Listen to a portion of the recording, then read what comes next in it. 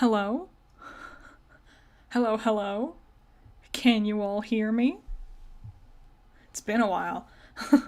It's been a while since I've done this. I forgot to mute my mic before going live, and then I was like, oh no, everyone's gonna hear my loud, clicky mouse. Hello, can you all hear me? Let me know. One of the few streams that started exactly on time. I was nervous. I've been sitting here for like 15 minutes at least.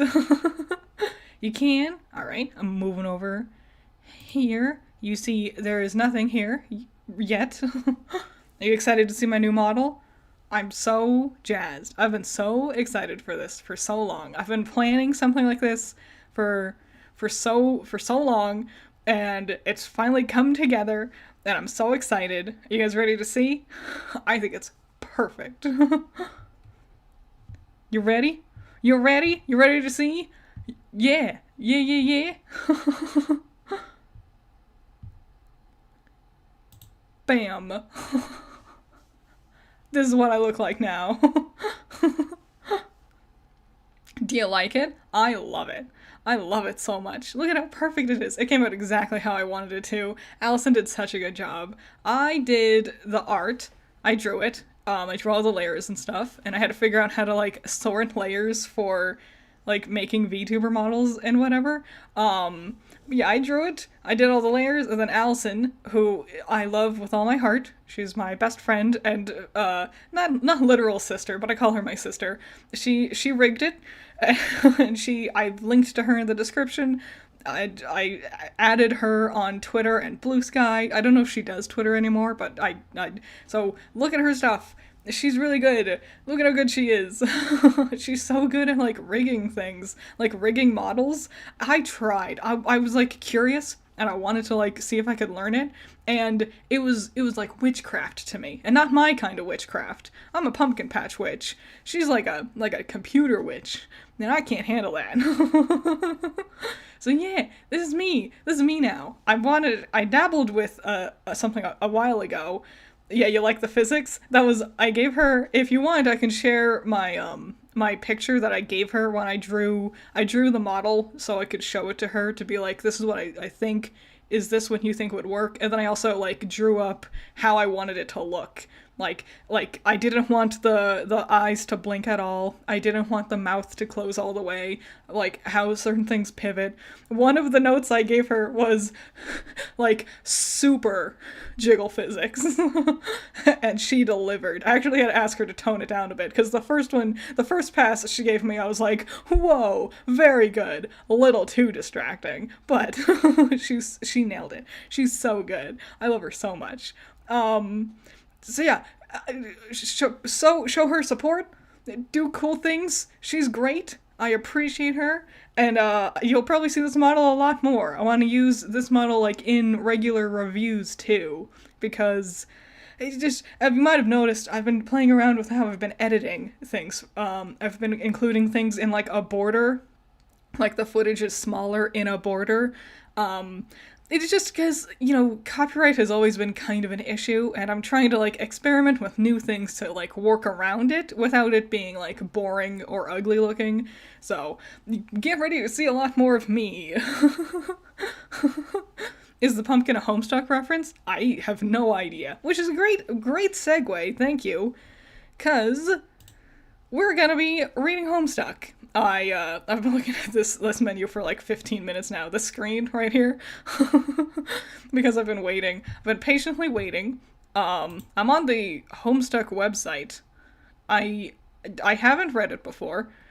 I saw like the first three pages. Can we call them pages? Uncertain. I saw like the first few pages to make sure that like it would work on stream. But I know nothing. The extent of what I know is just from what I've seen from the pilot.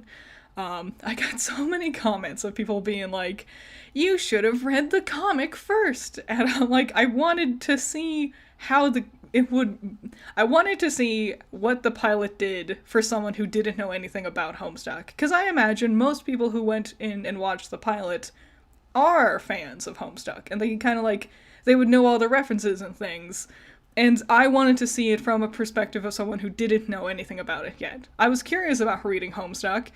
It isn't always accessible, which I think is a bonkers statement for people to make, is like, you should have read it before you watched the pilot. And I'm like, isn't the pilot supposed to like introduce you to the world?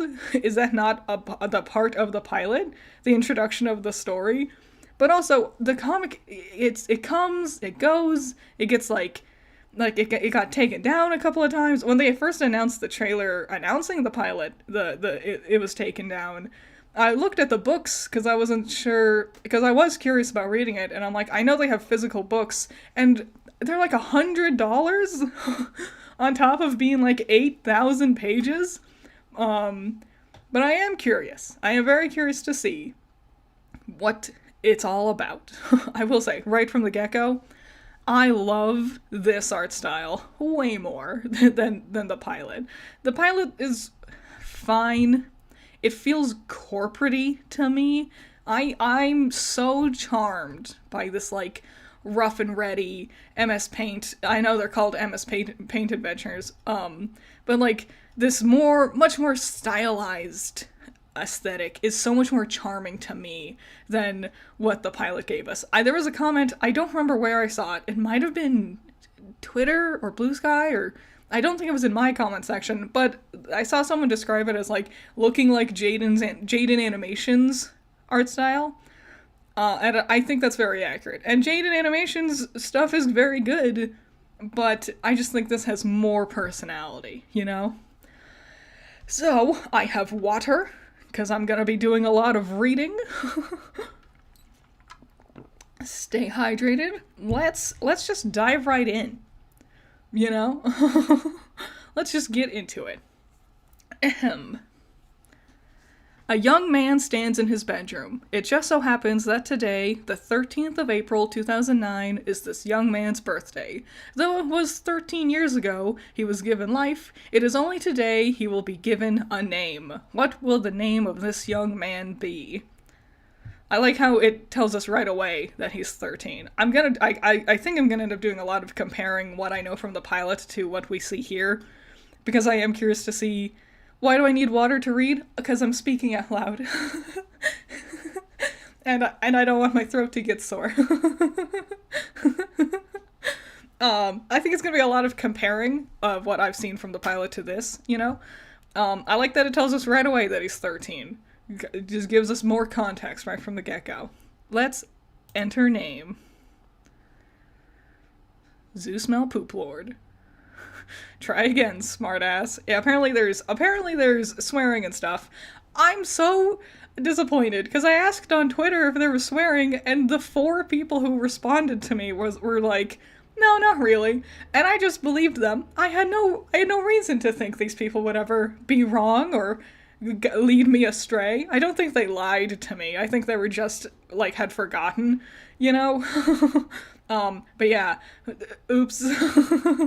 But apparently also they say some things that aren't really acceptable to say, especially not anymore. I'll skip over those parts. But sorry if they're on screen. I don't know when or if they're showing up at all. Also, another thing about this art style, I like his, like, buck teeth thing. His, like, goober front teeth. That's cute. That's charming. He kinda had it in the pilot animation, but not to this extent, you know? Try again. John Egbert. Only one G in Egbert. Examine the room. Your name is John. As was previously mentioned, it is your birthday. A number of cakes are scattered about your room. You have a variety of interests. Oh, it's in second person. Oh, whoa. You never see that. Second person perspective? Whoa. It's always either first person, which is like, I did something, or third person, which is like, character did something. Second person is you did something. We never see that. Whoa. Anyway, you have a passion for really terrible movies. You like to program computers, but you are not very good at it. You have a fondness for paranormal lore, and are an aspiring amateur magician. You also like to play games sometimes. What will you do? Thank you, Godzilla Slayer. Hi, Critter. Bye, Critter. Hi. Goodbye. I hope you have good times wherever you're going. Stay hydrated. It's still hot outside, just because it's starting to get cooler, because it's fall, it's October, just in time for my perfect, beautiful new model to be revealed. But stay hydrated. I like how, more cluttered looking his room is. Oh, people were telling me in the comments, because I was like, what's with the nightmare-scapes on his walls? And they were like, it's to cover up, things that were copyright material. That makes sense. I wish they would have, rather than the, blurry nightmare-scapes, I wish it was, more, parody things. Rather than just making it, like this blurry nothing. Like the poster he gets from his dad, Little Monsters, or whatever it was called. It looked like a parody off of... It made me think of Back to the Future because of the outfit the one guy was wearing. I wish they would have done that, because the blurry thing they did in the pilot just kind of felt distracting. But yeah, I like how small and cluttered his room is here. Let's quickly retrieve arms from drawer. I have no arms. I'm just a little potato guy. Do they have arms? Do I need to get arms? Your arms are in your magic chest, Poop Lord. Remove cake from the magic chest. Out of sympathy for John's perceived lack of arms, you pick up the cake for him and put it on his bed. Nice. Let's get some arms. Let's quickly retrieve our arms from the magic chest. Thank you again, Godzilla Slayer. I'd stay longer, but I gotta catch up on One Piece. Oh, in college too, I guess. Nice. Have fun with One Piece. Cool. I have fun with it. Good luck with college and stuff. You'll crush all your classes, and I believe in you. Let's get our arms. We need arms. Oh.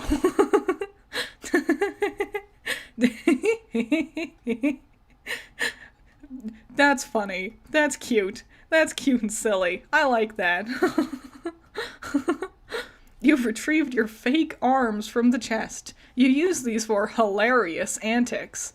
He had these in the pilot. It was such a throwaway thing, though. Who's the one with glasses? I can't remember. Everyone else's names I can remember. The sunglasses kid. He was like, don't use your creepy fake arms. That felt like such a throwaway thing. And I didn't really think much of it. I assumed it was a reference to something here. I didn't expect. You captcha-log them in your Sylladex. You have no idea what that actually means, though. There are other items in your chest. Okay.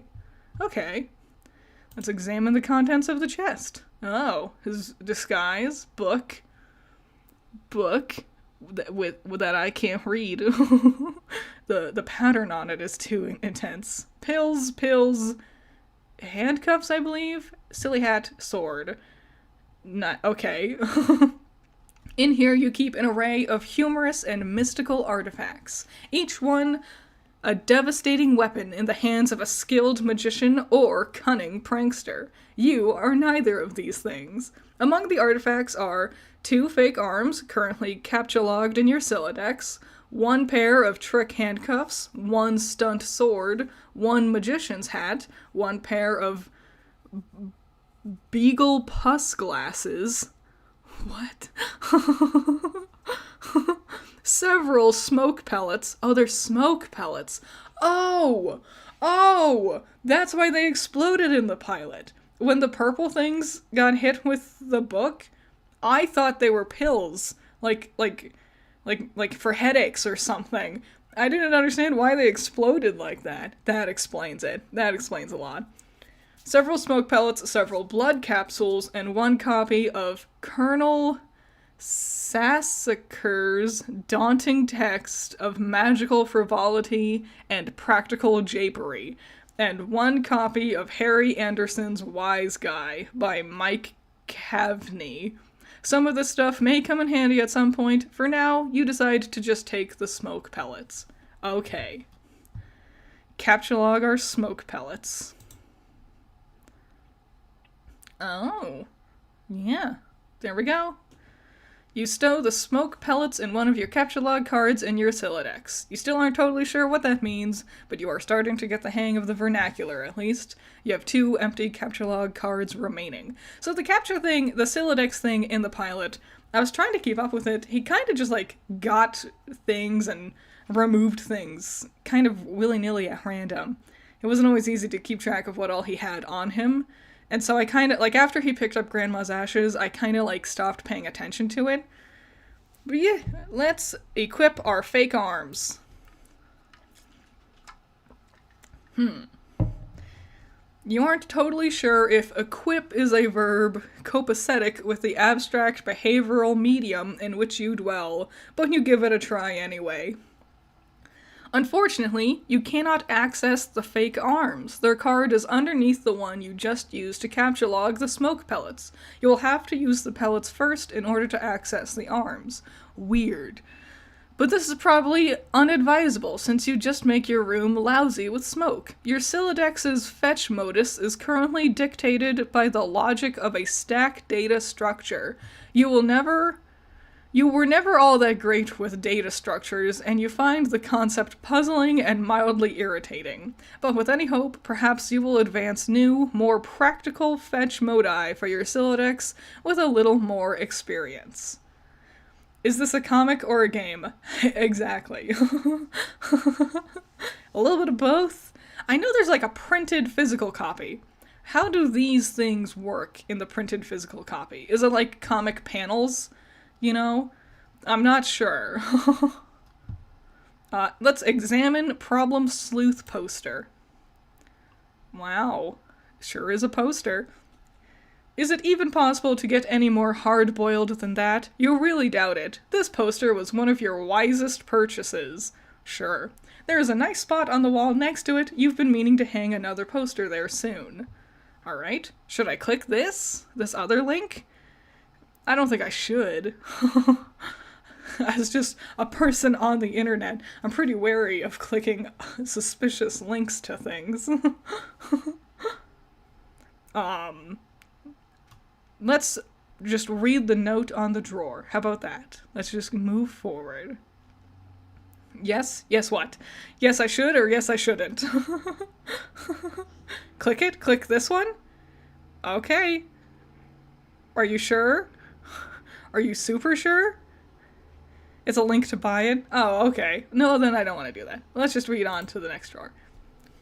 Happy birthday, son. I am so proud of you. This note is rich with the aromas of fatherly aftershaves and colognes. Besides the note is a rolled-up poster. Cool. It takes you to the shop for the poster. That's smart. That's what I assumed it would probably do. But yeah, like, cute. Cute that you can do that, like, built into the game? Let's take the poster.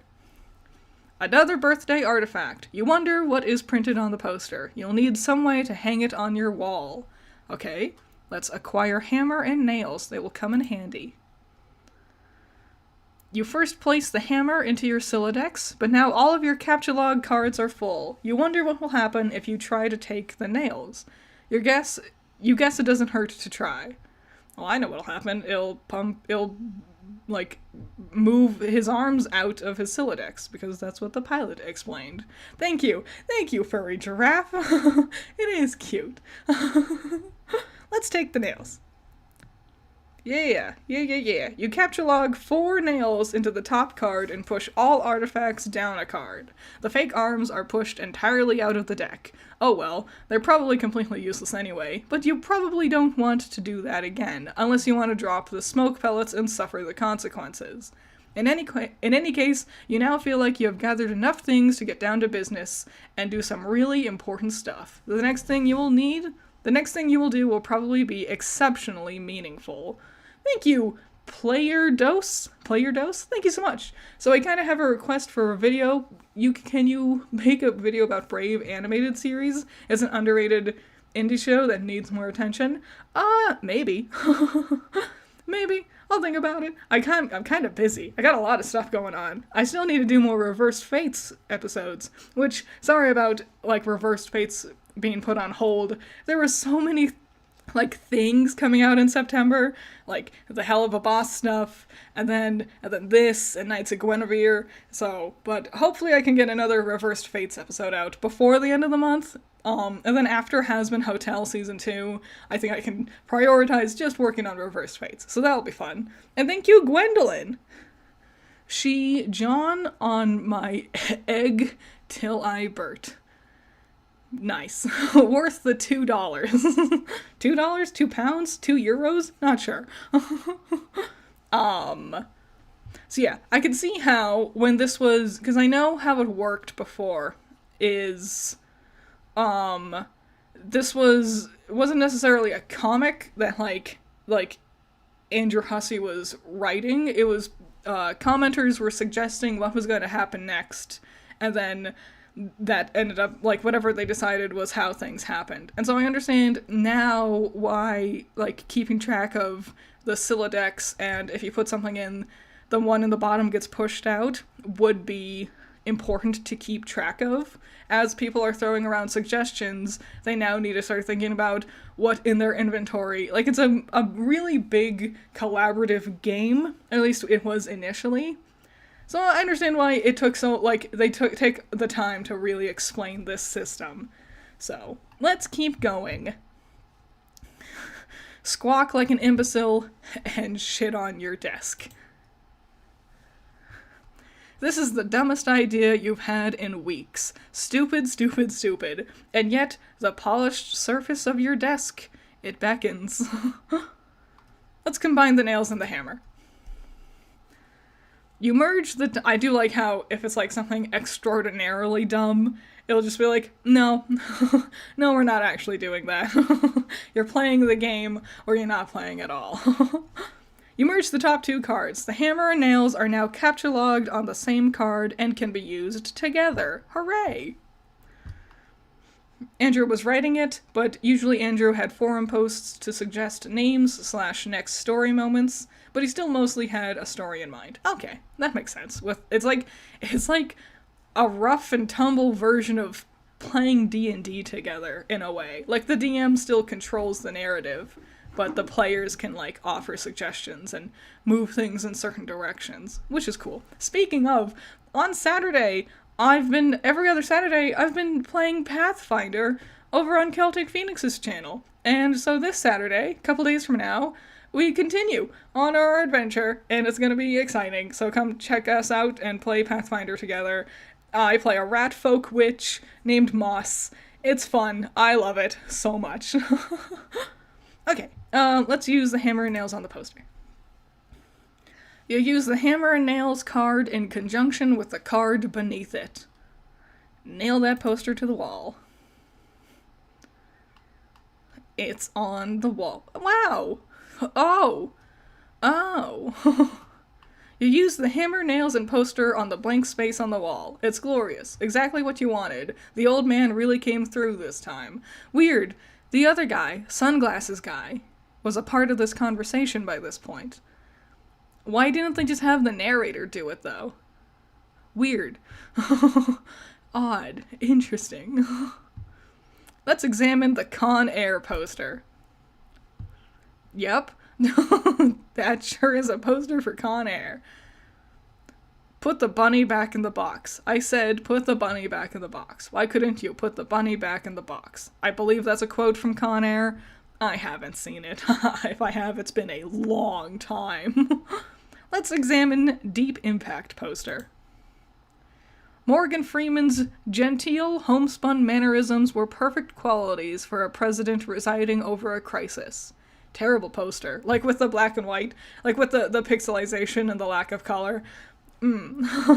Oceans rise, cities fall, hope survives. Wow. Films about impending apocalypse fascinate you. Plus, a black president? Now you've seen everything.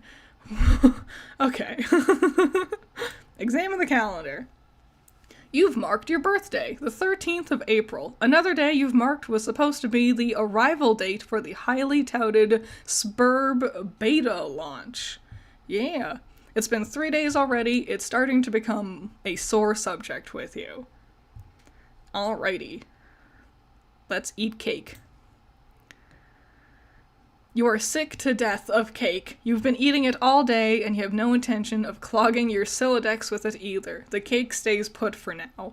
You hear a notice from your... I thought about getting cake today, but I decided not to. It's because the store was so busy. It was so busy, and I didn't want to be there, and, like, I got overwhelmed, and then I looked at salads, and then I didn't want any of the salads, and then I just didn't. I didn't.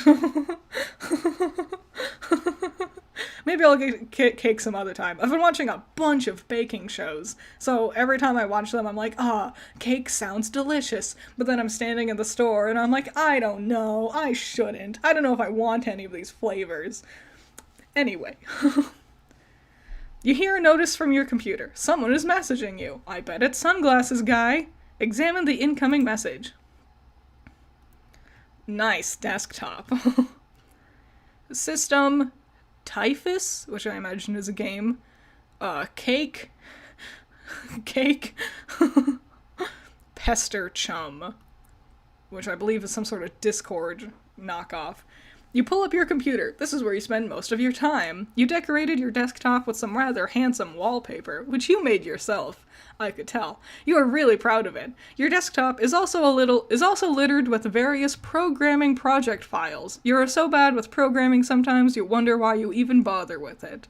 Your Pester Chum application is flashing. Someone is trying to get in touch with you. My avatar is adorable? Aw, thanks. It's new. I love it.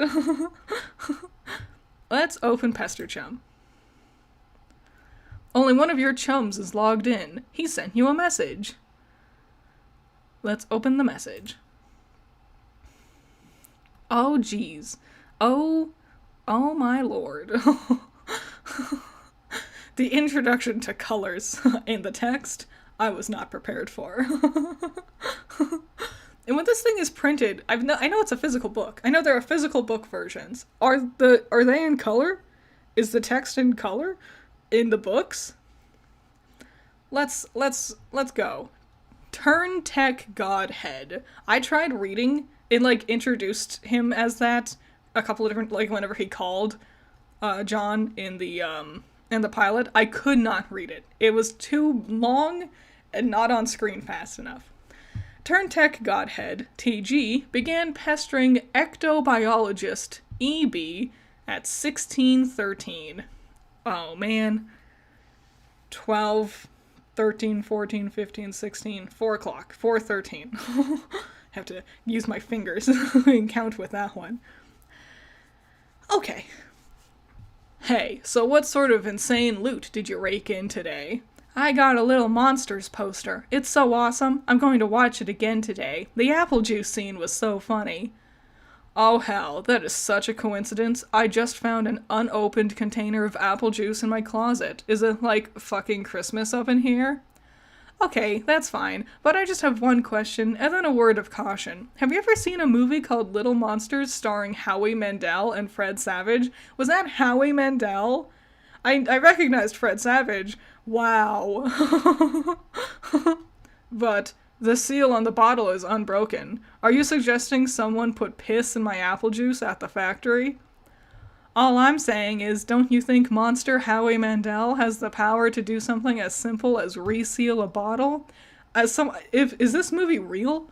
I have not seen it. Oh, the dogs woke up. Is this movie real? I have not seen it. Is this something that actually happens in the movie? Try using your brain, numbnuts. Why did the fat kid or whoever drank it know what piss tasted like? I mean, his reaction was nigh instantaneous. It was the 15th day in a row Howie Mandel peed in his juice. Okay, I can accept that. Monster B-list celebrity douchebags are cunning, the other dog woke up, are cunning and persistent pranksters. Also, Fred Savage has a really punchable face. That's not true, how dare. But also, who cares about this? Let's stop talking about it. Did you get the beta yet? No. Did you? Man, I got 2 copies already. But I don't care. I'm not going to play it or anything. The game sounds boring. Did you get to see... Did you see how it got slammed in Game Bro? Game Bro is a joke and we both know it. Yeah. Why don't you go check your mail? Maybe it's there now. Alright. Alrighty. Interesting. I see why a lot of that got cut out. Just talking about a movie. I understand. I see what we're doing. Let's look out the window. This wasn't... He had no tire swing in the pilot. 0 out of 10 pilot. Inaccurate. Maybe it was there and I just didn't notice. You see the view of your yard from your window. Hanging from the tree is your tire swing. In a kid's yard, a tree without a tire swing is like a proper gentleman without a monocle. That is to say, he can hardly be considered a terribly proper gentleman at all. And there besides your driveway is the mailbox. The dialogue feels a lot more natural and less forced here. I agree. Something, especially, what is his name? Turn Tech Godhead. What is his name? I remember it was like another like regular guy name, like John. Hold on, let me get some water. In the back and forth felt in the pilot felt more forced, I think. Like there was less like it felt segmented, I guess is what I'm trying to say. Like Dave. It felt like you say your line, and they're more just saying things at each other rather than talking with each other. I don't know. Maybe it's also their performances, but they didn't really sound like they were actually reacting to something the other one had said. But I'm not so sure. I don't know. Let's keep going. Let's examine the mailbox. I've seen this picture before. The little red-armed swingly-dealy thing, or whatever it is called, is flipped up. What the hell is that thing called anyway? You do not have time for these semantics. The red flippy lever thing means you have new mail, and that means the beta might be here. Go outside and check that mailbox. Uh-oh. You're about to hurry downstairs when you hear a car pull into the driveway. I just realized how, like, poorly drawn the tree is. Like, it looks like I drew this tree. I just realized there's no shading on the tree. Nice. This is why I find, like, low poly, quote-unquote, low graphical, things like this so charming. The more things look like the early days of the internet, I'm just so charmed by visually. I love N64 graphics. I love MS Paint. I love Adventure Quest. I think this is so charming to look at. Looks like the early Henry Stickmin. Yes, a lot of early Newgrounds stuff. That's the best stuff. Good evening to you. Anyway, we were about to hurry downstairs when we hear a car pull into the driveway. It looks like your dad has returned from the grocery store. Oh, great. He's beating you to the mail. Forget it. Check the mail later. So mad. Big mad boy.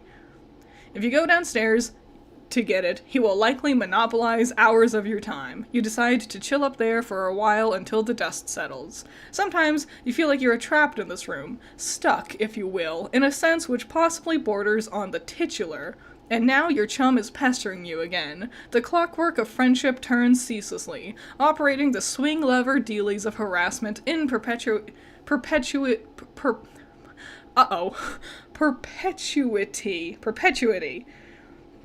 The truth come out. I can't read very well. I'm doing my best. Some words just get me tripped up. Whatever. The dude can just hold his damn horses. What? Is it like summer vacation in universe? Is there like a reason for the time frame? Do they go to school? Or is like the weekend or something? And I imagine the Pester Chum pals don't live in the same town, because in the pilot, when Rose looked out the window, it looked very different from the streets of John's house, you know? So I imagine they don't live near each other. I do get this. You know, I can relate to this. Growing up and, like, you feel like your bedroom is the only, like, place, like, you can just do whatever you want and not be bugged and bothered. I get that. I totally understand. Honestly, if I had started reading this when I was younger, because if this did come out in 2009, I would have been a freshman in high school, and I bet if it had come out just a couple of years before, I would have been super into it. I would have resonated with it so much. But it just didn't land with me. I never got to read it. Thank you, Excalibur. Critter failed reading class. I did really well. I just can't say them out loud. I can spell, I know words, just can't read, which sucks for someone whose job is to write scripts and then read them out loud. But thank you, Excalibur. Let's go. Examine games on the CD rack. Oh. We've put countless man-hours into this assortment of quality titles. Oh. Harry Anderson. Little Monsters. Is that Howie Mandel? That's crazy. Rose lives in the East Coast, Dave is in Texas, John is in Seattle. There was never once, for a second, I thought they would actually be in real America. Oh, thank you, Overhyping. I thought it would be like they're in Pleasantville, or they're in Place, you know? They're in Town Place. Never once did I think they were going to be in real America places. Let's read Colonel Sassacre's daunting text. Jeez Louise, it is daunting. Look at how tiny, his tiny little arms. He's so small. Small John is so much better than Big John. Big lanky John. Also, some people were confused because I said I thought their character designs were boring in the pilot, and I do think that. It's because they're all the same body type. Like, we can't have someone be like a little twiggier, a little shorter, a little stockier. They all need to look exactly the same. Yawn. Yeah, yes. Okay, you decide to consult with the Colonel's bottomless wisdom. Good grief, this thing is huge. It could kill a cat if you dropped it. But to really dig into this hefty book, you will have to captchalogue it. You're not sure you're ready to you are not sure you're ready to logjam your other artifacts beneath it just yet. True, we still have our smoke. We really goofed up picking up the smoke pellets right away. Idiot. Idiot John. Let's captchalogue the fake arms again. What did you just say? You don't want to clog up your... Oh, Jesus. It's a momentary lapse of concentration. You accidentally captchalogged the arms again. Nice. Set Pesterchum status to bully. Okay. The sprite art is really cute. I'm guessing they use the same body types in the pilot because it's the case in the webcomic, and anything else would make a lot of people mad. Yeah, I feel like a lot of people, from what I've seen with my comments, didn't want to see anything like, what's the word I'm looking for? They didn't want to see, like a new spin, like a new perspective, a new creative twist. They wanted it to be what they remember. And I understand. I get why they would feel that way, but I think it was a missed opportunity to not play around more with... Because if we're gonna go all out and make it a completely different, like, style, let's play with it, right? Oh well. You don't think the situation is quite dire enough to go all the way to... rancorous. Ooh, I definitely don't think I pronounced it right. But you still feel the Pester Chum client should reflect your mood change in some way. Bully will have to do, you guess? This unsurprisingly does nothing whatsoever. Oh right, you forgot your chum is still pestering you. Answer the chum. Here we go. Is it there? Please say yes. Maybe you can play with TT. She's been pestering me all day about it. She's macking on me so hard all the time, I start to feel embarrassed for her. I mean, not that I can blame her or anything. Yes, it is understandable because you are really attractive. I am attracted to you. Thank you. JK, haha. No, I don't have it yet. My dad has the mail, and I guess I have to go get it from him and see if it's there. And I've been busy spending all afternoon shitting around with my stupid and I've been busy spending all afternoon shitting around with my stupid Silodex. See, okay. This is the thing I wanted to gripe on. Funny swear word. Funny use of a swear word as a verb, because it makes sense, you know? There's one swear in particular in the pilot that just boggled me. It boggled me so much because it just made no sense whatsoever. So it's towards the end when Dave was like, "Did you get the title drop?" Which was also a whole, like, nothing even came of it. Like, the title drop wasn't important, and seeing the title drop wasn't important. He just saw, like, the meteor thing, but he could have just seen it. Like, making it about the title drop so didn't go anywhere. Whatever. That's not important. But Dave was talking about when he got his title drop, and he said, quote, "I look up in the sky, and boom, there she fucks." And that doesn't make sense.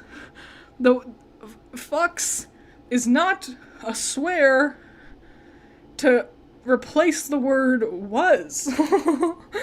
If it was there she fucking was, that would make sense. Or boom, there's that bitch. You know, that would make sense. If you want to have a swear, you could, but it sounded so not like an alien wrote it.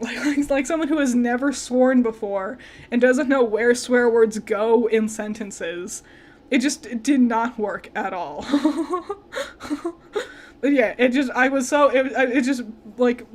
was so hung up on it. I could not stop thinking about it as I was editing my video. I'm like, why did he say it like that? It just makes no sense. Like, if you want swearing, fine, but make it swear in a way that makes sense.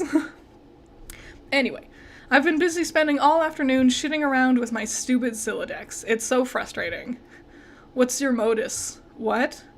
How do you retrieve artifacts from it? Oh, like one at a time, I guess, and if I put too much in, something falls out? Stack? Ha ha ha ha. What's yours? Hash map? My bro taught me a few tricks. He basically knows everything and is awesome. What the hell is that?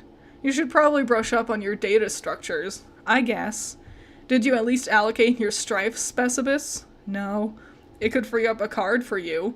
Plus, let you attack stuff whenever things get too hot to handle. Which is never. What have you got? Well, I've got a hammer, but it's trapped under some arms. Wow, you really suck at this, don't you? Just get rid of the arms and then allocate the hammer to the specibus. How? I don't know, just use the arms on any old thing and see if it works. I also like this exchange better. I thought it was weird that Dave got hung up on, like, laughing at John for using a hammer. Because I'm gonna be, like, I know Dave's trying to be, like, edgy, cool guy, and he has his, like, swords and whatnot. A hammer could hurt someone. I would say that's a pretty decent weapon to have, you know, and it just felt like a it was just a weird exchange in the pilot. This is much more like cohesive, I think. Combine the fake arms with cake. Flawless plan. Hi, Skywalker. I'm doing pretty good. I'm here for the long haul. I have no other plans today, except I haven't done my workout yet, but I don't need to do that anytime soon. So, let's keep on going. You stick the fake arms in the cake on your bed. This definitely makes the cake at least 300% more hilarious. You're sure Colonel Sassacre would know the precise index of elevated hilarity. Nice. Perfect. Let's allocate the hammer to the strife specibus. If I hadn't have heard them say these words in the pilot, I would have no idea. Silodex would have ruined me. I would have no idea how to pronounce it. Okay. You check the back of your strife specibus for the kind... abstratus. For the kind abstratus you have in mind for it. And let's select our hammer. Your strife specibus has been allocated with the hammer kind abstratus. The hammer has been moved from your captcha deck to your strife deck. So complex. We got so much going on. Okay, I did it. Hammer kind? Yeah. Okay, that will be the permanent allocation for your specibus. I guess I should have mentioned that. Hope you like hammers, dude. Yeah, that's fine, I guess. I can't imagine it's going to be all that relevant. I get the feeling it's gonna be pretty relevant. Captcha Colonel's Big Book. Now that you've got some space in your Celodex to work with, you figure you might as well start squandering it immediately. I think the narrator should have been in the pilot so much more, because this is gold. Like, the writing style here, very funny. And I wish it was in, like, that's such a complex issue of taking word, like written word, and putting it into a visual medium, but they had a narrator. He could have been saying funny things like this a bunch. Oh well. Ordinarily, this ridiculous book would be way too heavy to carry around in any practical way. You guess maybe this is one respect in which the cards present some convenience. Nice. Let's examine the Gamebro magazine. Gamebro, Spurb. Why, the game of the year or whatever isn't as good as some other stuff I like. That's better. Perfect. Excellent. IGN? Is that you?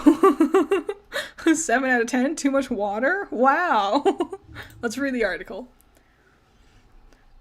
So, okay, Spurb is this game that a lot of cats seem hella pumped of, and this beta is sitting on my desk for review, so I'm like, yeah man, I'll write something.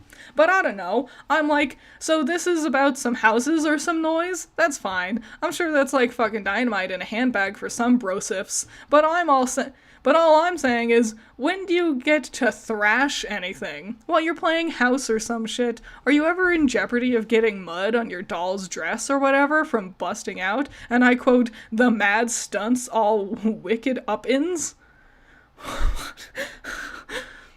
Know what I'm saying, bro yo ma? I didn't actually play this game, but I gave it 1.5 hats out of 5 hats to keep it real. At this point, I'd like to give a shout out to my boy Dennis, who was all over the other day. We were going to chill in front of the Dark Knight, and he was so psyched of it, y'all. So this one time, he was leaning against the screen door, and the shit popped open, and the back deck was wet, and he slipped down the steps and broke his thumb on the lawn. It wasn't a long fall, but hey, I guess a thumb bone wasn't made for supporting the brunt of a huge useless tool against wet grass. We never did watch Dark Knight on account of the Ron trucking his bawling candy-ass girth to the hospital. But it's cool. I still got another watch in me. Brodal Rwanda. Bro notes, Dennis was so wasted. Ha ha, I mean damn. Perfect. Phenomenal. Let's captcha Game Bro. It might come in handy if you ever need something that burns easily. Okay. It did look different in the pilot, but he did burn it. Captcha the Magician's Hat. You expend your final card on the Magician's Hat. Let's get funny glasses, too. You don't have a free card in your Celodex. However, you are able to merge the Beagle Puss with the Magician's Hat to create a clever disguise. Let's wear a disguise to fool Dad. Flawless. John? Who is this John you speak of? You are quite certain there has never been, nor ever will be. Yeah, this is a really shitty disguise. While you are wearing the items, they remain on the card, but it is temporarily removed from the deck, thus freeing up the cards beneath it. Hooray! Let's leave the room. This was different in the pilot. Okay. The clowns thing really caught me off guard. There were several, clownscapes in the background of the pilot that legitimately looked terrifying. You exit into the hallway. On one wall hangs a picture of a fella who sure knows how to have a laugh. A man after your own heart. You always thought he looked a lot like Michael Cera. I guess. But your dad swears on the many hallowed tombs of Egypt that it is not. You're not sure about that, though. Okay. On the other wall is one of your dad's stupid clowns, or harlequins, as he is quick to correct anyone who would venture such brazen assumptions. Did they change the clown art? I feel like it wasn't different, but I can't remember. There was a lot of them, like, scattered around, you know? Like, in the background a lot. So, maybe. I'm not certain. Go downstairs. Yeah, they had him fall down the stairs in the pilot. I'm not sure why. It just felt like one of those things, like, action for this, like, movement for the sake of movement, which isn't always bad in animation, but it just, especially on top of how much stuff was being thrown at us, it felt unnecessary. Especially since it could have just, like, introduced us to, everything feels so much, like, smaller in this version. Jeez Louise. Look at this thing. What is that? But yeah, everything feels really smaller in this compared to the pilot. The pilot, his house felt huge and empty. Like, I don't think a lot of this stuff was here. It feels more like homely. This one was in it. This one was in it. I remember that for certain. This scary one with the hands. This one, boo. The accursed odor of fresh baking wafts into the newfound nostrils. Something is brewing in the kitchen. It must be the connivings of your arch-nemesis, Betty Crocker, and the rich, buttery aroma of her plot stinks to high heaven. This mission is going to be more difficult than you imagined. I remember I got a comment of someone explaining that Betty Crocker was like, really important.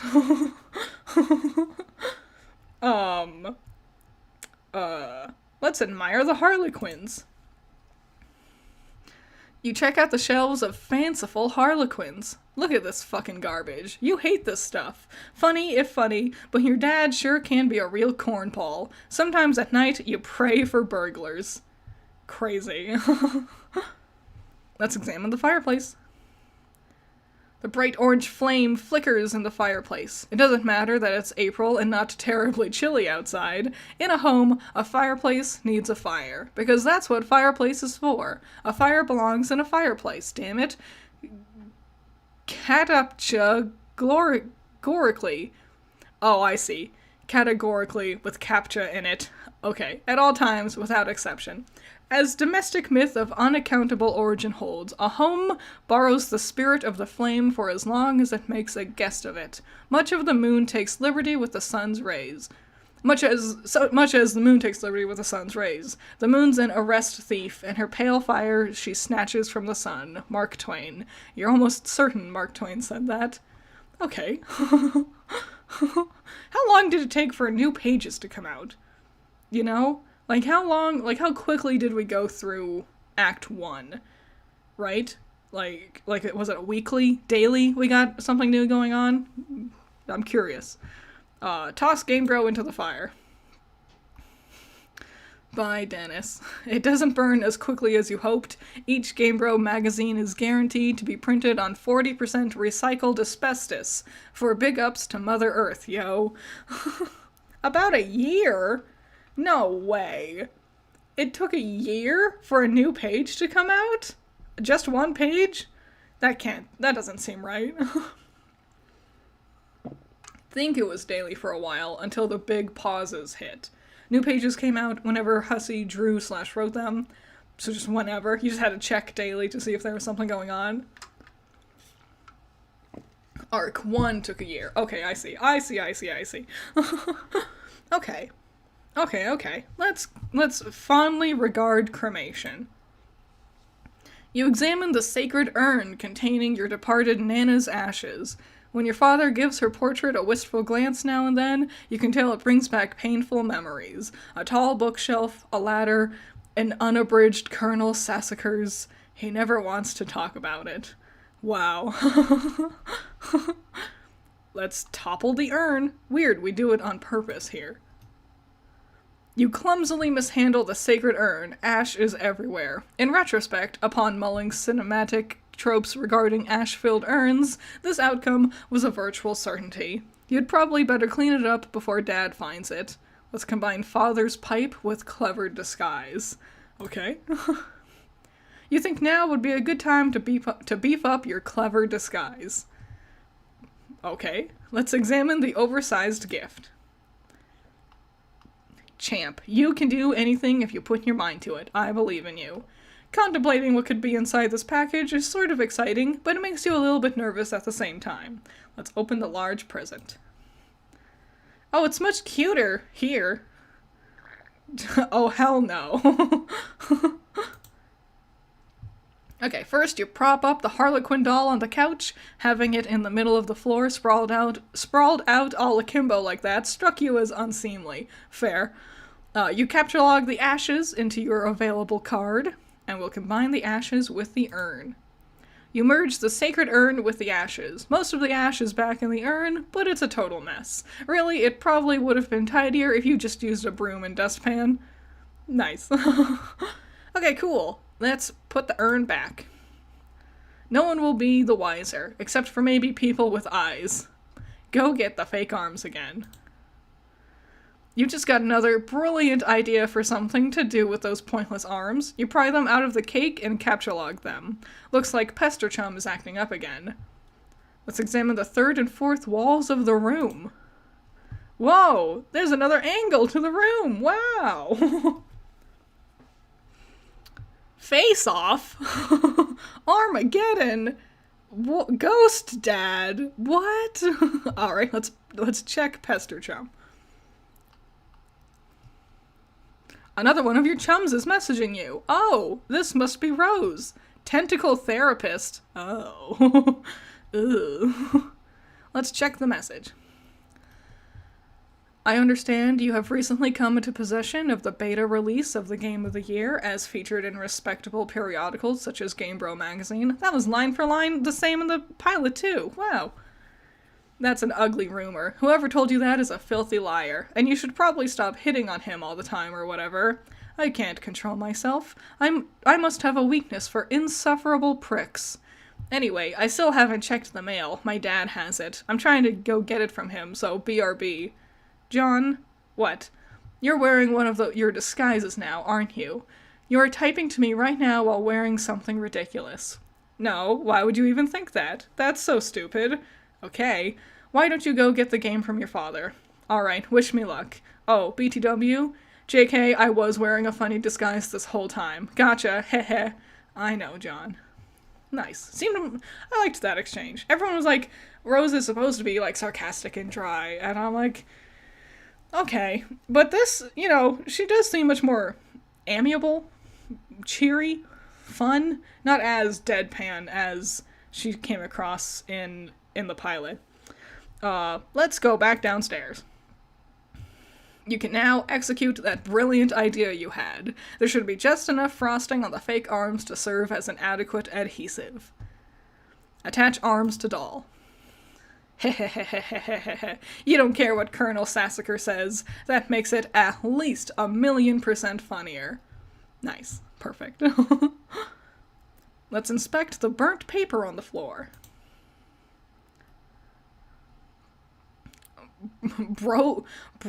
Broblerone? Like Toblerone? You put this back in the fire where it belongs. Let's throw the present wrap in the fire. A lot of things go in the fire. As long as you're cleaning up. Capture log the doll. You can carry hefty items, but that thing is just way too big. Get real. Besides, you don't even want it. Alright. Rose in the pilot was dry in a sense of trying to sound mysterious. Yeah, as like an introduction to the character, like, I found her endearing. Of the three friends John runs into, I liked her probably second most. I liked Jade the most, because Jade actually seemed like fun and cool. But I don't know, Rose left me wanting more. I felt like I didn't really get a good sense of who she is. Let's read Colonel Sassacre's text. Wow. Hell's bells, are we having a mighty sportin' time of it? Hold fast, my intrepid fellow Pranksmith. We're merely nicked the mahogany of our japing chests, if I may direct the incisive ogle of our beagle puss to the wriggling regency of rubber bugs, plastic parasites, squirming serpents, pliable pests, and every such order of phyla and creepy crawlies. Land sakes alive, we are cooking with petrol now. And further, why wasn't this in the pilot? There's a lot of John wanting to be funny and doing things for the sake of thinking they're funny. And it makes a lot of his actions feel like they make more sense and feel funnier, because, you know, he's trying to be funny. This wasn't really in the pilot. He didn't really talk about, like, comedy and stuff. Weird. In further exhibits, we shall dwell on the artifice useful to your exploits. Is your pappy's red and real handy? What about a bit of iron cord? It shouldn't prove elusive. Bring those writhing rascals to life, and set the nerves of some old maid to the reek of... I'm not sure. Do you have a bathroom? A bothersome aunt who never... Sorry, this text is very small. Do you have a bothersome aunt who never seems troubled to find ways with your sunny afternoon? A broad, splintery fence? A bucket of whitewash, perhaps? By gum, you'll fix her wagon. And what of that tawny gent who puts his lackadaisical lean near the sarsaparilla font? You'll have that listless octoroon find the spring in his step just yet. Part of the reason the pilot skips so much is because they thought it would be too boring. It's meant to be redone when they get picked up for the real show, and hopefully the pacing will be fixed. Yeah, it is odd. We've gotten so used to, in the internet sphere, that quote-unquote pilots that get posted on YouTube are, like, actually secretly episode 1 or episode 0. But this was a true pilot. It was a pitch. It was an idea to, like, present the concept that would later get picked up and then put into the real episode 1. So, we'll see. You thought about consulting the text to determine exactly how hilarious the doll is now, but this text is way too big to navigate in a timely fashion. You decide to forget it. Dang. Find Dad and retrieve mail. Slur count 1. Which one? What part of any of that was a slur? Where? Must have been an old-timey one. One I don't recognize. On the door to the left leads to the kitchen, from which the smell of baking wafts, a powerful aroma which would lift an especially portly hobo off his feet. The door to the right leads to the study where your dad spends a lot of time. Oh, is it? Oh, is it? I had no idea. What an old, weird one to include. What odd? How odd? I've never even heard of it before. I apologize. I had never heard the word before. I was unsure what it even meant. I apologize. You learn something every day. The door on the left leads to the kitchen, blah, blah, blah, blah, blah, blah. Study spends a lot of time. He could be in either room. Where will you go? Let's go in the study. It doesn't look like he's in here right now. Cool. Terrible. Terrible. Horrible picture. Examine Father's desk. On the desk is a deck of playing cards, one of your dad's pipes, the April issue of the Serious Jester magazine, and a stray captchalogue card. There's also... Oh, this was in the living room, I think. In the pilot. There's also a can of peanuts on the desk. Haha. Oh, Dad, you won't be falling for that one again anytime soon. A severe peanut allergy is a terrible affliction to cope with. Oh. Alright, let's upgrade the costume with the hat from the hat rack. You swap the magician's hat with the bowler hat. This disguise is somewhat less funny, but a lot more distinguished looking. So... I understand why, in the pilot, they chose to have the chat log instead be, like phone calls with each other, because otherwise it'd be a lot of sitting in one place talking and then moving around in near silence with himself, you know? So I get the idea. I understand why they did that. I think that makes sense. But it also kind of, like, the talking feels like it takes priority over the things John does. Though, to be fair, a lot of what he's doing feels kind of just like at random. Curious, odd, interesting. Oh, thank you, Valhalla Knight. Hour 1 call to action. Has it been an hour already? Whoa, you're right. Don't forget to hydrate. True, I have my water right here. Like the stream and subscribe if you haven't. Loving this live read. I never got through it myself, but it's been fun listening to you read it out. Thank you. Thank you. And I appreciate you, and thank you for the super chat. And yeah, like, comment, subscribe, do all the things, and most importantly, stay hydrated. Stay hydrated. Drink your water. You don't want to pass out. Take care of yourself. One time I passed out because I was dehydrated. I should have known better. I just wasn't thinking about it, but it's not fun. So make sure you stay hydrated. Okay. Let's keep going. Sorry, that loud clunk was my water bottle. Because I was like, I don't think I'm drinking enough water. I got a great big old tumbler, a big old, like, sippy cup water bottle type deal, and I got it, and then I drank it, like, in one sitting, and I was like, I really am not drinking enough water. So drink more water than you think you drink more. You're probably not drinking enough. Drink water. You'll feel better. Anyway, yes, I am more distinguished looking. Let's combine the second pipe with the clever disguise. Your dad maintains numerous pipes around the household. A father without a pipe is like a strapping roughneck without a toothpick. That is to say, he is a rather piss-poor excuse for a roughneck, if you ask me.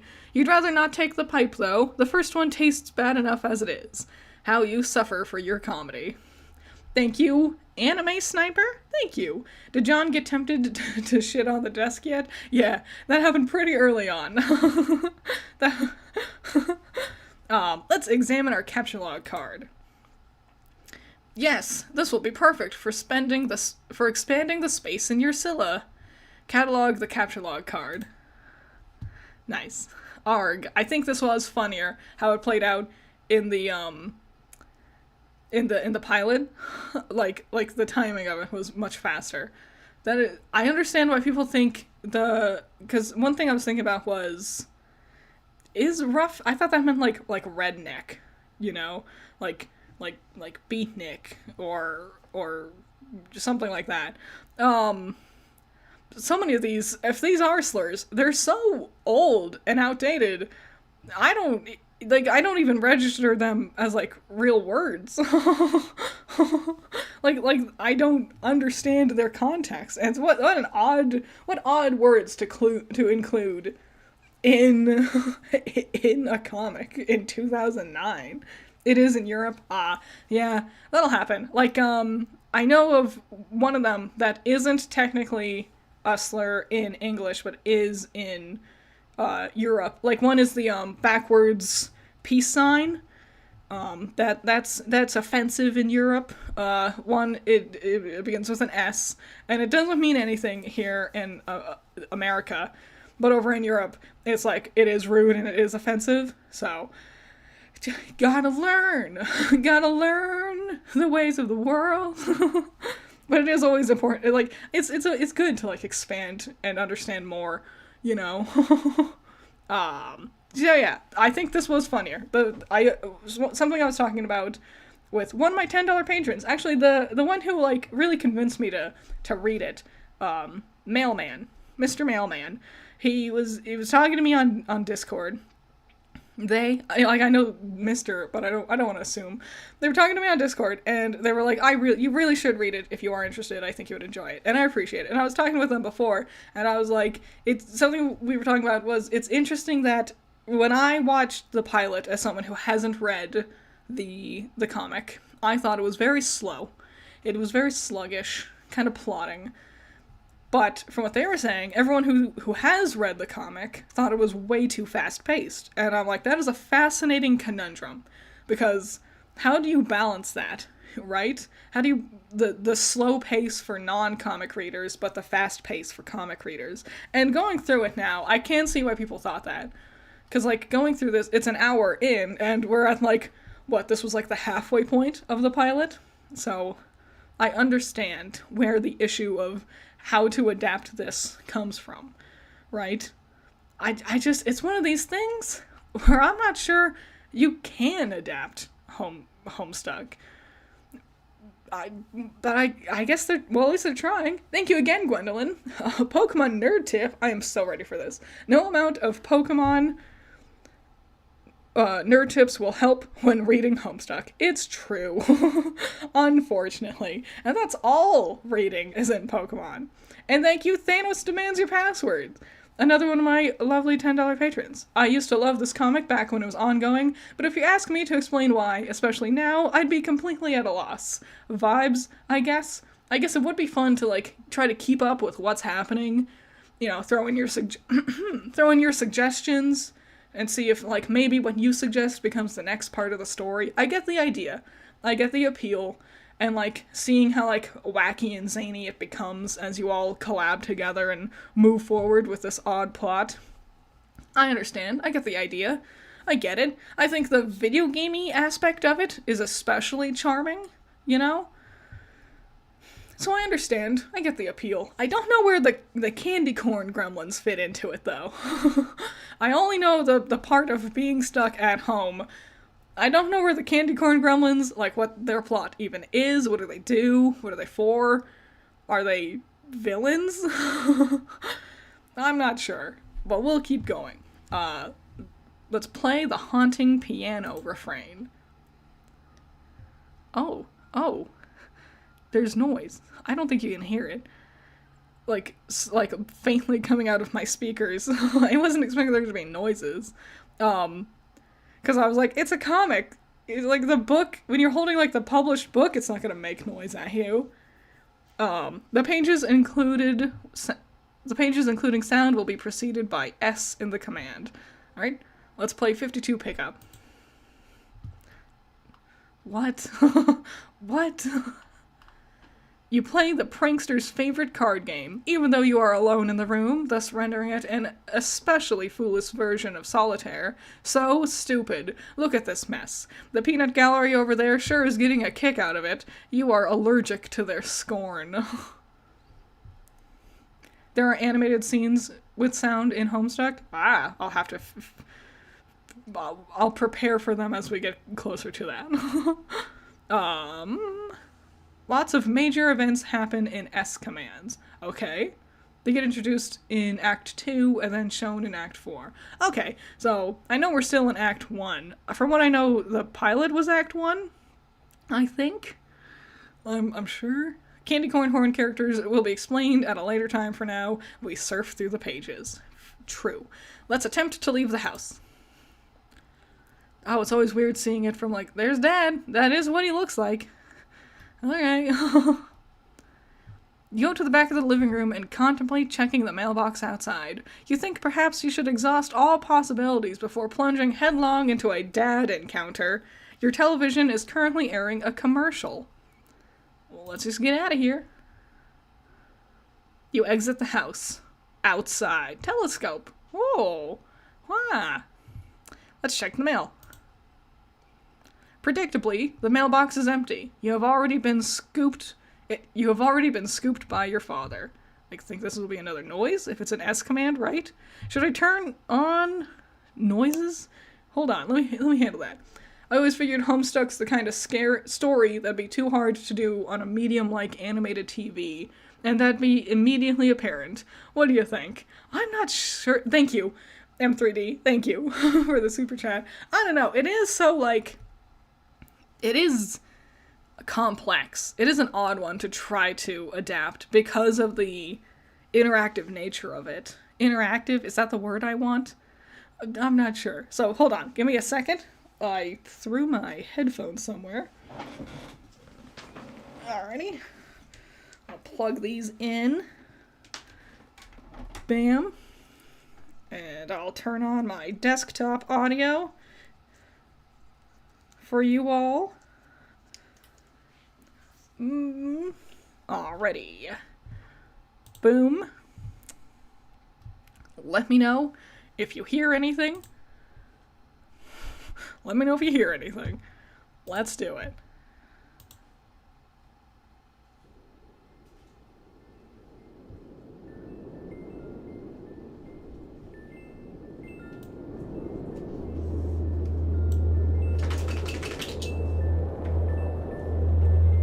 Oh, it's like ominous wind noises.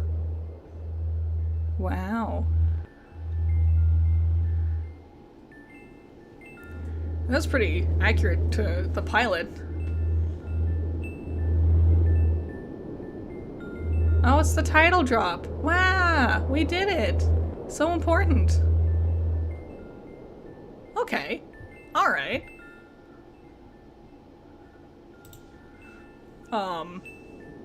Thank you again, Thanos. The candy corn villains are trolls, as in both internet trolls and fantasy trolls. There are 12 of them with a classic mythology zodiac theme, and they have personalities inspired by internet users.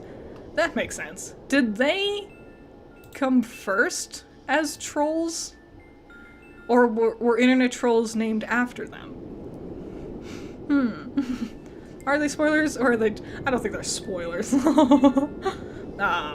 Okay, the streets are empty. Wind skims the voids, keeping neighbors apart, as if grazing the hollow of a cut reed, or say, a plundered mailbox. A familiar note is produced. It's the only desolation plays to keep its instrument in tune. It is your 13th birthday, and as with all 12 preceding it, something feels missing from your life. The game presently eluding you is only the latest sleight of hand and the repertoire of an unseen Riddler. One to engender a sense not of mirth but of lack. His core schemes are those less of a prankster than a common pickpocket. His riddle is absence itself. It is a mystery dispersing all together like the moon's faint reflection. With even one pebble of inquiry dropped in its black well, it is the most diabolical riddle of all. Absence diminishes little passions and increases great ones with as wind extinguishes candles and fans a fire. Walt Whitman. Yes, you are certain Walt Whitman said that. 100% positive. You have a feeling it's going to be a long day. Oh, alright. That was fun. That was fun and different. They have to be named after trolls, and trolls are probably named after annoying bridge trolls. Maybe. I wonder, that'd be an interesting thing to study, the origin of the word troll for internet trolls. Okay. Oh, and thank you again, M3D. It's also just a lot of text, yeah. Like, imagine you're watching it as a show, and they keep in even just a third of the text in conversations and narration. Yeah, it was a lot of, like, in the pilot it felt like a lot of just dialogue, a lot of talking, and now going through it, I understand why. And that was something I saw concerns of for people before the pilot even came out. People who, like, have read the comic, and I was listening to them talking about it, and they're like, just how do you do all that text in, like, a cohesive way? Because a lot of it is part of the charm, you know, the odd descriptions of things, you know? That's part of it. It's tricky to try to adapt this. Let's leave a surprise for the mailman. No. Let's see if your father left the mail in the car. Ah! The door is locked and your dad has the car keys. You peer in through the driver's side window. You don't see any mail, but you do see a green package. There's also something underneath it that looks like a slip of paper. Could these items have come in the mail? You don't see anything else that's usually in the mail, like bills and coupons. Maybe your dad forgot to take this stuff inside. Ah, should be Jade's present? If the pilot has anything to go off of? This is why I think making the pester logs into phone calls works. The text conversations are too long, so trimming them and making them a phone call lets you see the characters interact. Yes. And I did like how the characters, like, played with the framing of their phone calls. Like, they moved their sides of the screen around and spun it around and stuff. They like cross-interacted between them. I thought that was a way to make a long-distance conversation visually interesting. but they changed the, like, meat of the conversation. And I'm not sure I like how they did that. Let's spy in the kitchen. You try to get a gander through the kitchen window, but you can't see a whole lot. It seems your dad has been doing so much baking the glass has steamed up. God, he is so weird. But you can see what's on the table just beside the window. It looks like the mail is there, including among it is a red package, some bills, your dad's PDA, and an envelope that appears to be suspiciously labeled with the Spurb logo. Could it be? Unfortunately, the window is locked. Ooh. Let's go back into the kitchen. You have no other choice. You are going in. Clever disguise, it's time to work your magic. Ah, one of the arms fell. That's a shame. Enter.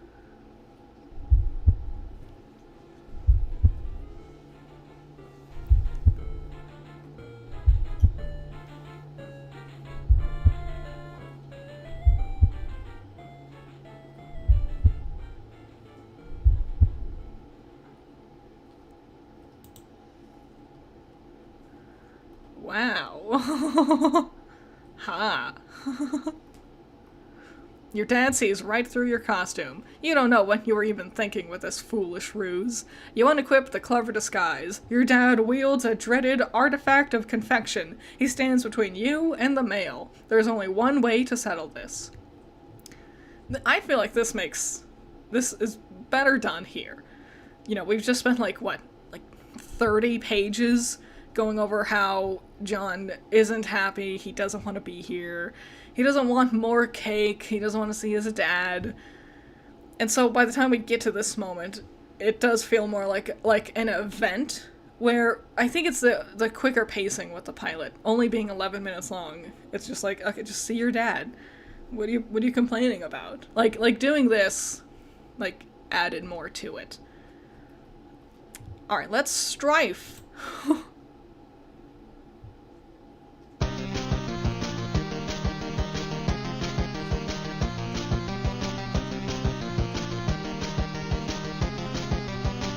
Oh, can I click on these? Aggressive? Wow. Turn that volume down a little bit for you. Let's abjure?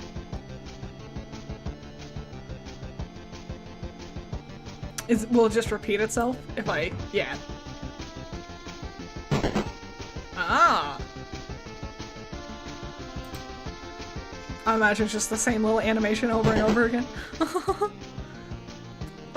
Sorry for not staying, gotta go. Well, have fun, Skywalker. Take care, be cool, see you later. I hope things go well for you. They don't do anything for multiple clicks on the buttons. There is no end to the game. Okay, so we'll retrieve the package and flee to our room.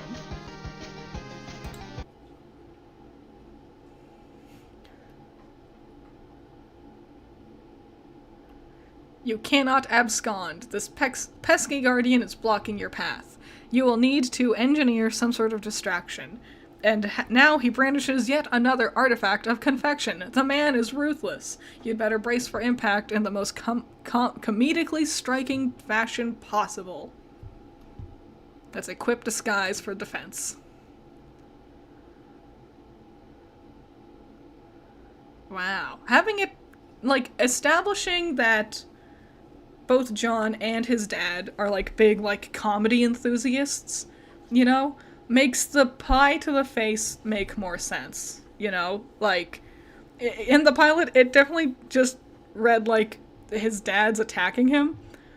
His dad's just bullying him for no reason.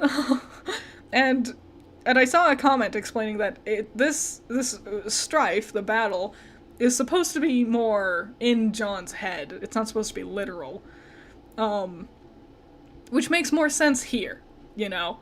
The hard cut to between everything. I understand why they decided to, like, really animeify the battle with the pilot, but I think it doesn't do what it's supposed to do as well as what this is doing. Like, the comedy meter is going up and down, you know, the fact that we stay in the kitchen, going aerial and fighting with his hammer, This makes more sense, I think. This delivers more of a message and keeps a comedic tone, a fun tone, and stays more in line with like what we've been doing. Let's capture log the pie tin.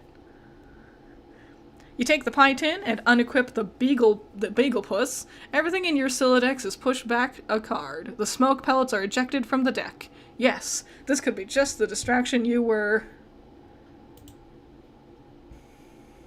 Nothing happens. What a huge letdown. Dang. Let's take the cake. When two great forces oppose each other, the victory will go to the one that knows how to yield. Oscar Wilde. Wise words by a man who likely could resist everything but temptation. The cake forces Colonel Sassacre's text out of your Sylladex. Okay. I see. Yeah, again, in the pilot, it just looked like his dad was, like, attacking, like, beating him, like, hurting him, like, bullying him for no reason. With this one, it's more reading, like, John is a angsty teen, and he doesn't want cake, but his dad's giving him cake. I don't really like this version better. In fact, the more I read through the comic, the less I like the pilot, and I already didn't like the pilot very much. Let's move forward. Sassacre, you beautiful bastard. Now's your chance. Also, it makes the smoke pellets and the subsequent, like, smoke bomb felt like an accident. Like we didn't want that to happen in the pilot. Because, like, Dad forced them out of John's Sylladex. And I didn't even know what they were. Like I said, if you missed the beginning of stream, I thought they were pills, like Tylenol or something. Having held on to the smoke pellets and knowing that's what they did and waiting for the chance to use them makes so much more sense than what's happened here. It makes so much more sense here than what it did in the pilot. Does that make sense? Like, this feel like yes, we did it. We got to use the smoke pellets. Where in the pilot episode, it felt like, oh no, he lost his smoke pellets. That sucks. Let's abscond. Now that Dad is busy placating the smoke detector, you can safely sneak away. Alright, let's take the PDA. You snag your dad's PDA, maybe you'll switch the background image to something hilarious as a prank. Besides, it may come in handy later. Your spare capture log card is forced out of the Sylladex and consequently integrated with the deck. You now have 5 cards to work with. Okay. I was wondering, because I was watching the pilot again and I'm like, where did I get the extra inventory slot from? I maybe it's because a lot was happening and I wasn't really paying attention, but I didn't realize that's how it worked. Like, pushing the extra one out of the Sylladex gave him the extra inventory slot. Let's take the package. This is a red package. It's addressed to you. And we'll take the envelope. We lost our disguise. Look at his little smile. Aw, cutie patootie. You got the Spurb beta. We haven't spoken to Jade yet. Interesting. Let's exit the kitchen. Get cake on couch. You capture log the cake on the couch, expelling the pie tin from the bottom card. Combine the cakes to make a double-decker cake. Ooh. Ooh. You then merge the 2 cakes across all 5 cards. Everything in your Sylladex is smushed between the cakes. Why don't you think these things through first? Interesting. Let's retreat upstairs. Yep. You pause at the juncture and head down the hall. You are going to need something to clean up the mess you are about to make by dissecting this cake. To the left is the bathroom, to the right is your dad's room. It is locked and you are forbidden from ever entering. He has secrets. We'll go to the bathroom and grab a towel. Not a spoiler, Jade is the last human we meet. Yeah, I imagine once we get back to our room, we'll have a new pester log and we'll finally meet her. Oh. You enter the bathroom and you can see your backyard from the window. The jewel in its crown is the swing set, which has provided you with years of joy. Can confirm. I had a swing set growing up. I loved it. I wanted to be on it all the time. I also had a teeter-totter, but my twin sister never wanted to teeter-totter with me, and so I didn't get to, so I could do the swing. I didn't need her to swing. There's also a spring-mounted pogo ride, which has been responsible for more than one painful injury. It has provided you with years of lament. On the sink is your dad's razor. On the rack to the side is a fresh towel. Alright. Let's remove the PDA envelope and package from the cake. We've done it. You take the razor and use it to perform surgery on the cake, and you take the towel and clean off the extracted goods. I see why they cut this part out and just went straight back to his room. I understand why, like, you know, expand it more game-wise, but I understand, like, pacing-wise why we cut this part out. Retrieve your items. Oh, man. The items force the man-handled cake into the toilet. And just like that, your Silodex is full again. God, this thing is annoying. Let's go to the bedroom. In Europe, the teeter-totter is called a seesaw. I think they're called seesaws here, but only in certain areas in America. I do have a twin sister. Her name is Twins Inc. You've probably seen her before. I've done stuff with her. She streams. Watch her streams. She's playing Animal Crossing right now, and I've been enjoying it. Admire the failure to launch poster. But we got so many chats. John, get your head in the game. Yep, failure to launch. Man, he was not kidding about liking bad movies. You're not usually into chick flicks, but Matthew McConaughey's cool charisma could salvage any heap of smoldering wreckage. This is your McConaughey wall, a casual shrine to an amazing actor. The film above the one is a lot better, you think? Can you see her? I want you to picture that little girl, chokes up. Now imagine she's white. You got us, Matthew. Your smooth talking exposed our latent racism. Damn, you are good. Alright, let's check our pester chum. Hooray! Both Garden Gnostic. Is that Jade? I'm guessing? GG began pestering ectobiologist EB. Hi, happy birthday, John! Hello? Okay, I will talk to you later. Garden Gnostic ceased pestering ectobiologist. Turntech Godhead began pestering ectobiologist. Hey, Gigi is looking for you. Why are you even so popular all of a sudden? Is today some sort of special occasion or something? Did you do something to curry favors with ladies? Did you break your leg on a puppy or some shit? Dude, what are you doing? Turntech Godhead is now an idle chum. I discovered a comet that is going to destroy the Earth, and it was named after me. Now I am famous and everyone wants to talk to me a lot. No, stop. Just no. Don't talk about your awful, stupid movies or make references to them. Your gross man-bro crush on Matt McConaughey is an unsavory thing to behold. McConaughey. Sounds like a noise— oh, he did spell it wrong. Sounds like a noise a horse would make. I.e. dumb. Really dumb are all those pictures of that clown you've got hanging up. Those are my dad's. I was talking about Nick Cage. Oh, what? No, man. Nick Cage is sweet. So sweet. Haha, so lame. You don't even like him ironically or anything. This is like for real, isn't it? Ha ha ha ha. I do like things ironically sometimes. What about what I sent you for your birthday? No, those were awesome. What? No, they're stupid. Which was the joke? The ironic joke, get it? Wait, you're actually wearing them, aren't you?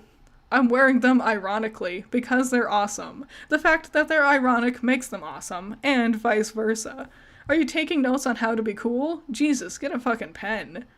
You do realize they touched Stiller's weird sort of gaunt face at some point. Ew, yeah. Oh well. Anyway, speaking of which, did you get the mail? Yeah. Did there happen to be a package there? Yeah, there's a big red one. You should probably open it. I would, but it's trapped under the Spurbs beta, so I will probably open it after I install the beta. Aw man, the beta came. Yeah, wanna play it? Haha, no way. Why not? It sounds so hell. It sounds so hells of boring. Just get TT to play it. She's all about that. Where'd she go? Her internet is blinking in and out, I guess. Probably be back online soon. Oh, and Christ in a sidecar. Are you still using the stack modus? Seriously, dude. You need to bone up on your data structures. That shit is just ridiculous. Okay, I will. Yeah, this aspect, this was the part I was most curious. Like, people were most curious how they would adapt this stuff. Dave is way different in the comic, isn't he? Like, he does not. I saw some comments saying that he seemed too chipper in the pilot, and I totally see what they mean. Like, he does not seem that way at all here. And I know it's different between reading text and a voice performance, but man. So, before we open the browser and go on an mspaintadventures.com, what? What do you mean? What does that mean? Let's click on that. Oh. Oh, how cute. Oh.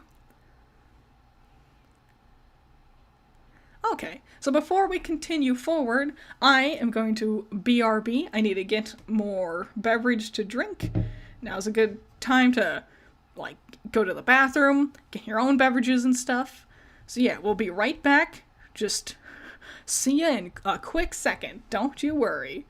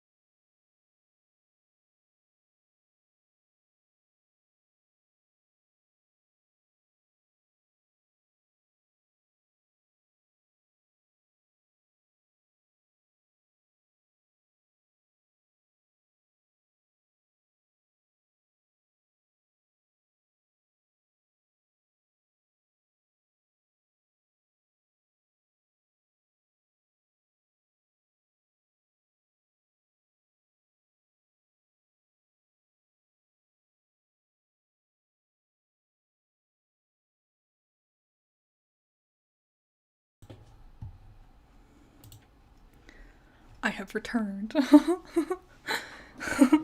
I always hated because my kitchen's downstairs, so I have to go downstairs to get water and stuff. And every time I get back up the top of the stairs, I'm out of breath. I've had these stairs for like 5 years, and I'm still out of breath every single time. I work out. I do an exercise. Stairs still kick my ass. Strap in. I have 2 beverages now. Ooh. Alrighty. Let me bust this bad boy open. Hold on.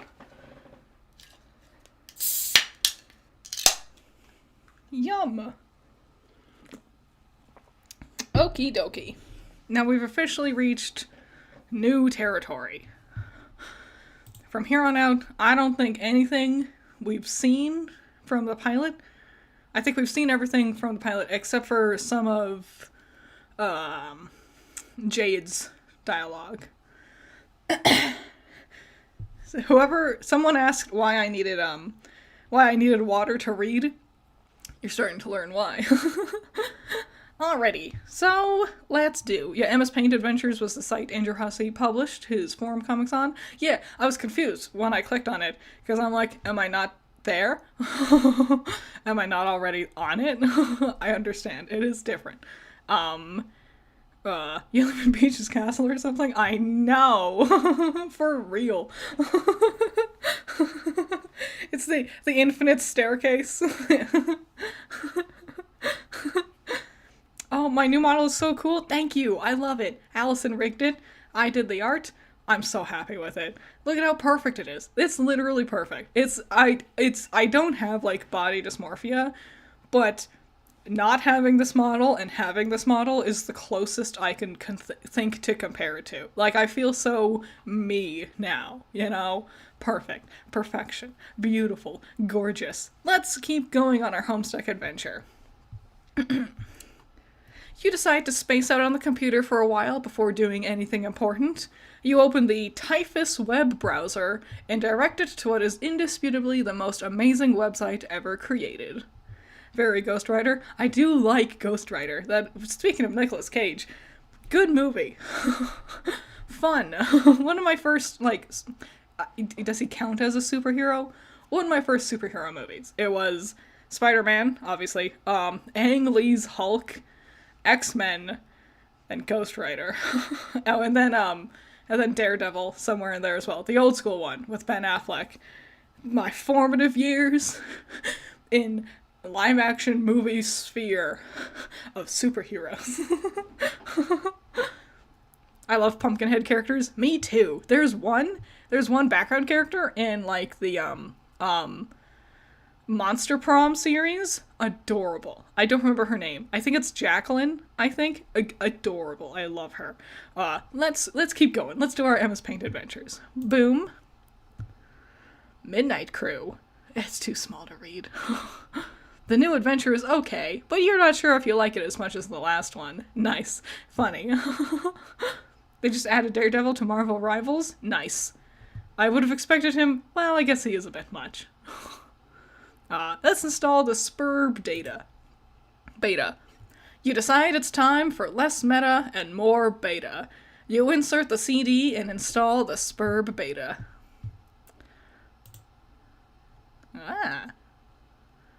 What the fuck is this?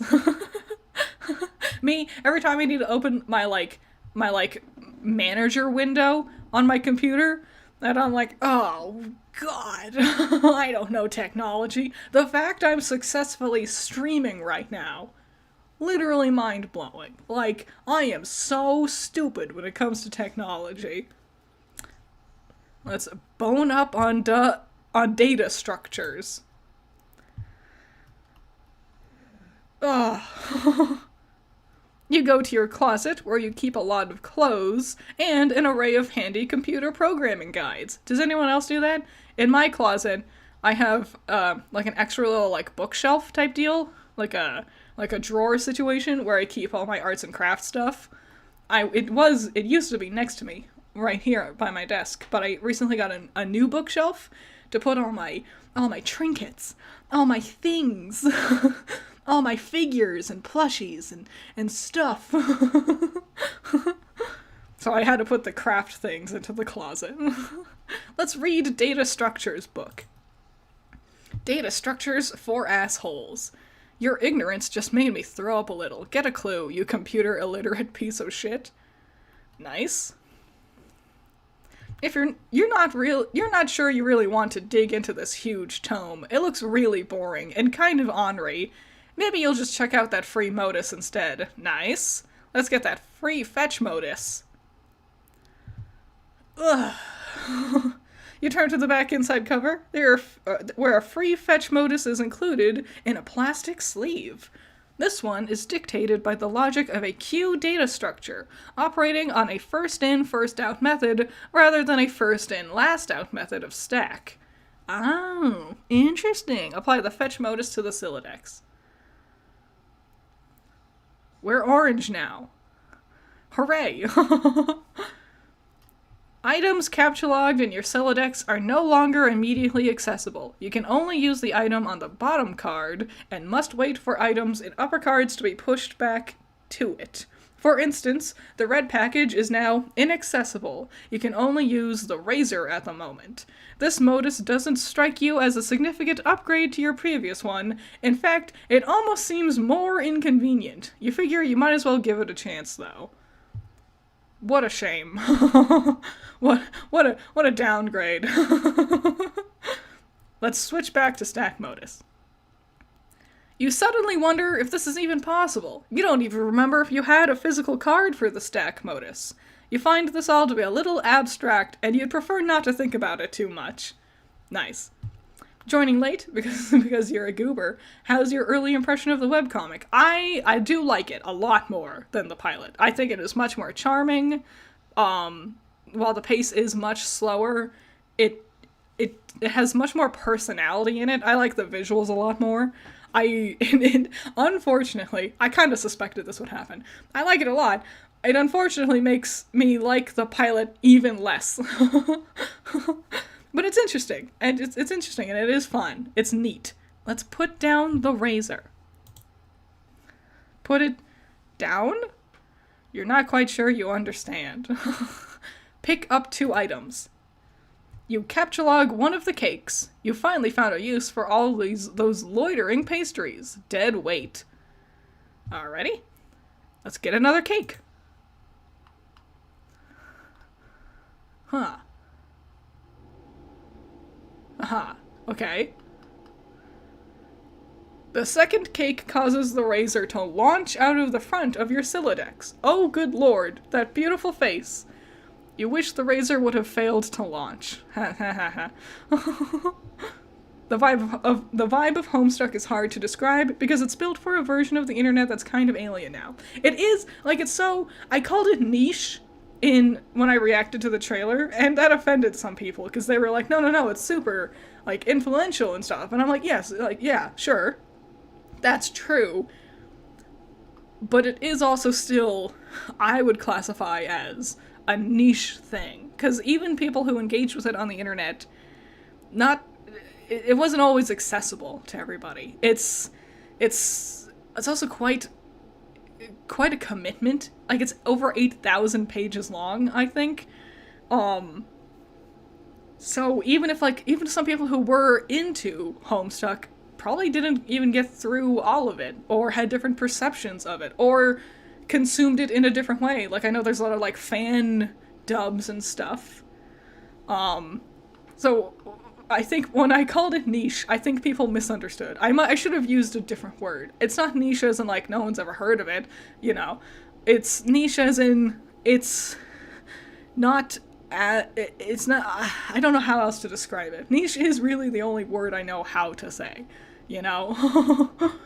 If you have a better suggestion of a word of how to describe Homestuck, and it is also, it's very much a time capsule of 2009-ish era, and not saying that that's bad or anything. Lots of things, like Steven Universe, for example, really, like, embraces the inspirations of, like, the early 90s kind of stuff with the aesthetic of it all.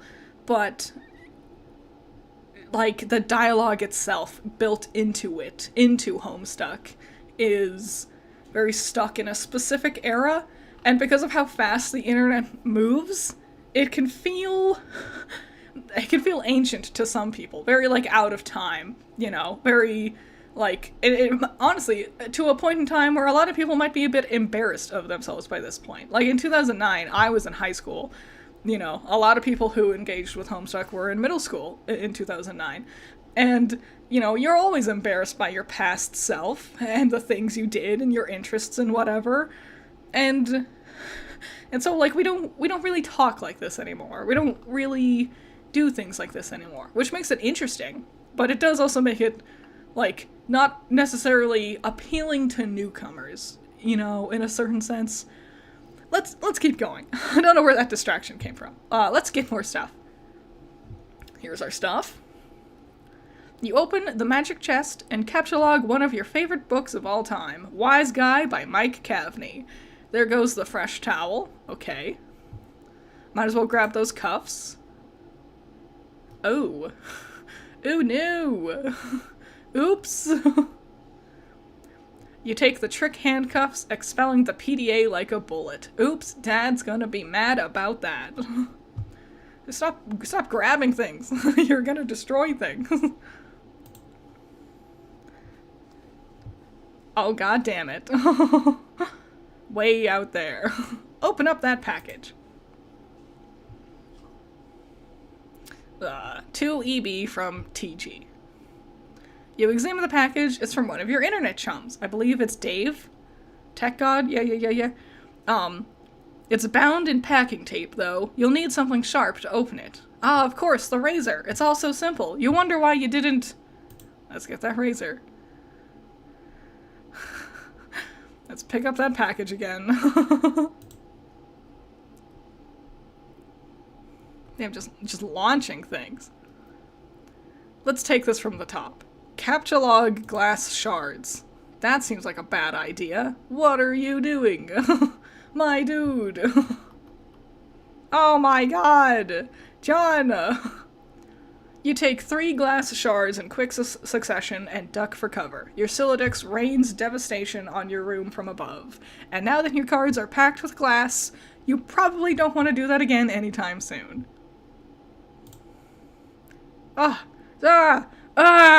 John! You should probably go get that stuff before you forget. Let's use the razor on the red package. You open the package. There is something suspicious inside. Something suspiciously dirty and smelly. What could it possibly be? Oh! It's a stuffed bunny! Much like the one held hostage briefly by Malkovich's Cirrus the Virus while taunting hard luck protagonist Cameron Poe, and strikingly similar to the one scooped up from the soot of a burning Vegas strip by Cage's Poe and offered to his daughter, a gesture symbolic of tattered exterior surroundings, a heart of gold. Poe wasn't much to look at, but he was a good man. But no, it is not merely like that bunny. According to this note of authenticity, this is the very same bunny. This is so awesome. Not something I expected from Dave, I'm gonna be honest. I expected like a knife or something, like a sword. Let's check the status of the Spurb beta. It looks like your computer is trying to get your attention. Let's look at the monitor. Oh. Let's check our Pester Chum window. Aha! Rose is here. It looks like you've managed to retrieve the beta. Excellent. I'm going to try to connect. Whoa, okay, but I just got the most awesome present. The rabbit? So sweet. I've heard tales of this wretched creature often. Its Homeric legend is practically ensconced in the folds of my personal mythology by now. Haha, what? Why don't we focus on the matter at hand? Oh, the game. Okay. I don't really know how this works. What am I even looking at here? You are running the client application. I am running the server, so I am the host user. I have established a connection with you. This is sufficient for us to play the game. Oh, okay then. Why don't we get started? Let's press enter.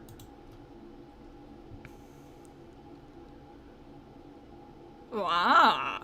Ooh. We're gonna finally play the game. Boom.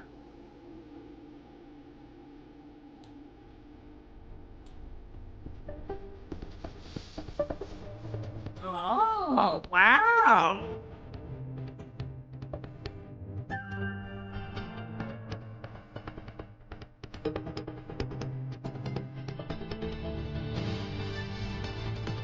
I wonder if there's an epilepsy warning.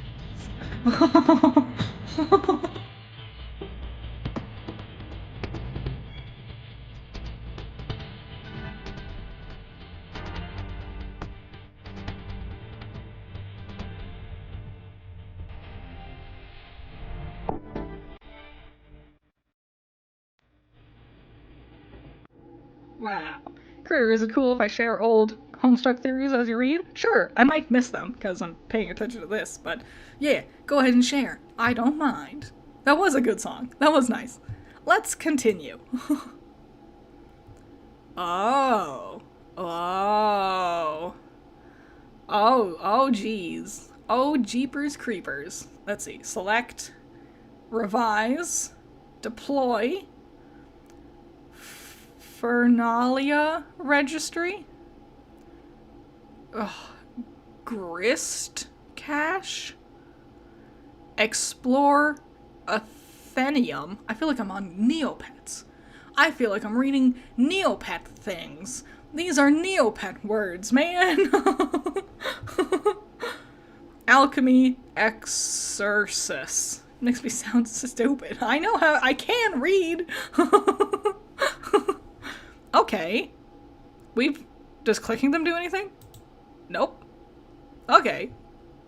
Our room looks like shit with the glass scattered everywhere. Let's select the magic chest. Oh, the comic has a flashing lights. Watch out. Yeah. Okay. We've learned. We've learned for now. Oh. Oh. We can get our old Silodex back. Our Modus. I'm trying, man. I don't have a lot of room in my brain left for new words.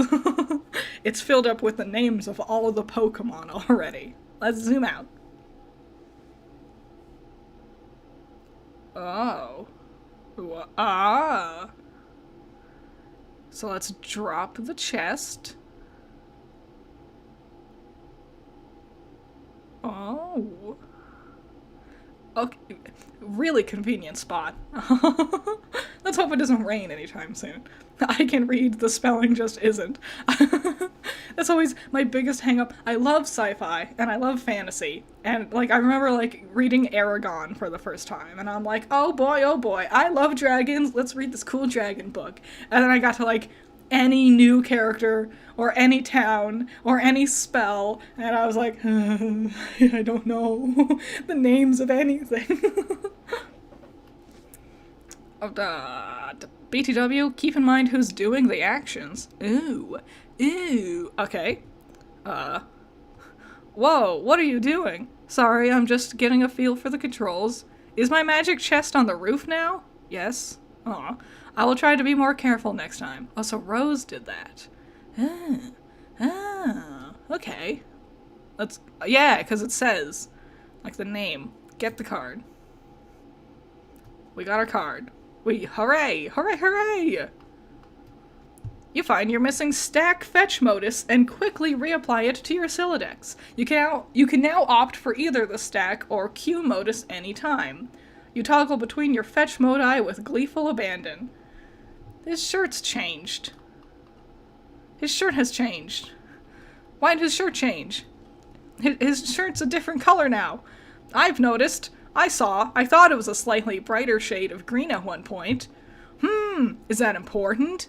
Is it a mistake? Why is your shirt a different color?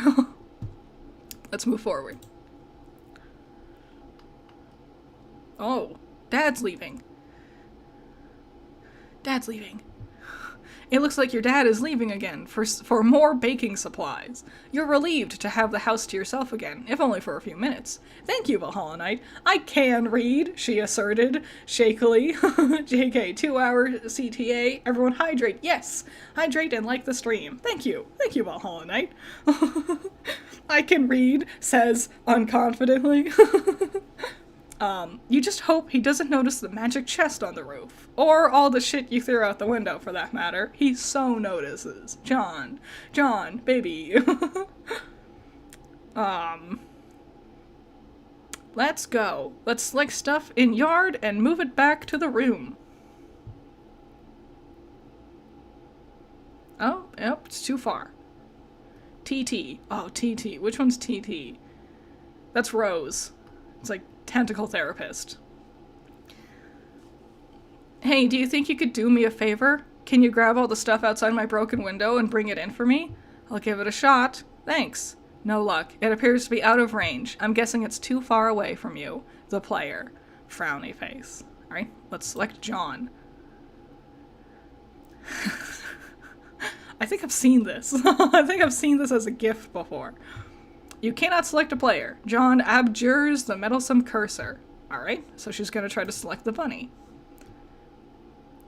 Alright, put the bunny back in the box. But why? Bunny is in the box. He's so cute. This little potato version of John is infinitely cuter.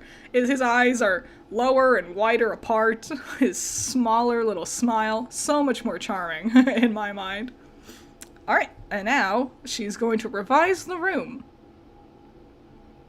Ah. Whoa. Wow. I didn't know what to expect when they started playing Spurb. It wasn't this. Let's move forward. Makes a whole new spot in the entire house. Crazy. Let's open Fernalia registry. Okay. Oh.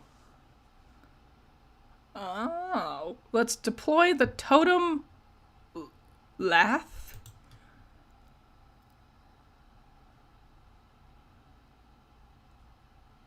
We have a totem lath now. I don't know what that means. Looks like a coffee maker. Like a really, really elaborate way of brewing coffee, right? Let's examine it. You don't know what the heck this thing does, but it looks neat. It does. Alright, let's... she's gonna open the grist cache. Oh. Okay, we don't have enough of anything. It seems expanding the dimensions of your room cost us some build grist, but deploying the lath did not appear to incur any expense. I see now why people say Rose, you know, I wouldn't call her...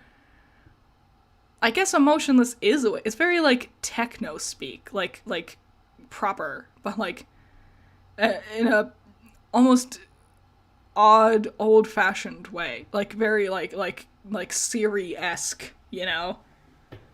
So, interesting. But deploying the lath did not appear to incur any expense. It looks like certain objects are freebies, probably to help you set up the game. Wow, okay, what do they do? I think it's up to you to find out. All I can do is drop stuff in your house and move it around, apparently. How do I move stuff around? It sounds fun. I don't think you can as the client. You will need to install the server application. You should have received both in separate envelopes. I am running both on my computer right now. What? Did you get another envelope in the mail? No. Once you install the server and establish a connection, I'm sure you will be able to manipulate my environment in the same manner. Are you sure you didn't get it? Oh man, I think I might know where it is. It was in Dad's car, I think. It was under the green present. I wonder if Dad took it with him. Yep. Yep. Now that your room is bigger, why don't you move to the far corner? It will extend the range of the cursor, and I can reach the items, which you threw out the window for some reason. Good idea. But what have you been doing in here all afternoon anyway? I was fussing with my, nope, not saying that one, Silodex, but I think I have it under control now. What modus do you use? I like to use trees. Oh no, that sounds so awkward. It's not exceptionally practical, but I think they are elegant. Okay, I will stand in the corner. Hooray! Hooray! We have our things! Deploy Cruxtruder. Yeah, you're right there in the living room. Dad won't even mind. Alrighty, let's deploy the alchemiter. Good thing we have this balcony up here for all this room. Alright. Why is the floor shaking? Are you dropping off more stuff in my house? Yes, 2 more large gizmos. Sweet. What is with all these big contraptions? If I had to guess, they appear to facilitate a sort of system involving punch card-based alchemy. Huh. To what end? I mean, what are we supposed to be doing in this game? That remains to be seen. Maybe you should go investigate? Alrighty.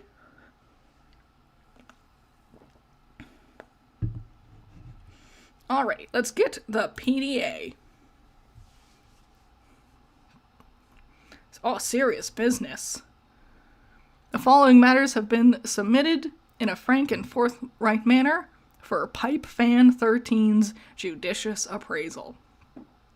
Decided to return home for fresh tie, soiled the tie. Soiled tie will be laundered immediately upon return. Use ballpoint pen to roll up tip of cloth, extract pen, press rolled cloth, blah blah blah blah blah. Is any of this important? Coffee stains. Stains is, okay. You grab the PDA, switching back to stack modus so it is readily accessible. The interface is oddly sterile. No hilarious clown wallpapers or anything like that. Oops, you mean Harlequin wallpapers. The serious business application is open. It seems your dad uses it to keep tabs on various acquaintances. His fellow street performers, maybe? You guess the performing arts must be pretty serious business after all. It goes down to up. Oh. Aha, I see! Yes, the time. Silly me. Need counsel on removing coffee from necktie. Incident occurred 45 seconds ago. Beverage essences rapidly settling into fabric. I see. Let's install the pester chum. Oh. This should be useful. Now you can keep tabs on your chums while you wander around the house. Odd way of going about it, because it was 2009. We had phones. we had flip phones and stuff. Serious business is serious business. You're right, Connor. How could I be so foolish? Alrighty, let's go to the balcony.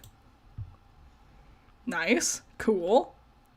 Hey, I'm out on the balcony now. I am messaging from my dad's PDA. The one you threw into the yard? No, I am telling you. It jumped out of my Silodex like a frightened weasel. What were you doing with it in the first place? I am not sensing a lot of regard for the personal property of others. Is this how your pent-up frustrations with your father manifest itself? What? No. Those were all accidents. Please take your psycho-babblery elsewhere, miss. Your bathroom is a mess. Did you do that too? Aw man, see, this isn't cool. All this snooping nonsense. Thank you, Sky Slasher. Hey, just stopping by. How's the profanity? It's funnier here. It's better placed here. There are unfortunately slurs, so, that's not great. But it's less swearing than the pilot, the animated pilot. There is swearing, though. Oh man, this isn't cool. All this snooping nonsense. There's a cake in the toilet. Yes, there is. I'm tempted to clean it up for you. Okay, if that will satisfy your weird, odd complex, then go ahead. My obsessive-compulsion disorder complex? Can a disorder also be a complex? In your case, probably. Sounds complicated. Anyway, I'm going to have a look at this enormous platformy thing you put on the balcony.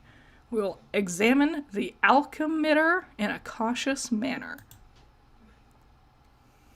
very cautious, standing directly in the center of it. You have no idea what to do with this thing. You can't find any controls for it. Having exhausted all other possibilities, you just decide to stand on it. This isn't very cautious of you, actually. Oh, how funny. I didn't expect them to acknowledge that. Let's look through our telescope. There's that sun. You're gonna go blind if you do that, silly hun. It is a clear, sunny day. Nothing out of the ordinary to report. At least not beyond the walls of your own home. Let's grab oh, Rose is gonna grab the soiled toilet. Oof. Oh no. Oops. Oops, what? Move that forward. What is that noise? Is this something I should go investigate? No, I have it under control. You can keep playing with your telescope. We'll investigate. Ah. Oh, bigger hammer. Ew. And green inventory. Ah. I think I can patch it up. Just give me a little space. Why don't you have a look at the Cruxtruder? The what? The thing I put in your living room. Let's hop down the hole. Wow. I think I've seen that GIF too. There's a lot of like weird little GIFs here or there that like my brain registers as recognizable. Get the sledgehammer. Oh, you jump down to the utility room. We'll get the sledgehammer and the card. Bam. Nice. You take the sledgehammer and the capture log card, combine the two, and quickly apply it to your strife specibus. You think it's cool that things don't always have to be a federal fucking issue. Alright, it looks like another one of your chums is pestering you on your PDA. Let's answer, chum. We're still holding a bunch of glass shards. Oh, Garden Gnostic, that's Jade. John, did you get my package? Oh, hey, no, not yet. Darn, are you sure? It was in a green box. Oh, yes, but it's in my dad's car, and he's still out of the store. He should be back soon. Great, so what are you up to today? I am up to my neck in this spurb stuff. TT is making a royal mess of my house. Lol, what's spurb? Oh, it's this game. It's okay, I guess. I'm still figuring it out. Whoa, what was that? What was what? There was a loud noise outside my house. It sounded like an explosion. Wow, really? I'll go outside and look. Oh man. Oh man. Alright, but be careful, okay? I will. Wow. Jade was very differently done in the animated version, huh? Excuse my voice going in and out. In the pilot, she was much more of a presence. Here, she's kind of come and gone, very blipped in and out. I think I remember people saying Jade was more of a minor character, or like took longer to get introduced to us. Huh. Let's keep going. Might as well check out that Cruxtruder.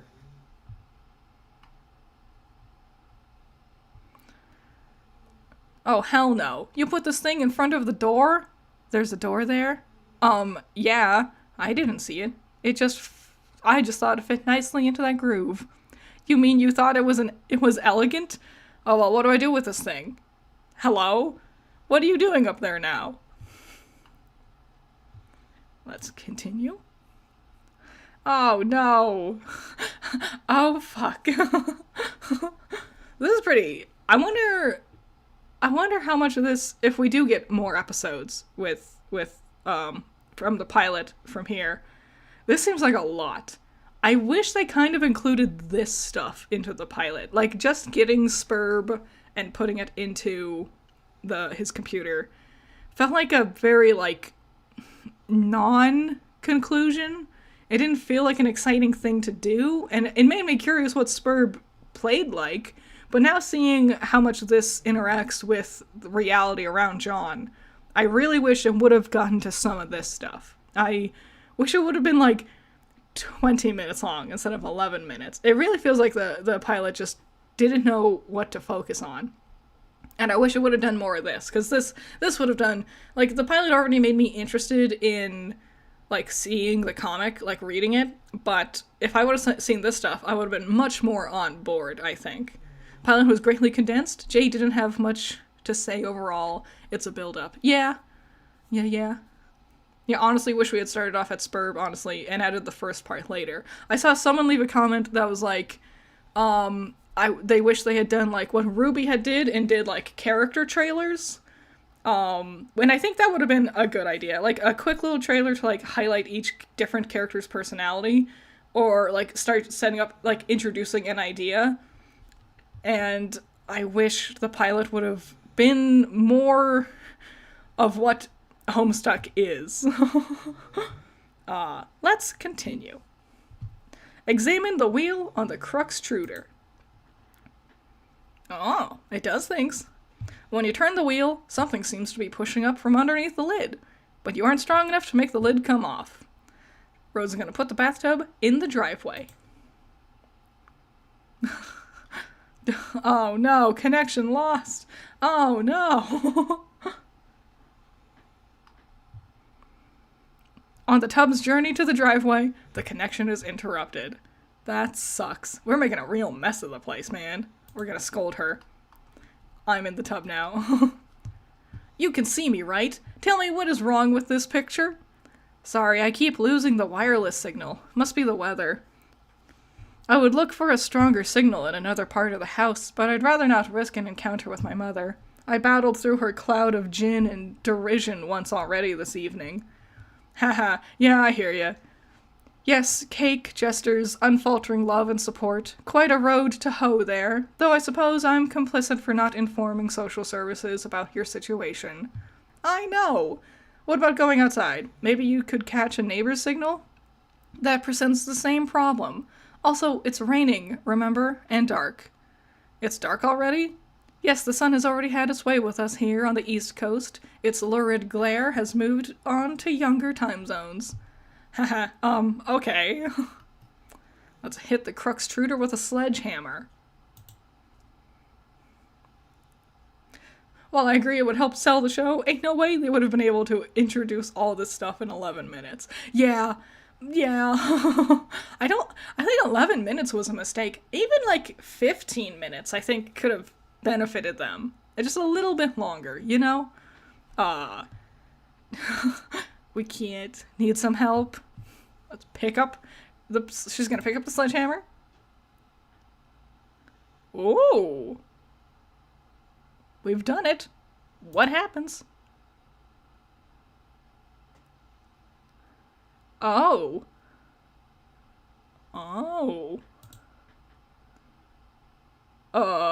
What is this thing? And what is that clock counting down to? I've been looking at the game FAQ walkthroughs to figure out some of this stuff. Hold while I read further. Okay. All of these walkthroughs are extremely short. None progress much further than this point. Weird. Well, I guess it is a new game. True. Now that the lid is off, you will need to extrude some cruxite. Okay. Let's turn the wheel again, right? You extruded one cruxite dowel. Nice. Let's get it. Oh, thanks, Thanos. Jade is prone to sleeping for spoiler reasons. Also, she's barely in Act 1. She doesn't become a main character until later. She's cute, at least. She was cute. I did, like, from what I saw of her in the pilot, she was definitely my favorite of the 4 Spurb kids. Alright, in our inventory.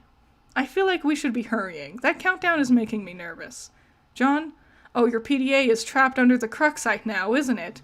Anyway, it looks like you're going to need this card, too. Ooh, a pre-punched card. Let's get the card. A shard of glass is expelled from the deck and maims the Harlequin doll. That's a shame. Capture log, fanciful Harlequins. Alrighty. You take 2 fanciful Harlequins. The additional useless freight pushes your PDA to the last card. You then switch to Q modus so you can access the PDA. More glass shrapnel flies from the deck. We're really destroying... Dad got us this gift. How rude. I know you didn't like it, but that's not nice. Boom. Oh, geez, Louise. This thing keeps following me around. I think it's trying to talk to me or something. That is probably the kernel sprite? It apparently needs to be prototyped. Twice, actually. Whatever the hell that means. These walkthroughs are horrendously written. Okay. Well, you're the one with the cursor, so just do whatever you think is the right thing to do. Also, fix my bathroom. She's gonna drop the maimed Harlequin into the kernel sprite. Ooh. Ah. What'd that do?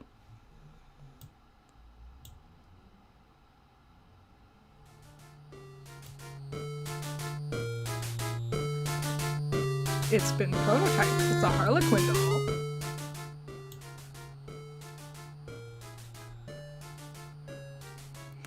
You can tell that this really influenced Toby Fox, huh? John's CAPTCHA is super bad. Let's...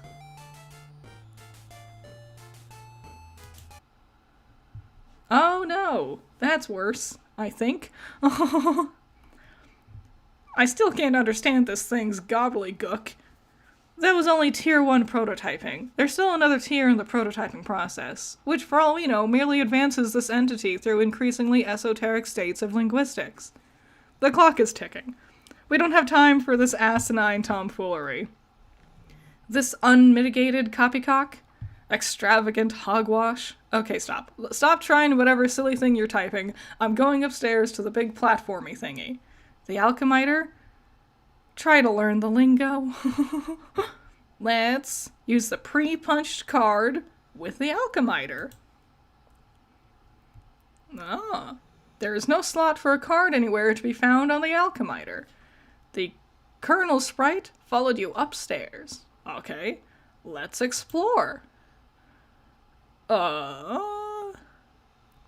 Acquiring a Cruxite dowel seems to have populated the Antheum with one item, a perfectly generic object. Okay. Let's do captcha the telescope. We have a telescope now. We got rid of our PDA. That was dumb. And launched it next door, John. John, you fool. You snatch the telescope from its tripod. Who knows? It might be useful, but more importantly, it pushes the Cruxite to the last card, making it available for tinkering. The PDA is, predictably, jettisoned into the yard over the neighbor's fence. What a goof. What a mistake. Let's put the Cruxite on weird pattern on the alchemiter. You place the Cruxite dowel on the alchemiter's small pedestal. Something is happening. Oh. Okay, it's doing something. It's doing something. Is this on the website or the unofficial archive version? It's the website, I believe. I'm not sure if there are differences between them. Let's go forward. You set the alchemiter to cast 3. Oh, Jesus. I wasn't expecting it to do something up here. To 3 perfectly generic objects for some reason, expanding a total of 6 units of build grist. These things look completely useless. What a waste. Out of the corner of your eye, you notice there's something in the sky. Let's switch modus and use the telescope to inspect the sky. Our little clown guy is really having a panic attack over here. You switch back to stack modus and get a closer look with your telescope. Whatever it is, the kernel sprite seems particularly agitated by it. It should be that meteor, right? Like a comet?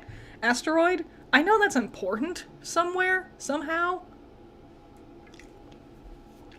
Alrighty. Boom. There it is. Oh, there it is. Yeah, it's like, is it a post-apocalyptic world? I'm uncertain. I was never sure if, like, the actual world is post-apocalyptic, or if they went into a video game that was post-apocalyptic. So, there's no astronomer. You're no astronomer, but its trajectory looks suspiciously head-on with your current perspective. This is a troubling development. Let's high five the Colonel sprite. Unofficial Archive has more side content. A lot of it's interesting, such as Hussey's Q&As, other comics, etc. And also shows which song is playing. Oh, that is nice. High five. You figure you've left him hanging long enough. Nice. Let's attempt to ingest a unit of build grist. Perfect. Is it tempting because they strongly resemble rock and blue raspberry gushers? They do. They do. I love gushers. However, units of build grist are a gaming abstraction and do not seem to exist on the physical plane. There's apparently no crisis so imminent that will deter you from contemplating idiotic and frivolous actions. Okay. Dad's back. We can get the rest of the game and Jade's present. Your dad is getting home. John, what did you do with your PDA this time? I'm working on the bathroom, but we are running low on build grist. Alright, let's revise the bathroom. Hooray, she's done it. Easy, easy. And no toilet is kind of an issue, but better than was. Dad's home. Dad's confused. Oh no. Oh no. Run to your room and contact TT through Pester Chum. 2 chums have been trying to message you. Wow. Let's answer our chums. I like our Harlequin just like hanging out behind us. I'm working on the bathroom, but we are running low on build grist. Oh man, who cares about the bathroom? Now there's a meteor heading for my house. I see. Do you suppose it has anything to do with the game? I don't know, maybe. What do I do? I think it's very likely. The walkthroughs vaguely suggest an impending threat before they end. The already poorly constructed sentences become even more curt and ambiguous, as if written hastily and with a sense of alarm. Actually, their dedication to updating the walkthrough under such circumstances is admirable. Wow, fascinating. If the meteor is a game construct, I think the only thing to do is to proceed and try to solve the dilemma on the game's terms. Try using the lath. It says you can use the card on it, but isn't more specific than that. Okay, I'll do that. Really, is it a labor to read? Really, it is a labor to read this drivel. If I read any more, my brain will need to be spoon-fed from a jar, while it blows spit bubbles in a high chair. I think I'll write my own walkthrough. That is, after we make sure you don't die. Nice. Now Dave is pestering us. I heard you got the box. I hope you appreciate my heroic fatherly perseverance in getting it to you. In my rough and tumble, dirty, wife-beaterly sort of way. Also, I hope you appreciate how many no-talent douches had their mitts on that bunny before you. It's like a grubby baton in some huge douchebag marathon. Hey, where are you? Oh man, the bunny was awesome, but I don't have time to talk. I'm playing Spurb and it's kind of a nightmare. TT is breaking everything in my house. Dude, I told you to steer clear of that game. And for that matter, you should probably wash your hands of filthy broads and their snarky horseshit altogether. Wow, Dave. What a misogynist. And now there's a meteor coming, and I'm not even joking about that. It's like a big asteroid or comet or something in the sky, heading right for my house. Oh man, how big is it? I don't know. Big, I guess? I gotta go. We'll talk later if I am still alive and Earth isn't blown up. Like the size of Texas? Or just Rhode Island? They're always throwing around these geographical comparisons to give us a sense of scale, like it really means anything to us. But it's like, it doesn't matter. It's always just like, wow, that's pretty fucking big. Like, Mr. President, there's a meteor coming, sir. Oh yeah? How big is it? Is it the size of Texas, sir? Oh shit. Or how big is it? Is it the size of New York City, sir? Oh shit. Sir, I'm afraid the comet is the size of your mom's dick. Oh snap. Sir, are you familiar with Jupiter? You mean like the planet? Yeah. Well, it's that big, sir. That sounds pretty big. I have a question. Is it Jupiter? Yes, sir. Earth is literally under siege by planet fucking Jupiter. Oh, shit. Anyway, later. How many theater kids did this monologue? I'm willing to bet many theater kids did this monologue to do an acting thing as like an assignment. I mean, I think it'd be interesting, better than doing like a regular boring old like scene from Shakespeare or something. Let's keep moving. Let's use our pre-punched card on the totem lab.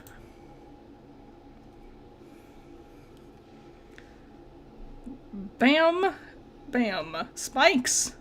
That seems ominous. You slip the pre-punched card into a slot on the totem lab above. The tool arm deploys a configuration of chisels. Now you just need something to lab. Let's take the Cruxite to the totem lab. Auditioning with the Dave monologue. Do it, I dare you. If you're in like a theater class, find the cool monologues. Don't just do Shakespeare. They're so much more interesting. And your teacher won't be like prepared for it, so you'll throw them off their game. Okay. Cursing your lack of foresight, you return to the balcony for the Cruxite dowel you left on the pedestal. You navigate the hallway, leery of your dad, who is presently puzzling over the new fixture in his hallway. Oh yeah, because that's why he couldn't get in through the door. The thing's in the way of the door. Alright, let's go. Right, take the garbage out of the toilet. Move the toilet back into the bathroom. Sitting uselessly on top of the floor. Not plugged in, but it's something. The perfect crime. Thanks again, Thanos. Also, screw you, Dave. Nick Cage is a good actor. He is! National Treasure was great. I love that movie. Boom. Oh, Dad's leaving. You've retrieved the Cruxite dowel. Dad just shrugs and heads back downstairs, presumably to do more baking. If only he knew you were hard at work saving his ass. Alright, let's use our Cruxite dowel on the totem lab. You clamp the Cruxite in the lab. Perfect. Perfect, perfect. Not a coffee machine. This does not make coffee.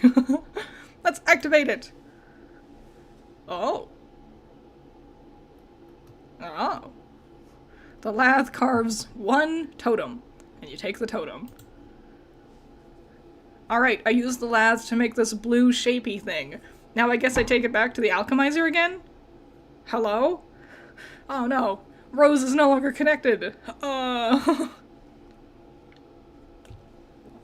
Everyone stay hydrated. Drink your beverages. Drink your beverages and stuff. Eat your snacks. Stay healthy. Brush your teeth. Jeez. Take care of yourself. Dang. And again with the dang bathtub. Ah, what a nightmare. Boom. 2 minutes left. Oh, we're screwed. Oh, everything's bad. Oh no, and he's locked in because she dropped the bathtub in front of his door. Oh, what a nightmare. It's her. We see her for the first time. Wow. Wowie gee. It is different when you don't get to see them right away. Because it is kind of like this is a perfect example. You can all see each other in chat. You all see each other, and you can read each other's messages, and I can read your messages. And you can even hear my voice, but we don't really know what each other looks like, right? And so, once we do jump over, it's like, oh, there's a person. Like, it's so easy with the anonymity of the internet to forget that there's actually other people on the other side of that computer. And it's crazy to just be like, and here she is. We haven't seen her before, and if you had been going through it, this might not be what you were expecting her to look like. You know? I think that's interesting. I think that's fun. Thank you, Gokbay? Ooh, I hope I pronounced it right. Thank you so much. How have you been feeling about it so far, Critter? I like it. It's much more interesting than what the pilot presented. I think it's the pacing. I think it's the interactivity of it. The words help. Like, the way things are described help a lot. It's much more... Wait, you're not a talking pumpkin? You don't know that. You don't know. Anything could happen. Critter isn't a big chested pumpkin lady. Anything can happen. But yeah, the text, the dialogue, Andrew Husse's way of writing adds such a specific charm to it that just unfortunately was lost with the lack of the dialogue being written out like this.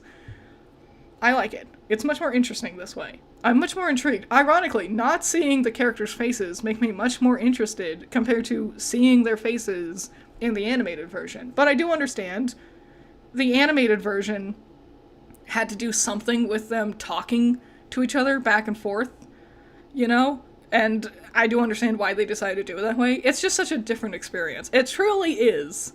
What pumpkin? My face, guys. You see my face? See this pretty little face right here? This one right here. Yeah, it's such a different experience. It truly is. They're not almost non-comparable, I say. And I also think the animated pilot ended at a bad time. Like, right before things were going to get interesting. You know? No, don't you worry about it, Titan Don't you worry about it, Titan. Let us continue forward. Is the fire your life force? Yes. It's how you know I'm alive and awake. Too distracted by the hat. It's a phenomenal hat. Like, I got poppies, I got several different flowers in there. Yeah. A young lady stands in her bedroom. Due to a violent storm, her house has just lost power, along with her wireless internet connection. This has severed her link to a popular video game she was playing with a young man at a critical moment. That young man is relying on this young lady to reestablish a connection somehow. This young lady named... It's on the top of your tongue. What was the name of this young lady again? Oh yeah, because they haven't been introduced as their real names yet, huh? Crazy. Let's see. Flighty Broad. I really wish it would have been Zeus Smell Poop Lord again. I think that would have been funnier. No, that wasn't it. One more time. Rose Lalonde? Lalonde? Lalonde? How French is it? The more French it is, the worse I'm gonna pronounce it, because I am lousy with French words. Objectively, the pilot would have to be 3 times its size to get everything needed to done. Yeah, honestly, maybe it should have just been a movie. Like a really big special or something. Let's examine our room. Our new room. Rose's room. Dark. The lights are out. Her room is much more cluttered. One thing I didn't love... Oh, flash warning. Flashing lights warning. Be careful. if you have sensitivity to flashing lights, be careful. One thing I didn't love, like, I understood her, like, moseying around her room and grabbing her, like, violin to, like, show off that part of her characterization. And it was okay. It just felt like they didn't know what to have her do. So they just kind of had her just, like, bum around. Like, randomly do things for a visual flair. I wasn't sure how much I liked it. Anyway. Your name is Rose. As was previously mentioned, you are without electricity. Although your laptop computer still functions on battery power, you have a variety of interests. You have a passion for rather obscure literature, you enjoy creative writing and are somewhat secretive about it, you have a fondness for the bestially strange and fictitious, and sometimes dabble in psychoanalysis. You also like to knit, and your room is a bit of a mess, and on occasion, if just the right one strikes your fancy, you like to play video games with your friends. What will you do? Let us retrieve the arms from the purple box. The purple package's contents are private. No one is allowed to look inside. Nice. Cool. Alright, let's writhe like a flagellum and puke on our bed. Ugh, what a terrible idea. The thought alone makes you sick to your stomach. Alright. Stroke writing journal and mutter, my precious. You would only resort to such an embarrassing activity while no one was watching. These journals are for your eyes only. I see where the fan interaction element can sometimes feel like a distraction, you know? Like in the beginning of like, let's do story, and we have to stop to be like, joke answer, joke answer, joke answer, joke response, you know? Let's get the violin. Oh, hers is green. Oh yeah, she uses a tree method. Oh no. I gotta learn what her inventory style is. Oh god. Alrighty. You captchalogue the violin, storing it in the root card of your Sylladex. Let's play a haunting refrain on the violin. Oh.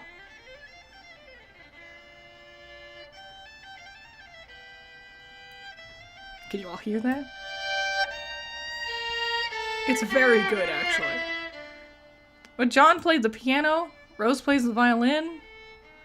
Does everyone have an instrument? That's fun. You waste approximately 40 seconds playing the violin while your friend is in peril.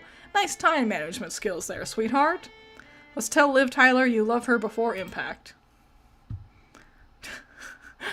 Since your good-for-nothing friend is obviously not going to bail you out in time, you issue words of parting fondness to dear, sweet Liv. She is pretty. Oh, if only Affleck would have been the one to make the final sacrifice instead of her stubborn, blue-collar, salt-of-the-earth father. Then she would fall into your arms for consolation, and you would be the one to make the deceased Bruce Willis proud. Nice. Alright, Rose, captchalogue the knitting supply bag.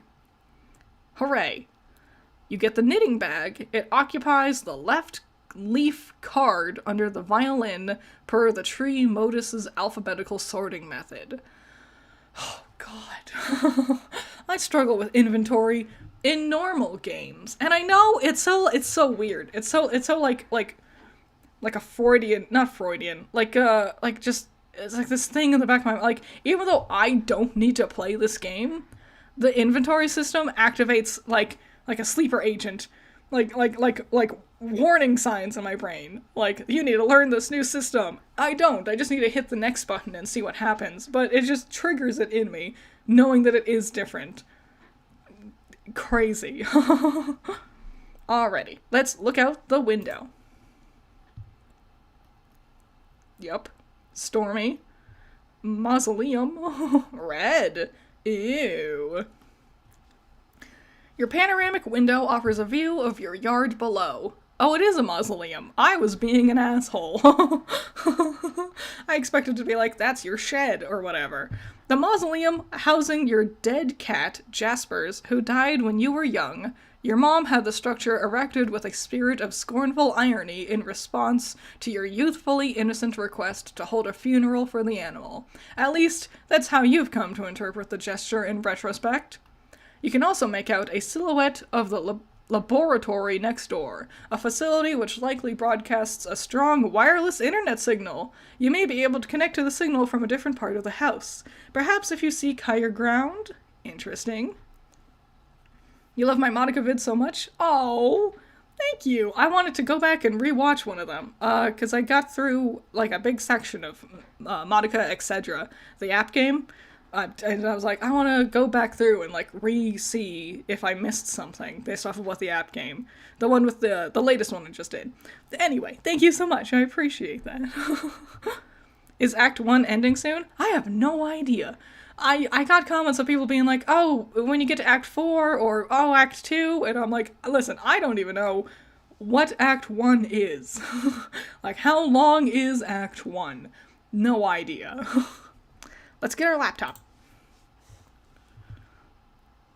You take your laptop and prepare to make the journey through the house. Alright, laptop is lower than B and bigger than K. This causes the tree to be unbalanced, so your Sylladex auto-balances itself. Oh! Now the laptop occupies the root card, while the other two items comprise the leaves. Interesting. Weird. Let's examine book on desk. Grimoire for summoning the zoologically dubious. Ew. Meowsaulium. Cute. Cute. This book is absolutely indispensable for enthusiasts of your ilk, of which there are very few. Let's take the book. Alright, we have the grimoire. Let's go explore the house. Nice poster. That's a 10 out of 10 poster. I would have this unironically. Alright, you leave your bedroom. Hanging just next to your door in the hallway is a painting of an exquisite wizard. Your mother collects these awful things, ironically. She must know how much you detest them, and there is no doubt in your mind she stores these dreadful things in the house to bother you. Down the hall to the right is the way to the observatory. Perhaps you will be able to connect from up there. Your mother's room is also in that direction. You'll have to watch your step. Alright, let's tiptoe to the observatory. Ah. You approach a juncture in the hallway. Beyond the juncture is the observatory. In the pilot animation, we saw her start to leave, like, beforehand. I was wondering why. It makes sense now that she's, like, trying to get to internet connection. I wonder what the response will be with the animated. I guess, like, it might not even matter. Like, they might just remake the pilot once it gets, like, if it gets picked up and moves forward. You know, just show off some more of, like, their houses and whatnot. Let's continue. Oh, let's sneak by. Sneaky. Well done. Okay. Okay, this door leads to up to the observatory. You haven't ventured up in there in quite some time. Let's go through the door. Ooh, the door opens to an exterior walkway, leading to the observatory entrance. You've seen less inclement weather before. Oh, the things you'll do to help out a friend. Alright, let's hurry up and get to that observatory. We're here. This is just a real telescope. This is a picture of a real telescope. He didn't draw this. This is a picture. Let's try to connect. You first put your laptop down on the floor to get it situated, but removing it from the root card causes all the branches and leaves to be severed. Your items are dumped unceremoniously onto the floor. Could be worse. At least they're not jettisoned from it, shattering and destroying things. Let's see what you can observe. Lots of meteors. You're in a hurry, sure, but that doesn't mean you can't take a moment to peek through the huge telescope. You find a gap in the clouds. It seems a flurry of smaller meteoroids is streaking steadily overhead. You're not sure what this means, but it is somewhat disconcerting. Alright, so let's stack. I wonder how many people are playing the beta, because clearly if what the kids are theorizing is true, them playing the beta is what's causing the meteorites and stuff. You would think they would have had impact by now. Let's go. Stack laptop on grimoire to maximize elevation. Yes. It will be bad for your laptop's, like, fan, but it does lift it up slightly more. You'll need every advantage you can get. Alright, let's access the laboratory Wi-Fi network.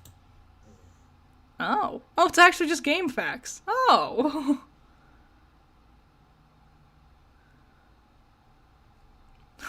Unsecured. Ha! Ha ha! We've done it. There are several signals being broadcasted from the laboratory, each of relatively decent strength. One of them is mysteriously and quite conveniently unsecured, requiring no password. You select the signal and reconnect to the game with John. Perfect. Hooray. Easy. Easy little quest. Panicking. Panicking. I'm back. Hurry up and open my door. Not that it even matters. Not that it even matters. I think I'm probably dead no matter what. Patience, you still haven't used the new totem. I believe it will create the item on the punch card. So what is it? Like an apple or something? What good will that even do? We'll see. I found no evidence that anyone has successfully created the item, and the content of the card appears to be variable from session to session. In one instance, it was described as an eggy-looking thing. Do we have enough of those building jewels to make it? According to the Athenum, it is a free item. This speaks to its importance, in my view. Now off you go. Perfect. Perfect. She's gonna remove the door from the hinges. Hooray! Didn't even destroy the wall. There goes the rest of your build, Grist. Oh no! Let's put the bathtub back. You probably should have just done this in the first place. They're still just sitting on top of the floor. Like they're not plugged into anything. Alright, we'll take the totem to the alchemiter. Oh yeah, I forgot about you. Not gonna lie, our little Harlequin friend. Go get those stupid blocks out of the way first. The Colonel Sprite is getting awfully worked up about all this, so we'll remove the blocks. Perfect. You store the perfectly generic objects in your Fernalia registry, potentially to be deployed at a later time. There's a lot of things. A lot of, like, things to keep track of. Like, it's John's inventory, Rose's inventory, the different things we've built up are, like, grist cubes or whatever, like, how much we could use and stuff. It's a lot to keep track of. I can see how, like, people said it's complex and there's a lot to it. And I just assumed there was a lot of, like, lore and history and stuff. But I also see how, like, the actual, like, game mechanic of it can also become quite dense and stuff. Let's take a bite of our apple.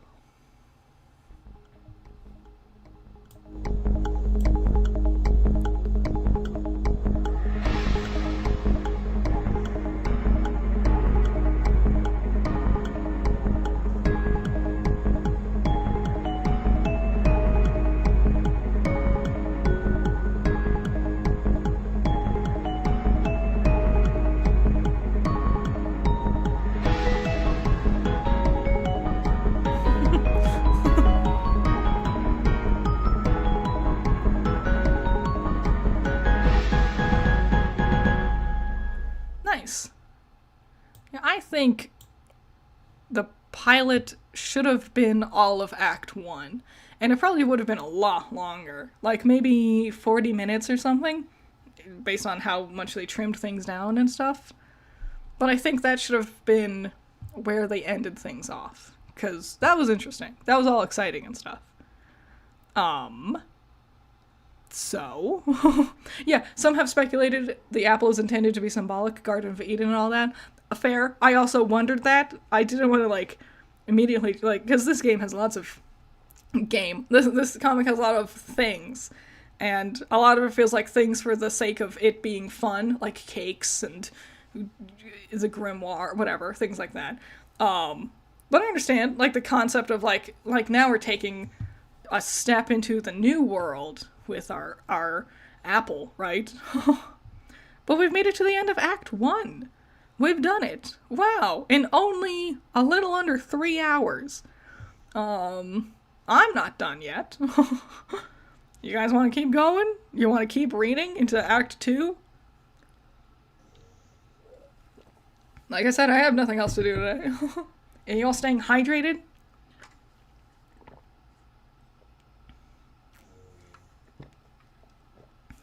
It's more like a text adventure than a comic. That's a fair way of describing it. Every time it's like, how to describe what Homestuck is. Like, when I first, like, reacted to the trailer, I was like, I'm not sure how to classify it. And I got so many comments of people being like, can't you do your research? You can't even research what it even is. And I'm like, no, that's not the point. The problem, it's not that I didn't, like, bother looking into it. It's that I don't know how to describe it. Even fans of the comic don't know what is the most succinct way of describing it. That's why I've been calling it comic, but that's not really accurate, you know? There's animations and stuff. It's more than just a comic, right? There's music and things too. So, for the most part, you all have been lovely. I've had a great time so far. It's an experience? Yes, Space Explorer. Yes. You've all been lovely so far, all the comments I've seen. You've been very nice, engaging, fun. There are definitely some people in the Homestuck fandom who are salty. Very salty. They're very not inviting for newcomers, you know? A lot of comments, and I know my video was pretty all pretty spicy, pretty intense, and that was done on purpose because I didn't want to sound like blasé about it. I wanted to put some, personality and pizzazz, and I really did not like that pilot. I did not like it at all. So I understand, like, some people thought it was a bit too mean, and I understand. I see why some people thought that. But some commenters on my video, oof, very, very protective, I'm gonna say, of Homestuck. Passionate, yes, Andre, passionate is a good way of describing it. I don't blame them, especially for, like I was mentioning earlier, the semi-nicheness of it. I bet a lot of people probably made fun of Homestuck. It got big enough to be pretty easily recognizable, but the more something gets bigger, the more other people will make fun of it. That's just kind of the natural balance of things, the hipster effect, I suppose. And so I understand, like, the wanting to protect it mentality. But if you want more fans to engage with it, like, I've been having a great time. I didn't think I would like Homestuck at all. I had no interest in it. Nothing I had ever seen or heard about it excited me or interested me, and the fan base scared me away for a long while. But here I am now. I've seen the pilot, and even though I didn't like the pilot, I really did not. I truly didn't like much anything with that pilot. But I'm here now, and I'm reading it, and I'm thinking it's great. I'm having a good time now. And I think a lot of Homestuck fans needs to learn that they need more newcomers. And I think also the mentality of you need to read the comic before watching the pilot is a not helpful one. Like, now that I've gone through, I've gone to the end of Act 1, and I would definitely recommend the comic over the pilot, but I think it's silly to try to tell people they should read the comic before even watching the pilot. Because the pilot is supposed to help introduce you to this concept. And I would not have bothered reading this if the pilot didn't exist. And I don't think I would have read it if I hadn't have seen the pilot first. So, the internet, am I right? It's a complex web of a lot of people's emotions, and they're trying desperately to invalidate other people's emotions and protect their own emotions. But we're all too afraid to admit it. And we hide it behind fanciful language and like, arguments, and like, no, it's not an emotional thing. Here, it's a theoretical concept. It's a reasoning thing. But who knows? Maybe I've gotten a little too artsy with it. I definitely don't think you need to read the comic in order to understand the pilot. That's something I think some people got confused by. Like, when they're like, oh, if you don't understand, you should have read it. And I'm like, no, I understood. It's just, like, understanding the pacing makes a lot more sense now. But no, you definitely don't need to read the comic in order to grasp the pilot. I just think the comedy works better comedy, quote unquote, works better if you have read with the context of the comic. But that's because it's funny in the comic, and it's not funny in the pilot. So when you're sitting there watching the scenes in the pilot, you're like, I remember when this was done better in the comic. So, let's keep going. Let's move on to Act 2. Oh. Years in the future, but not many. Years? Multiple years? What do you mean, years? Oh, it's the desert. Oh, this was in the very beginning. I assumed this would be, like, important, but I didn't expect it to happen so quickly. A wayward vagabond records a stuttering step in the sun-bleached dust. Act 2. Oh, we're still on game facts. Okay. Spurb data walkthrough. By Tentacle Therapist. It's Rose. Table of contents. Walkthrough incomplete. Caveats and condolences.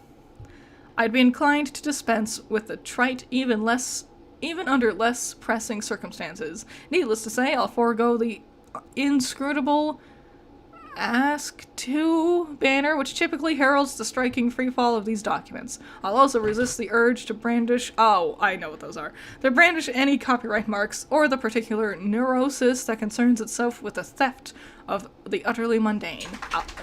Oh, the dogs woke up again. You wake up from your nap? Sleepy. Hey, guy.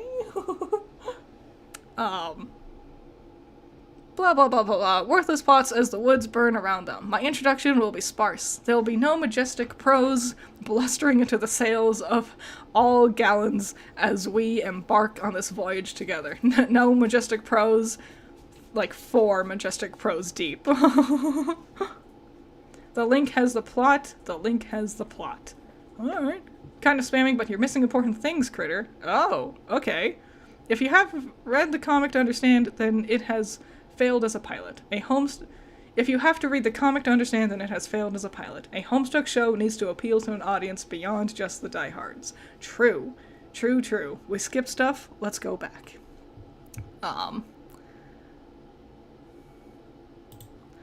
Like, this I didn't even register it was a link. My bad. Yes, by the way. The whole point of the pilot is to be an introduction to the story. And if it doesn't work as an introduction, if everyone's telling you, no, you need to read the story, then it's failing at what it's doing. Have you read all of Lord of the Rings before watching those films? Was it a necessity to read all of, Series of Unfortunate Events before watching that Netflix show? Do you need to read every single Marvel comic ever in order to watch those movies? No, and it doesn't expect you to. You get more, like, references and nuance, and you can predict certain things, and there is certain payoffs if you do, but it's not a necessity.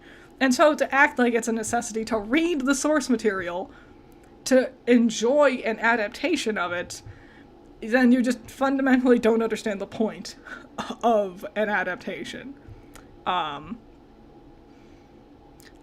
Okay, this is important? What is this? Oh. Whoa. Oh, person has traveled to the desert. Hooded person goes across the desert, finds a mysterious thing. It is a person cloaked in wrappings. Oh, this is one of the things John was fiddling around with. John Rose? Oh. Okay. Important plot. Thank you, Valhalla Knight.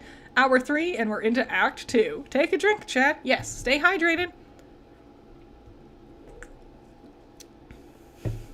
Homestuck fans are notorious for being gatekeeping trolls, pun intended. That's funny, actually. Alrighty. So yeah, Act 2. Since you're reading this, chances are you've installed this game. Blah, blah, blah, blah, blah. What I mean is, while that game you installed is just one more grinding slab of rock ceiling in our planet's crypt, it is also your only hope to live. I'm presently faced with the same conundrum as you, and though I speak with more experience, my own outcome is far from assured. I will play the game as much as it is there is to play, and record my findings here. If you want to live, you will do as I instruct. My condolences, TT. Crazy. Weird.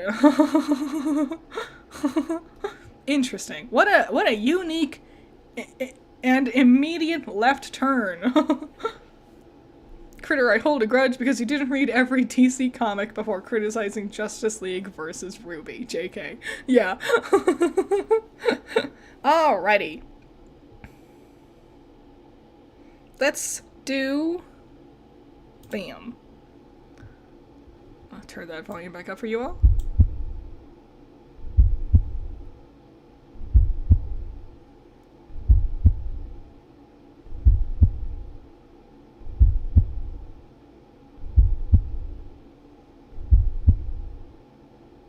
How long did it take between Act 1 and Act 2?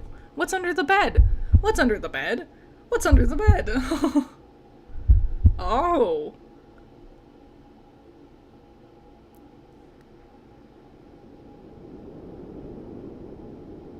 Oh. Oh no. Oh, jeez. That's not good. That's not good. That's bad. That didn't go well. Critter, have you ever did a comic review video? Only the Ruby comic. Reviewing comics is difficult because of the pacing. Welcome to the land. Wow. Alright. The kernel divides. The two halves go their separate ways, leaving behind the sprite portion. What does that mean?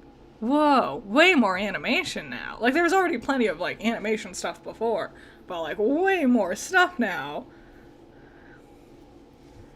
Ah, okay. Boy. Oh. We have a guy. Ruby had a comic? Yes, they had a DC comic. Because they were owned by Warner Brothers at one point. What is left of the sprite undergoes a mysterious transformation. For a moment you thought you heard someone say, boy, as if whispered in the periphery of your awareness. It was probably just your imagination, though. You there, boy. Wonder who...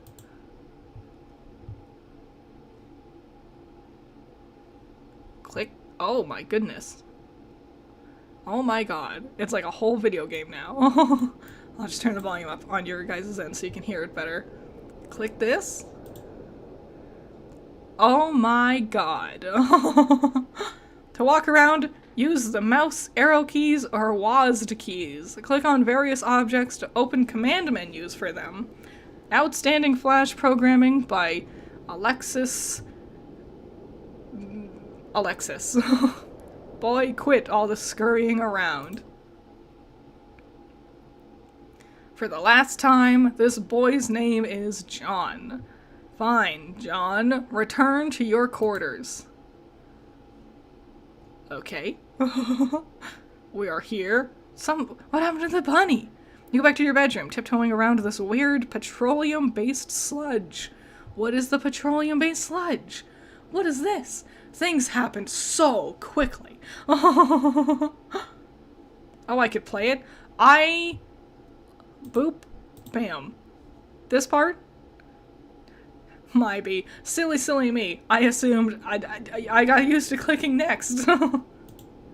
Oh, good lord. Oh, goodness. This large platform, good grief. What is that, boy? What's that? This large platform. Interesting. Not much to do here, is there? A little clunky.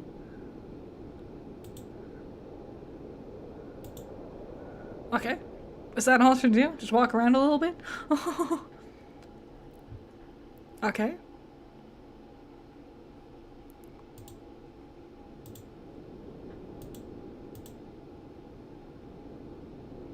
I think that's all there is to do. Not much. Click on the dialogue. Click on the dialogue.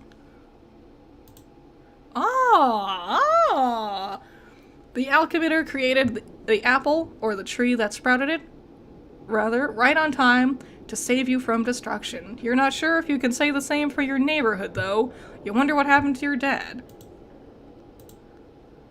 Alright. Yeah, what's that? It looks different now. After you bit that apple, your whole house seems to have been transported somewhere. Then the apple disappeared, and the kernel sprite underwent a transformation. Aside from the change in appearance, the transformation doesn't seem to have any relevant ramifications. You still can't understand a word this idiot says. Did I do this one already? Yeah. Man, can't do corners. Okay.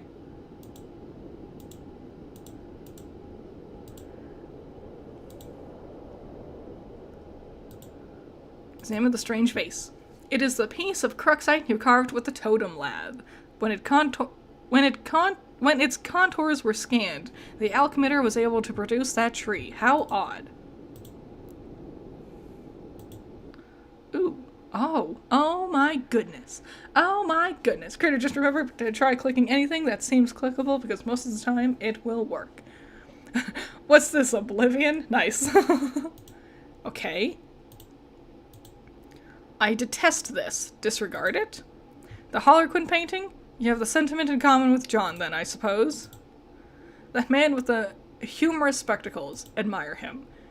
Oh, Michael Sarah, your warm smile is a shining beacon in these dark times. Alright. Can we go downstairs? Can we see this one? No, no, no, keep moving. Believe me, you have no intention of turning your head to observe this dreadful thing. It is nightmarish. I do hate this one. When you're done, you can press Ctrl-T for a secret if you want. Down the stairs. Get down the stairs. Why does a small man stand here? This Harlequin is always ready to serve you with illumination, whether you're reading a book or just enjoying a nice pipe.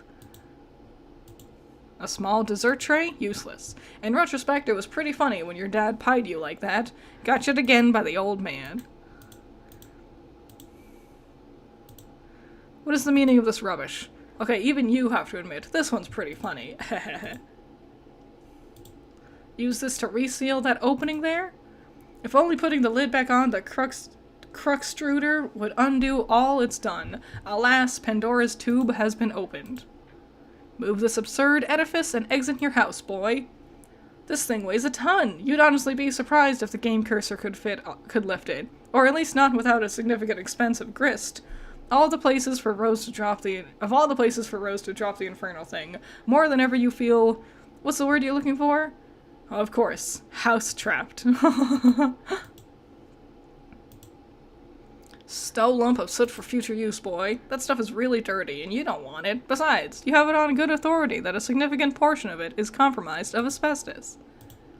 Topple this urn immediately.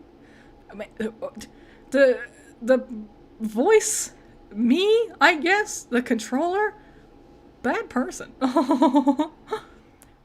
That would be disrespectful to your Nana. You just won't do it. Or not intentionally, at least. You consider that this is fortunate she is no longer around to witness this sorrow. On the other hand, you would probably benefit from her elderly wisdom now. Ugh, no. So coy, so mysterious. Well, I don't remember anything all that important being over here, just more little harlequins. Destroy these diminutive soldiers of merriment. Hardly seems worth to go to a bother. No doubt you could get much... Hardly seems worth it to go to the bother. No doubt you could get much for them at the garage sale even. Maybe a grubby palm of pennies and a kick in the nuts for the whole lot of them. Is Dad here? Is Dad inside? This is a mess, boy. You're so glad your dad wasn't watching when you did this. He never would have let you hear the end of it. Piano? Operate this instrument. Oh. Is this the main theme?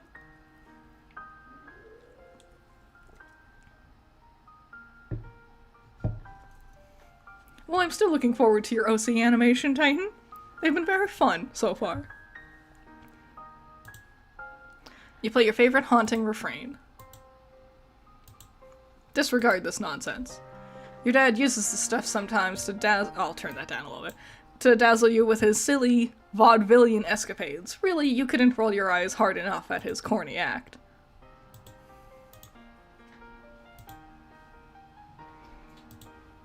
Look here.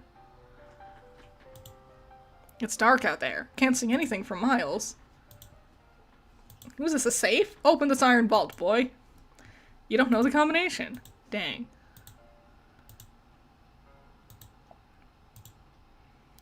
Read unpleasant literature. The Serious Jester. Serious Jester magazine. For those whom clowning around is serious business. Jesus. Piano, calm down.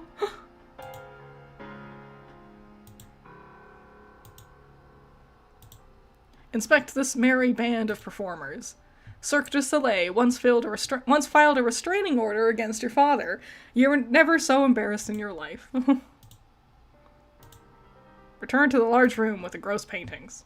Let's go into the kitchen. This way through the doors, like you see in cowboy saloons. What is this black goo everywhere? Doesn't smell like anything. This book is too big for a young, stupid boy. Colonel Sassacre's is your favorite book, almost as favorite as Wise Guy. They are both your favorites of all time. Oh. Plunder chest. Would you like to play a game? Examine the smeared substance. Don't taste it. Is this oil? You wonder what happened in here. Where's your dad? Where is Dad? Examine this artwork. Nice artwork. Your dad was so proud when you drew this, he hung up immediately and it stayed there ever since. That was 1 week ago. Peek in the bowl of goo. Wherever your dad went, he seems to have left in a hurry. For all his absurdities you have to put up with, you sure wish he was here right now. I think that's everything in the kitchen. Alright. Is that it? Yes, return to the room. Let's try to go back. John, work with me, man. Work with me, boy. Let's go back to John's room. I can't. I am stuck forever. John, go up the stairs. This one. Go in here. Back in the bedroom. Inspect the ghastly man and his boy. Fred Savage has a punchable face, your ass. More like a talented young actor's face, who you would want to hang out with if you got the chance. And also, if he were not a fully grown man now. Anyway, the thought of monsters lurking in your house scares the shit out of you, which is why this movie is so awesome. But the fact that these monsters could also be your best friend is what makes it doubly awesome.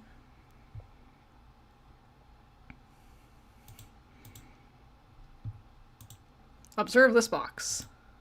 The bunny is not in the box. I said the bunny is not in the box. Why couldn't the bunny be in the box? Ugh, I bet every single movie poster has something. Marvel at this adventure in outer space. This movie is... okay, this movie is really bad, but not even you can defend it. You've been meaning to take this poster down, actually. Ghostbusters.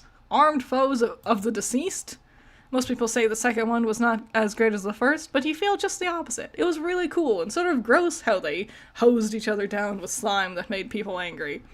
TG refers to this film as nasty man bro bukkake theater, whatever the hell that means.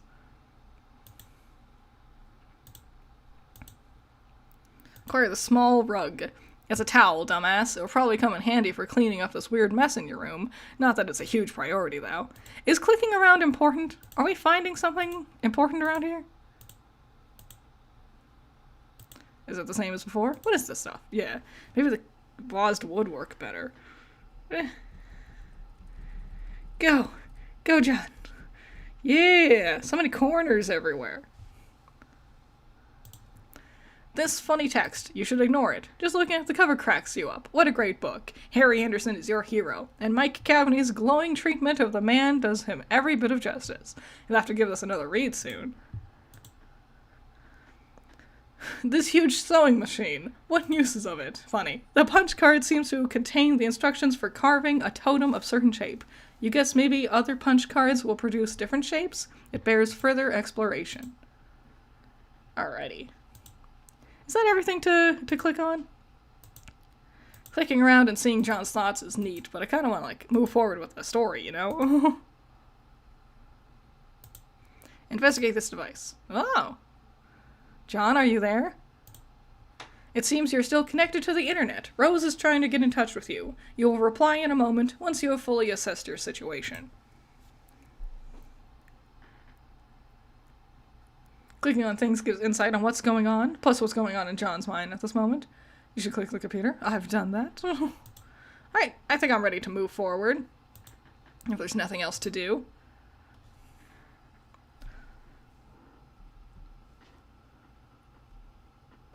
I think I've seen it all. I think I've been in every room of the house. What? Okay. So yeah, let's continue. Boy, quit all the scurrying around.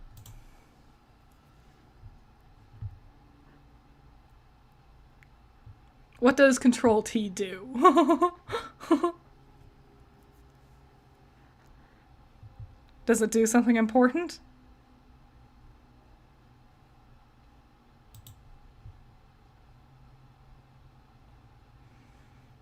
You're not going to like troll me, are you? And like close the window or anything?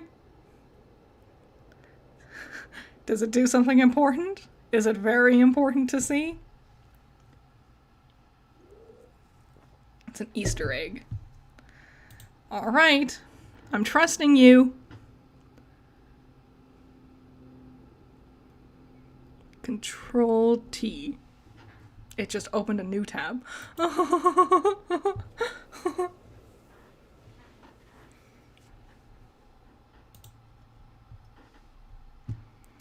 Alright, fine, John. Return to your quarters. You go back up to your bedroom, tiptoeing around this weird petroleum-based sludge. Now, John, respond to your friend unit. John, are you there? Rose is back. Hey, yeah, I'm here. And I'm not dead, I think. I know. I've been watching you scramble through the house like a lunatic. You should have answered me sooner. Oh man, sorry. I was looking around for my dad, and I just can't find him anywhere. Have you seen him? No, I'm sure he'll turn up. We have more important things to address right now. Yeah? Like, where am I? I don't know that either, but I've determined your neighborhood was destroyed by the meteor. Wherever you were transported, it saved you from the impact. I've been reading reports in the news over the last few days.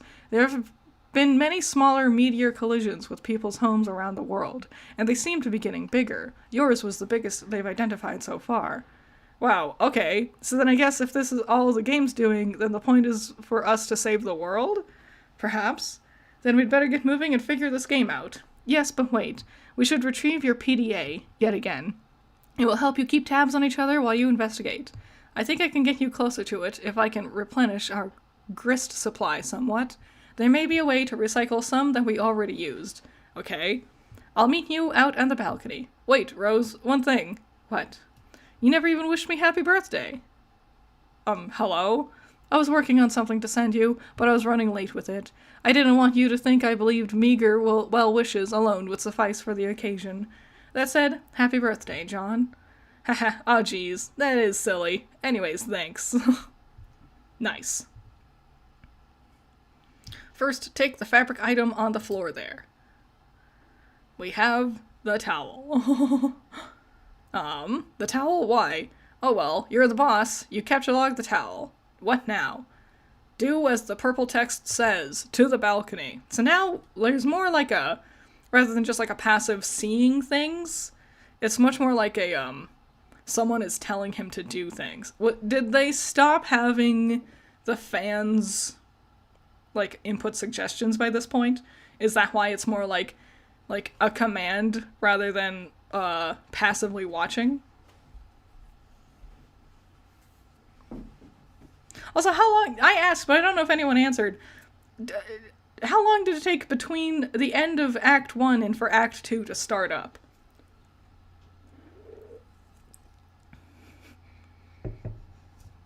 You'll see? Okay. No, it still has a bit to go. Okay. Alright.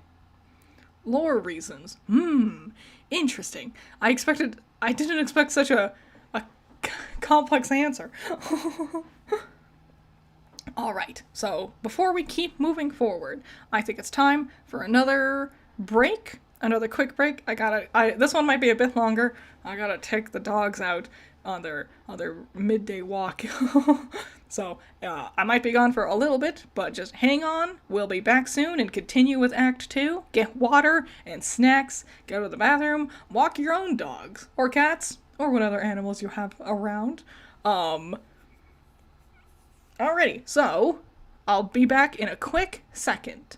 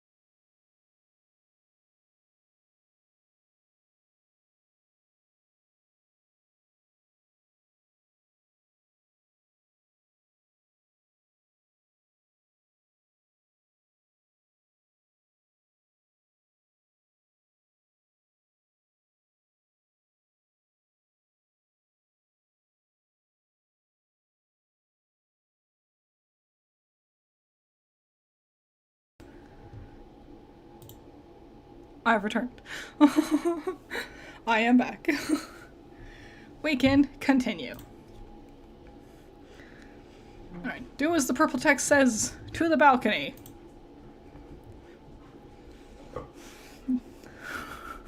John makes his way to the balcony per your awkwardly worded request. My awkwardly worded. We've changed perspective.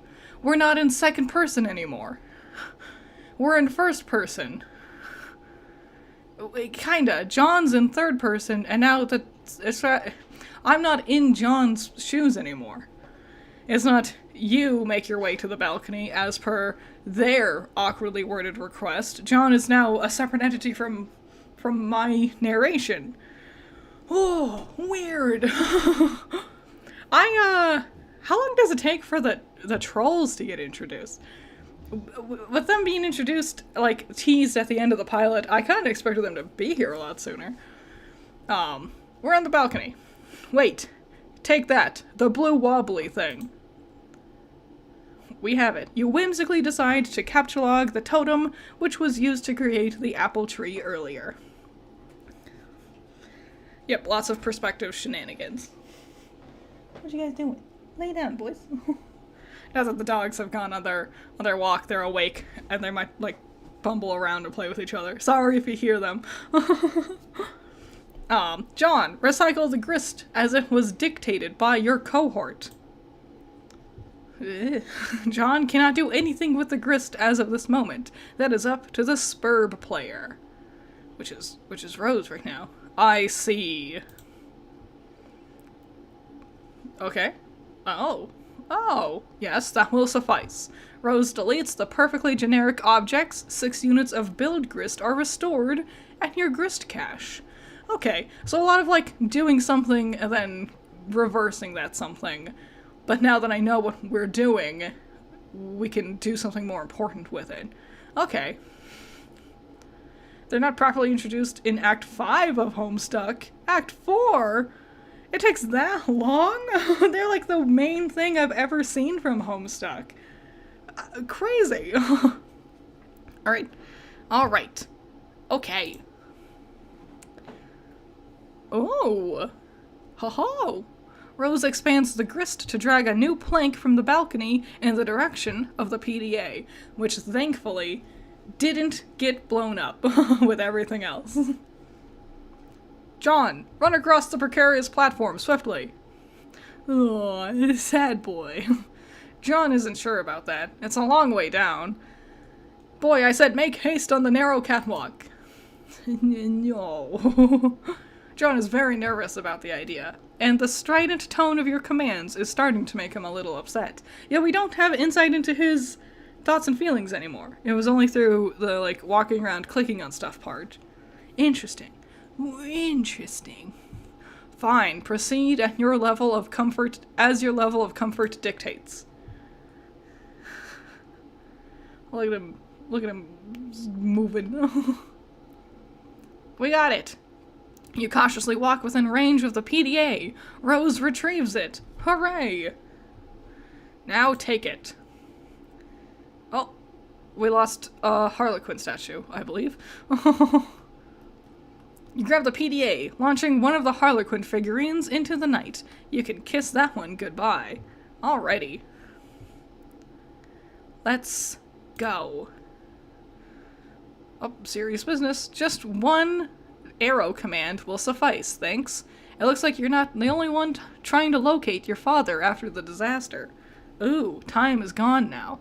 Submitting inquiry of concern over cataclysmic event, Pipe Fan. Reply. Pipe Fan, status of health/wardrobe.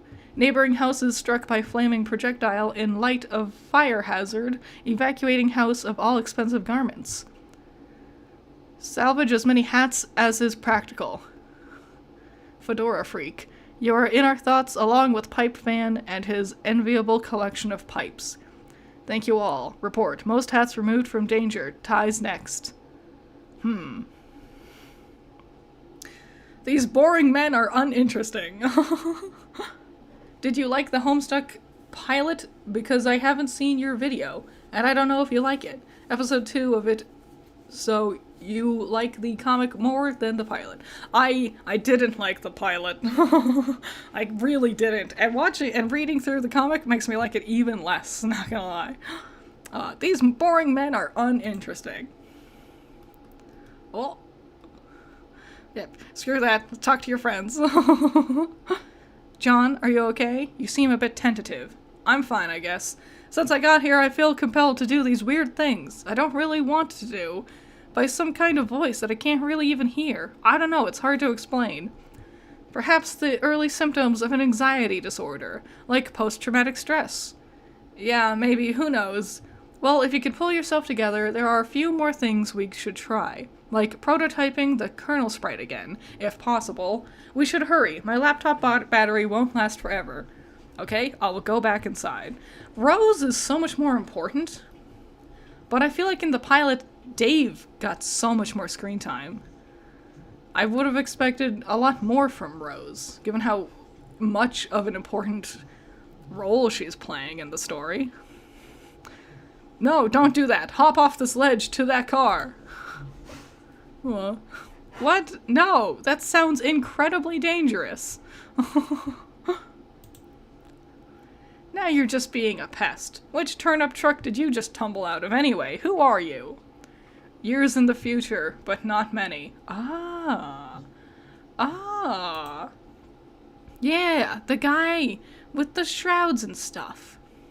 An unsealed tunnel welcomes hot desert air into its stagnant depths. Yep, deep down in here.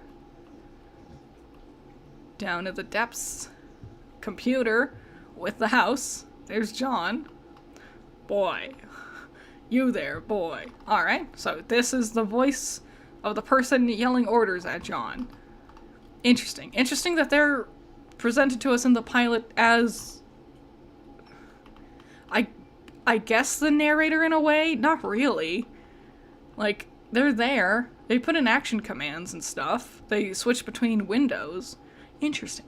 Weird.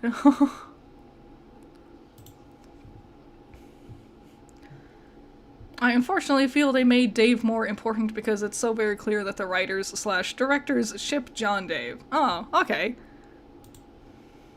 Okay, back to game facts. Ooh. Oh, no. I don't want to read this. Oh, and Rose wrote it. I know she did. And her dialogue is filled with so much stuff. Oh.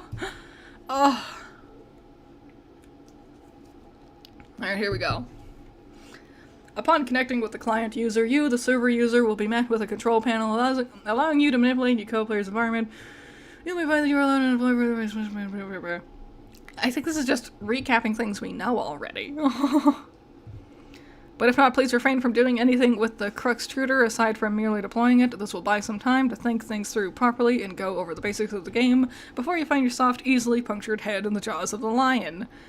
Blah, blah, blah, blah, blah, blah, blah, blah, blah. We know this stuff. We know this. Flavored recap. That makes sense. I imagine this was at the start of a gap of between posts, between like a hiatus of sorts. So, we'll go.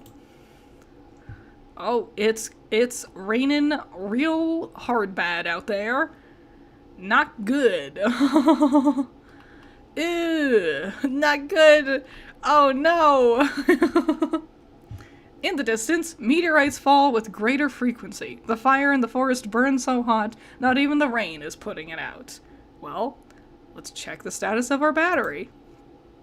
Yep. Jeez, your room's a disaster, dude. Oh, your laptop battery is alright for now, but it won't be for long. If the power... Uh-oh, there it is. If the power in the house doesn't come back on, you can think of one last resort, the small backup generator stored behind the mausoleum. Alright. Okay. Let's prototype sprite with Betty... What? Prototype sprite with Betty Crocker box? Oh, yeah. Okay. What? Oh man, you're going to use that? That sucks. What a stupid idea. We have to hurry along. I'm running low on battery power. But the cake mix... that's so dumb. I doubt it matters. We might as well just use any old crap lying around. Fine, I guess. Alright, let's see what happens. Well, the sprite is playing hard to get. You guess that's what you get for originally prototyping it with something that engenders mischief and prankerism. Wow. Do the potted vegetable instead. It looks delicious. Pipe down, you. This is Rose's decision, not yours. Alright. Let's prototype the sprite with the Sassacre text. It might be a bit more willing to take that since it's funny. It's a harlequin. Ah, yes, sweet. Now we're talking. See if you can distract it. I'll try to sneak up on it. Alright. John, flail about in a distracting manner. I've seen this gif before, too. So many gifs. So many recognizable gifs. The sprite finds the distracting manner in which you flail about to be rather distracting. Perfect.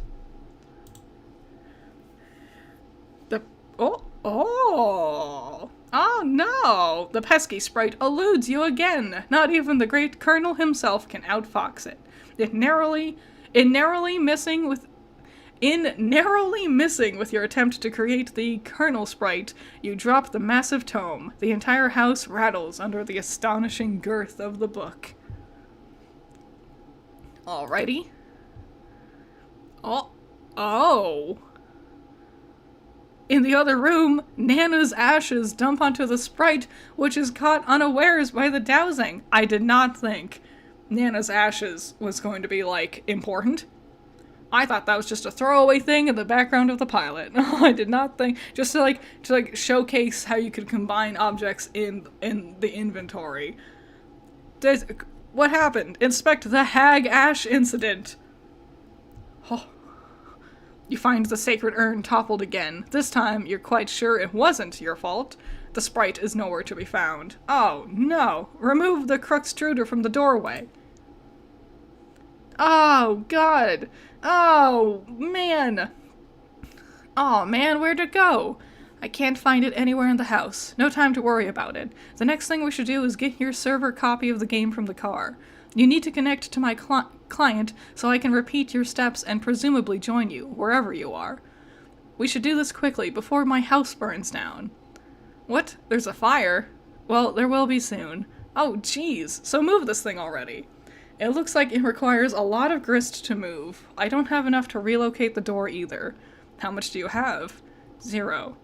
I thought about jumping to the car from the ledge earlier, but that sounds really dangerous. I have a better idea. Meet me upstairs. Do again as the purple words say. How many acts are there? You guys mentioned, like, acts 4 and 5. How many are there total? Do you know? Because, like, yeah, I know it's, like, 8,000 pages or something. But how many acts does that count up to? You were about to head upstairs, but you thought you heard something behind you. It was faint, but you could swear it was a small, light-hearted chuckle along the lines of a spirited hoo-hoo-hoo. What could it be?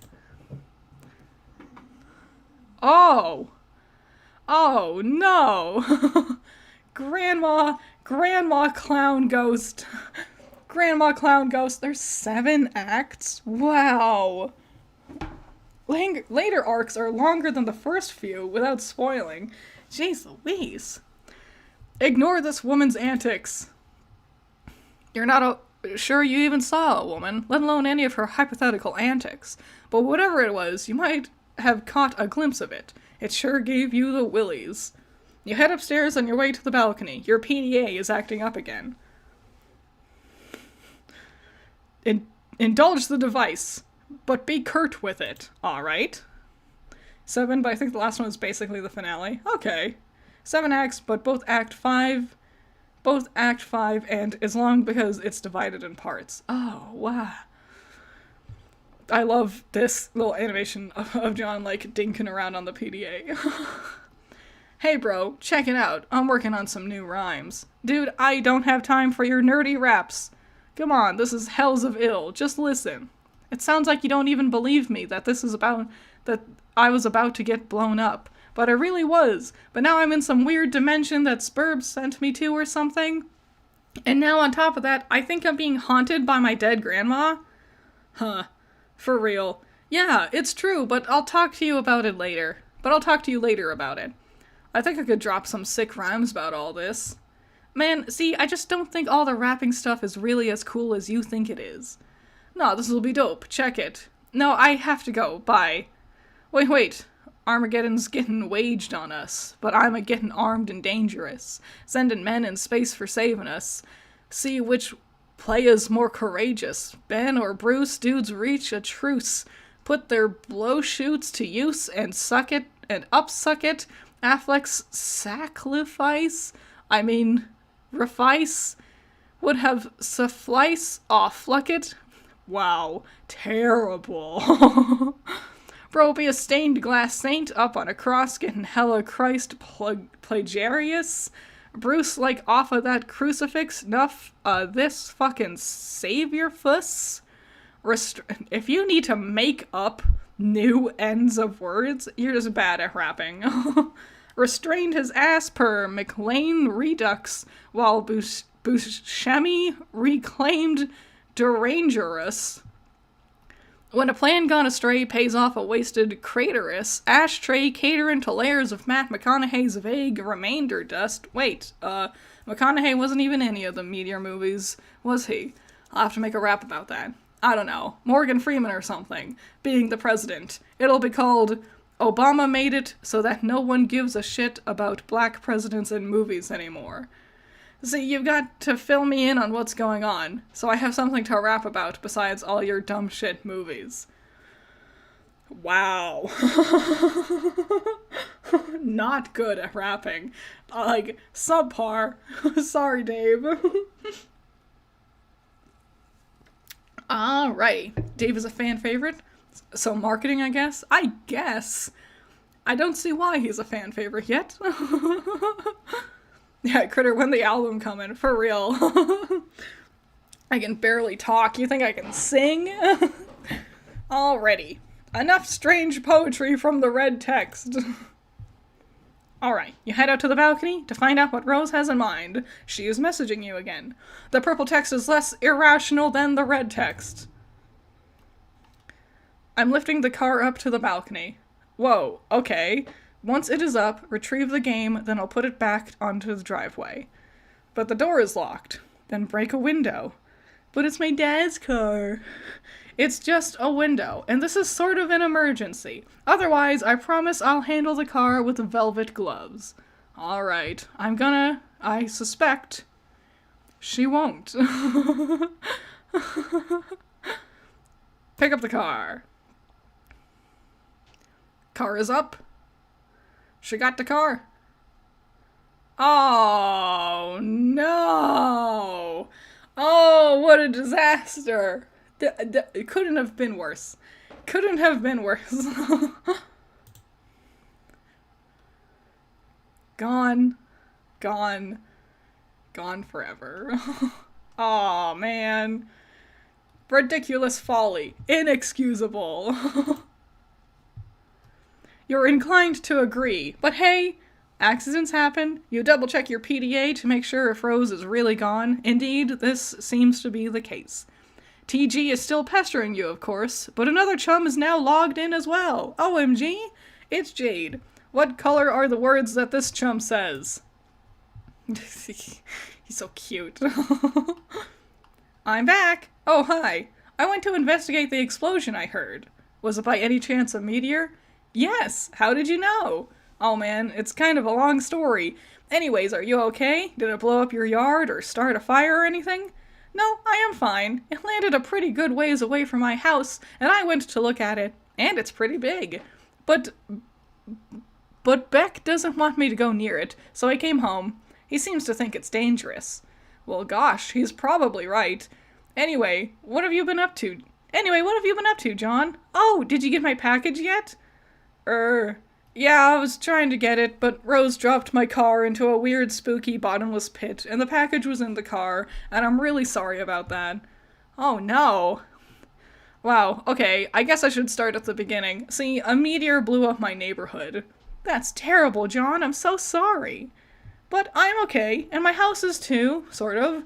That game I was telling you about, Spurb, which I was playing with Rose, sort of transported me somewhere in the last minute. But now I'm trapped here, and it's weird and dark, and I can't find my dad, and I just lost the car and my copy of the game in the pit, and I think I have to save the world from the apocalypse? Well, it sounds really crazy and kind of scary, but it also sounds kind of exciting. I don't know, John. Maybe this is your destiny. If anyone can save the world, I think it is probably you.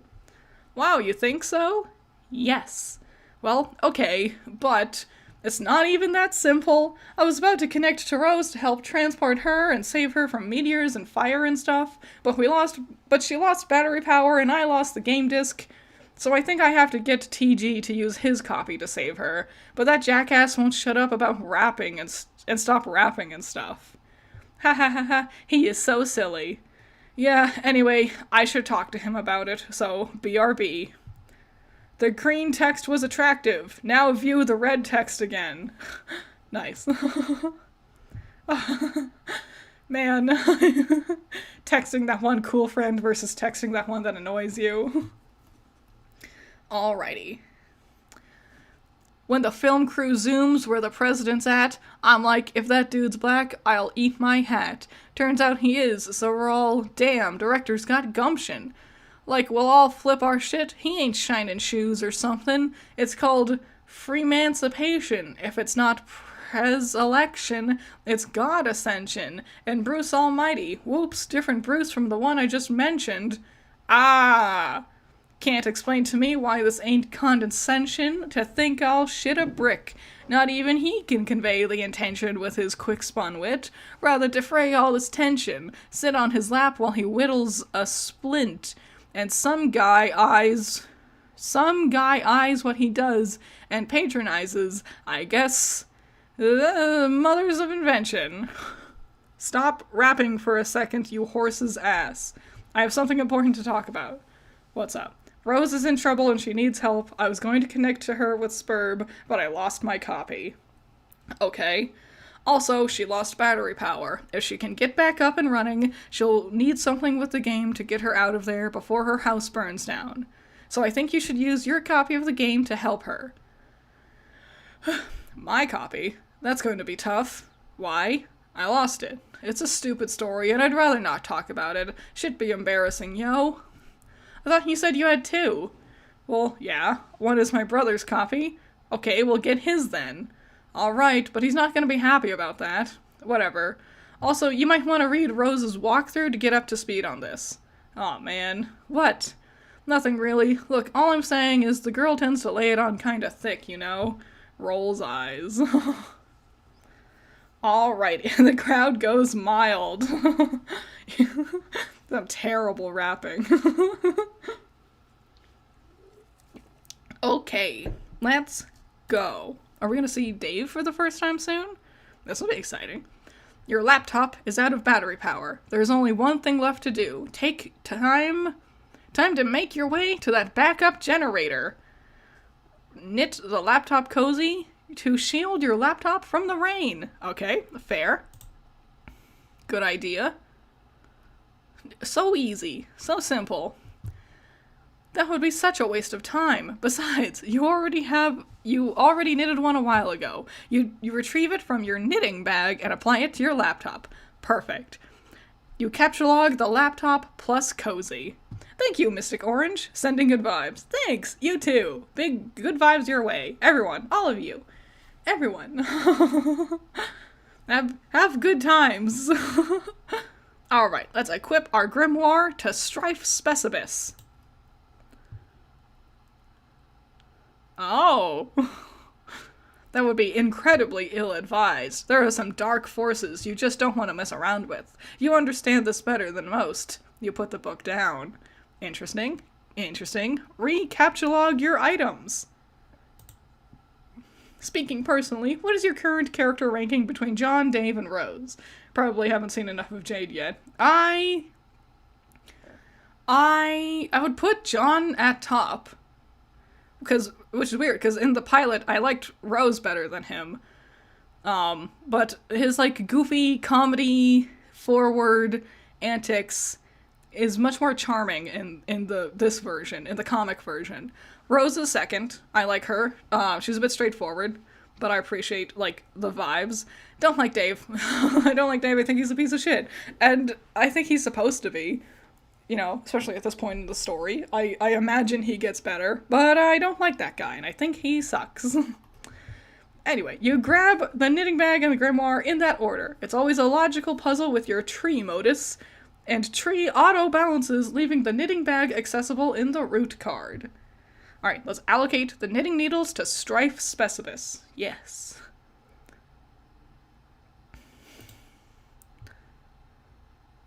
Haha! We've done it.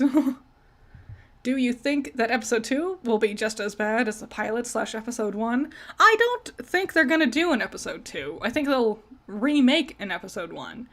I think it wasn't like an episode 1 pilot. I think it was actually like a proof of concept pilot. So I have no idea. I think episode 2 would, if they do just continue forward and make episode 2, I think it would be more entertaining, because good things actually happen. Like, they start playing the game. It can't be worse than episode 1, I imagine. Alrighty. You feel a lot more comfortable with this as a weapon. You're so handy with those needles, you feel like you could probably use them to fillet a swordfish. Hooray. Oh, she looks so angry. Oh, she's so angry. You lose the root card in the process, severing the tree. Hey, careful with all that stuff. Alright. Knit, plush, cuddle, Cthulhu to soothe your nerves. She is cute. I'll give them that. That would also be a preposterous waste of time. Besides, you're quite sure you've never heard of this creature called Cthulhu before. There are, however, many other specimen of the zoologically dubious you're familiar with, such as... We'll consult the grimoire. Fluthulu. Fluthulu. Foul patrician of misery. To hear his mammoth belly gurgle is to know the epic of joy has come to an abrupt end. What an amazing poetry, actually. Not gonna lie, I think a lot of the fandom likes Dave's and have heavier preferences in the male cast, because a lot of the fandom are also low-key misogynistic. Yeah, there's definitely some low-key misogynistic things happening with Dave right now, so...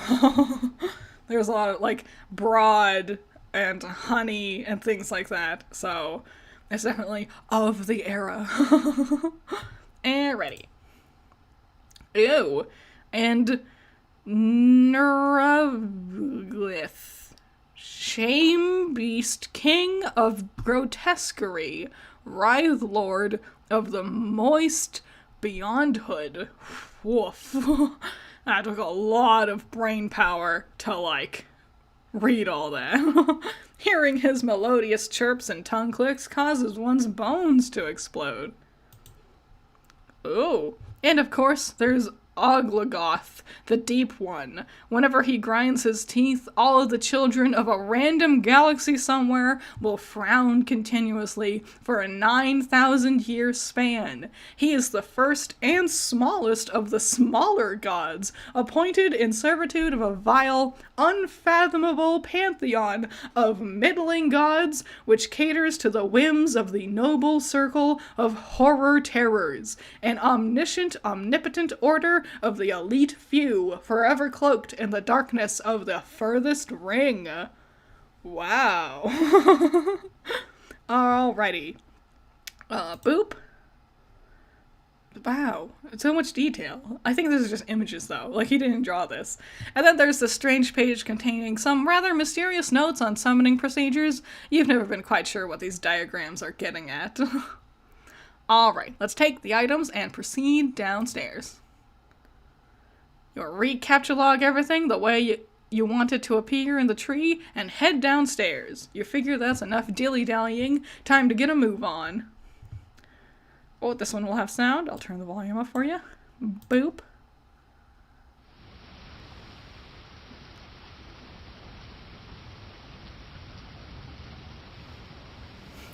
Ooh, so angry.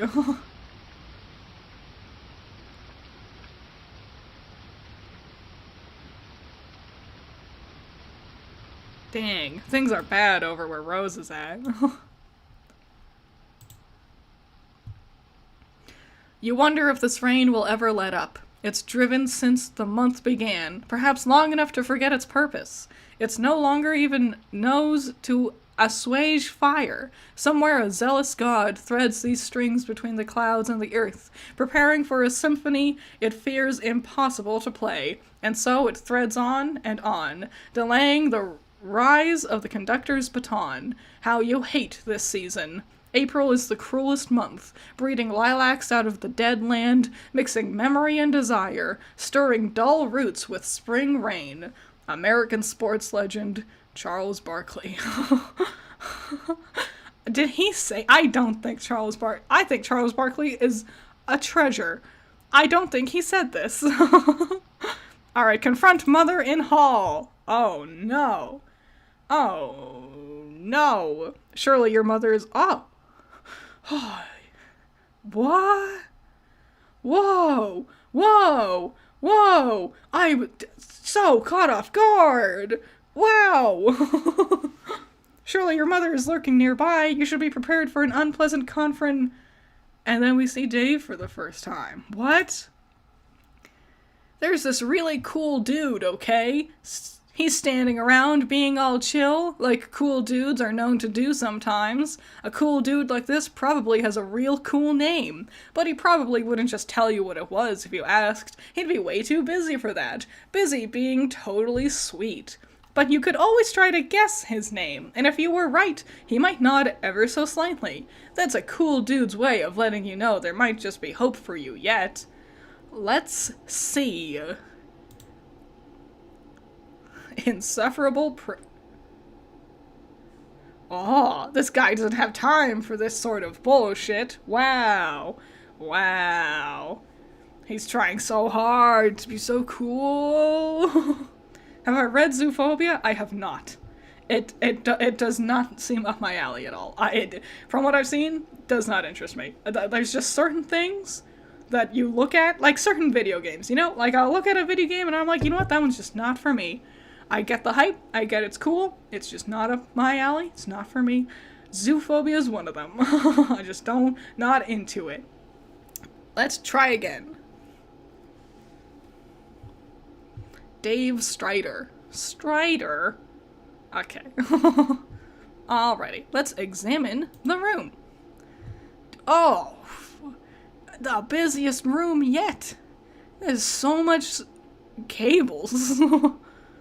Your name is Dave. It is an unseasonably warm April day. Your bedroom window is open to let some air in, and your fan is cranked. Arguably, even more cranked would be your fly beats, which bring us to your variety of interests. A cool dude like you is sure to have plenty. You have a penchant for spinning out unbelievably ill jams with your turntables and mixing gear. You like to rave about bands no one's ever heard of but you. You collect weird dead things preserved in various ways. You are an amateur photographer and operate on your own makeshift darkroom. You maintain a number of ironically humorous blogs, websites, and social network profiles, and, if the inspiration strikes, you won't hesitate to drop some fat rhymes on a mofo and represent. I adore the different writing styles for each character. Like, the descriptions of just their fake names, their interests, has so much personality. It feels like a different person truly is writing for the different characters, and it's really cool.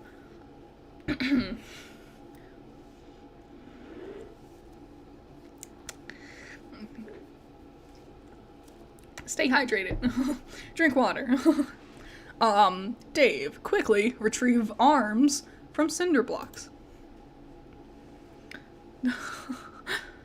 Nah. Dave, get the damn beta and save your friend's life.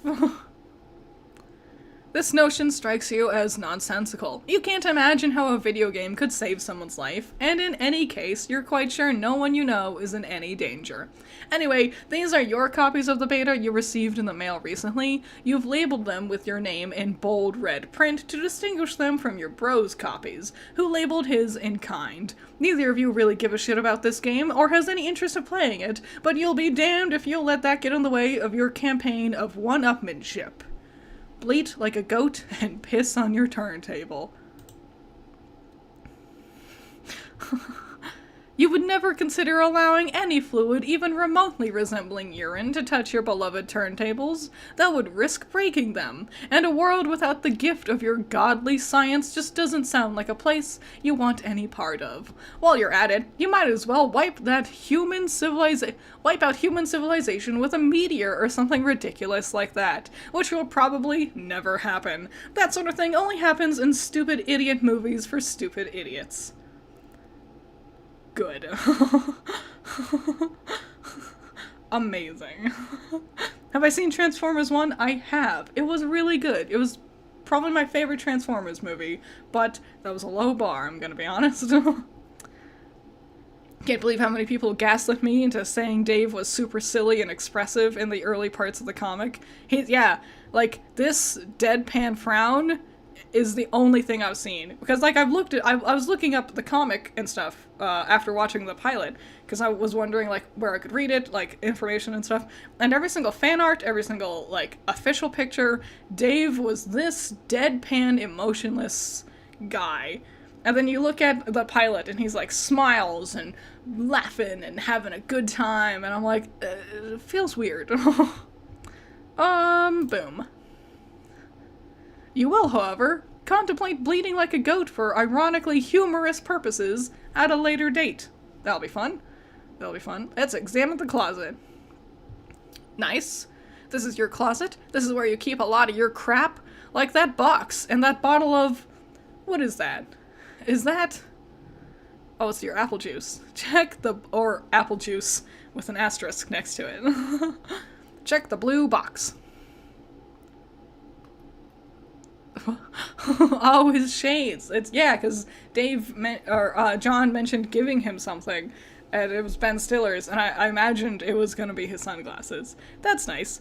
This is the package that your friend John Egbert sent you for your 13th birthday a little while ago. It now contains nothing except a note of certificate of authenticity vouching for the genuine Hollywood memorabilia which the box originally contained, and which you are now wearing to be ironic, but also to be incredibly cool and is somehow intangibly related to the ironic nature of the accessory.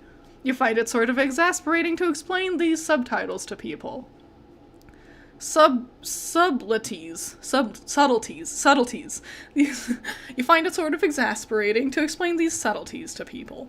The box also included a signed photo of Ben Stiller, which now proudly hangs above your closet. Proudly and ironically.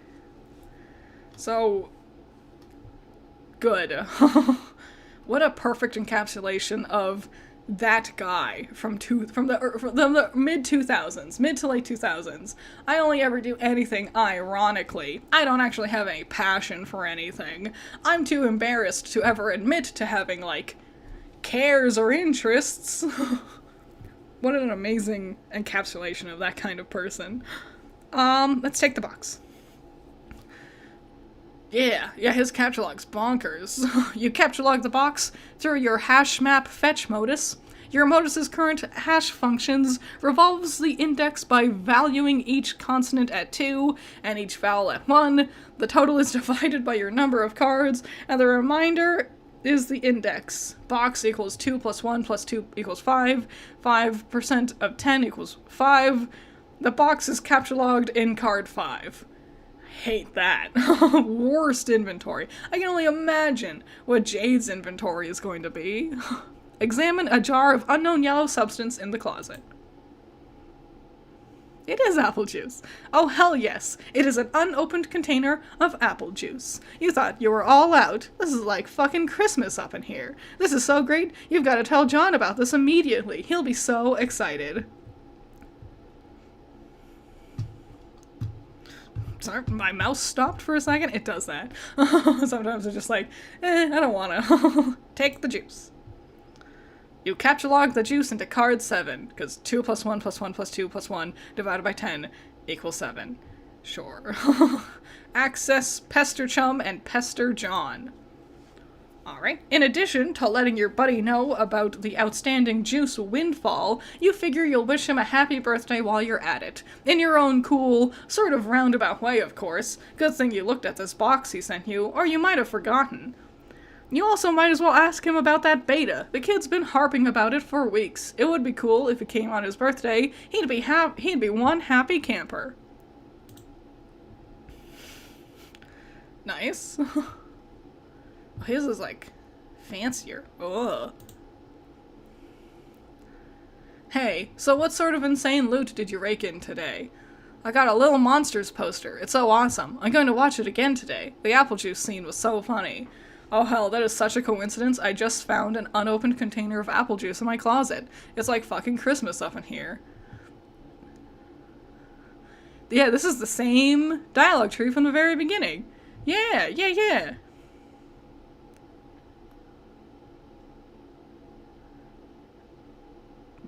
Game Bro is a joke and we both know it, yeah. Why don't you go check your mail, maybe it's there now. Alright, yeah, interesting. Cool seeing it. We're going all the way back to the very beginning as we're jumping over to Dave's antics. Interesting. Let's go online and view sites indicative of your interests. Okay.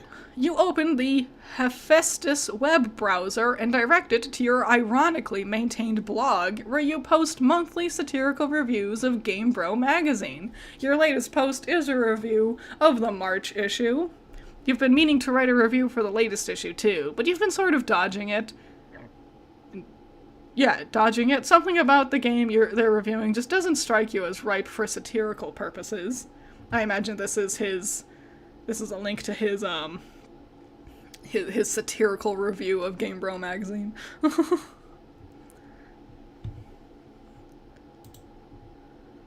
Oh, nope, it's just the magazine. Alrighty. Boop. In the new tab, you open up another one of your sites, a webcomic ironically maintained through a satirical cipher vaguely similar to that of your blog. It's called Sweet Bro and Hella Jeff. Nice.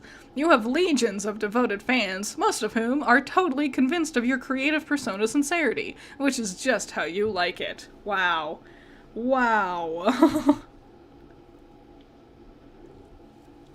Alright, check the latest page of the Midnight Crew. You figure as long as you're chilling on your computer, you might as well see how the new MS Paint story is going. You haven't looked at it in a while. Midnight Crew. You are members of a sinister gang called the Midnight Crew. Your nefarious plots are serpentine in complexity. Your schemes, convoluted. You are planning a heist in your underground hideout. What will you do? Use Occam's razor on plans and schemes. Okay. Oh. Spades Slick uses Occam's razor to carve a circular hole into the heist plans, freeing it from the knife. You wonder what moron would jam the knife so hard into the table in the first place. Alright, climb the ladder and exit hideout. Implement nefarious plots. Oh. Someone's on the door. You push against the manhole cover, but it seems some unbelievable jackass has parked your getaway van on top of it. A familiar feeling stirs. That feeling is overwhelming, soul-blackening rage. It's the sort of rage that'll make a man feel totally justified in sporting an unnecessarily elaborate assortment of fancy blades. Of course. Skip ahead 100 pages or so. Nice. Perfect. You don't remember where you last left off, so you jump way ahead. You always forget to save your place in the story. It looks like tempers have become short in this pressure cooker already. You speculate that the tipping point may have been an ill-advised motion for a game of 52 pickup. Perfect. Completely unrelated, but did you finish Princess Tutu? I didn't. I thought about going back to it, but I got distracted. I should though, because it was really cute. I did want to see more. Save your place and read it later. perfect. Even though the adventures began recently, it's already over 3,000 pages long. You just don't have time for this bullshit. You'll catch up later. Besides, it looks like someone's pestering you. You're pretty sure you know who it is. Let's answer our chum. Oh, it's Rose. In some cultures, the persistent refusal of a lady's invitation to play a game with her would be a sign of wanton disrespect. Either that, or flagrant homosexuality. What? Oh no. No, look, I'm busy, okay? I've got lots of shit on my plate. I am sort of a big deal, okay? I know. Sometimes I wonder how you are ever allowed to pay for meals in restaurants. It must be hard to keep a low profile when you're always overhearing odd voices whisper, "It's that guy who has a blog." Seriously, dudes be worshipping me left and right. I can't hardly walk down the street without stepping over torsos of the prostrate. Navigating the urban landscapes, I'm sure, is difficult enough without an obstacle course of differential flesh and skyward asses. Perhaps adapting the art of parkour to your unique environment would help. Yeah, I mean, damn. Like, there's this scruffy little shit at my feet, an orphan or something, I don't know, face flush on the pavement. I'm like, dude, you listening for a stampede of buffalo or something? He braves a look at me and then gives my shoe a little kiss and scurries the fuck off. Heavy is the crown. Yeah, not kicking Oliver Twist in the fucking face every day is my gift to the world, I guess. Breathtaking magnanimity. Among other things, I just give and fucking give. Indeed, nary a jewel tumbles from your wish box of daily exploits which I imagine does not sparkle. Oh, for fuck's sake, you're just lobbying for me to play that dumb game. Baseless accusation. Look, I am telling you, Egbert is all about that game. He will play it with you and probably be tickled about it. I know this very well. I cannot hasten his mail's delivery, however. Yeah, I'll hassle him more about it. And look, how about this? If you ever find yourself in the position where your life depends on me playing that piece of shit game, then I'll play. Will that make you happy? More than you know. It perfectly mollifies my grief over the demise of chivalry. Ooh. Hold on, I need some more water.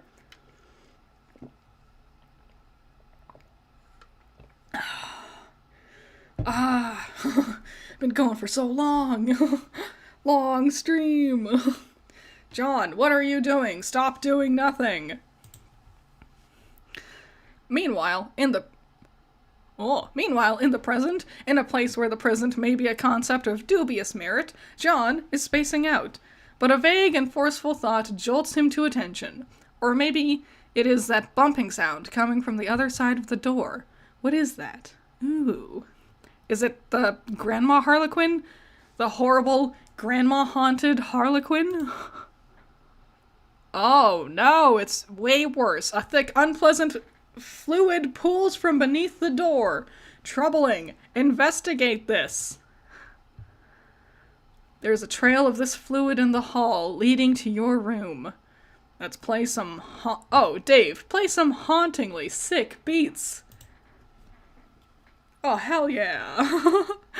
You've had enough of the computer for a while. You feel like you've been messing around on it all week. It's time to get your jam on. You pull up your trusty music thing and prepare to get sick nasty. Oh, this will be music. Let's see how sick nasty this music is. Oh, I get to do it? Left knob, volume for current sample, right knob, master volume, store patterns, and F1, F2, F3 buttons.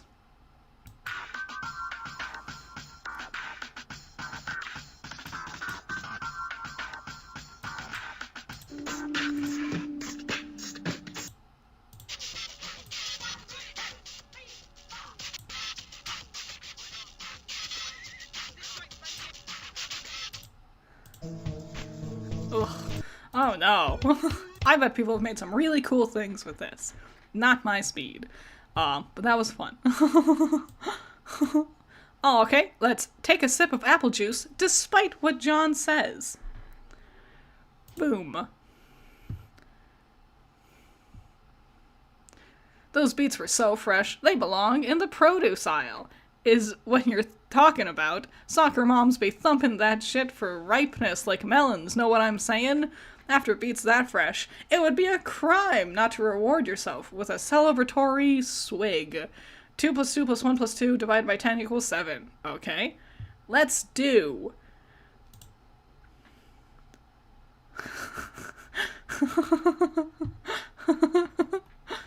You can't do it. John's got you all twisted up inside now. All you can think about is Mandel's gross monster piss. Damn you, Egbert. That's fun. That's cute. That's fun. He was drinking apple juice in the pilot. This is a much better payoff. Alrighty. Boom. You've recaptured the juice. Perfect. Allocate the sword to the strife specibus. Yeah, your strife specibus is already allocated with the blade kind abstratus. There is no need to allocate it. You can wield your sweet ninja sword as a weapon once it is in your strife deck, but you will have to capture log it first before moving it there. Oh. Alrighty. Capture log sword. Jeez Louise. Oh no! We've spilled our apple juice everywhere. What a buffoon. The ninja sword, 2 plus 1 plus 2 plus 2 plus 1 plus 2 plus 2 plus 1 plus 2 plus 2 equals 17 divided by 7 equals 7 occupies the same card as the juice. Expelling the juice from your Siladex, it splashes all over your turntables and your copies of the beta. What a nightmare. What a conundrum. What an insane coincidence. All of these inventory slots, and it happens to be in 7. Let's get a towel or something.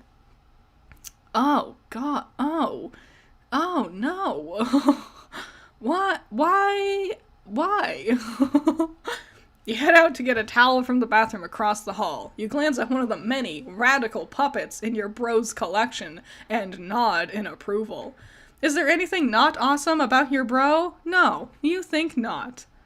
Let's go. Jeez. You enter the bathroom. There's a damp towel on the floor you can probably use for this crisis. You stop to pay little respect to one of your bro's boys up there. Hey, little man, how's it hanging? Nice. Let's capture log the damp towel. You take the damp towel, which is expelling the box, which was also 5. Man, your system sucks, Dave. Despite all these numbers, your system is stupid. Search the bathroom for something slightly less damp. Nah, you just decide to wring this towel out in the toilet just to make it less damp. It is now just a towel, which makes it number 8. We'll take the towel. You take the towel and grab the box again while you're at it. Perfect. We got our stuff. Let's clean up the juice.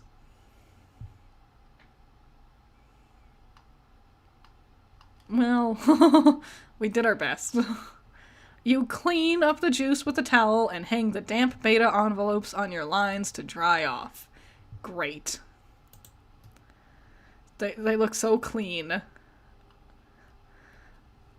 In the breeze of the fan, the betas jostle near the open window. This arrangement is a little disconcerting if they foul out. It sure would be a stupid way to lose them, so let's turn off the fan. The crisis is easily averted. You can't imagine it will ever resurface later in any way, shape, or form. That beta is as good as yours forever. You should probably go pester Egbert again. You wonder if he found his beta yet. You also might chat about your respective Siladuses and fetch modi, if the topic happens to come up. You wonder if he is anywhere near as smooth with his Siladex as you are. Probably not. It's probably not even humanely possible. Oh no! What a conundrum. What an insane conundrum. Suddenly, a rambunctious crow flies in the open window and snatches the beta, possibly to make a nest with, or maybe just for the sake of being a brainless, feathery asshole. You yell at the bird. What an insane misdirect. What a good comedy moment. What a good setup, unexpected punchline. 10 out of 10. Well done. Oh, stop. Oh,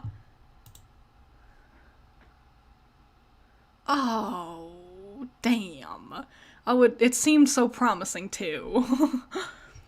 You accidentally launched your ninja sword. Everything goes flying out the window. Dead bird and all. That was a shame. So much broken glass. It's just like John. Oh no. No one can ever know about this. Yeah. Your coolness would be so questioned. Look out the window. Yeah, you can kiss all that stuff goodbye. You feel sorry for the bird, but at least you... Oh my... What? Why? What is this? But at least you never planned on ever using that beta, ever. Anyway, now that bit of ugliness is behind you, you guess you can look forward to several more hours of messing around in your room. Whoa, wait, what? Oh, we're back to Rose. Oh, the jumping around. Oh, the complexities. It's jumping around. You prepare to descend the stairs to your living room. You are standing eye to eye with a familiar foe, a 20-foot-tall granite statue of the mighty wizard Zazurpan the Learned. Your mother had him installed through a hole in the roof with a heavy-duty crane. Just look at that mystical gaze. To peer into those aloof glassen eyes is to arrest the curiosity of any mortal. To behold the wisdom concealed in the furrows of that venerable face is to know the ceaseless joys of bewilderment itself. Any man so fortunate as to cast askance his merry twinkle or twitch of whisker shall surely have all his dreams fulfilled. Things got crazy. Remember when we were playing a Sims-esque video game? Remember when we were rummaging around the house trying to avoid Dad? What a bonkers story. No wonder people worried it couldn't be adapted. Man, you find this grisly abomination utterly detestable. Psychoanalyze mother's love of wizards.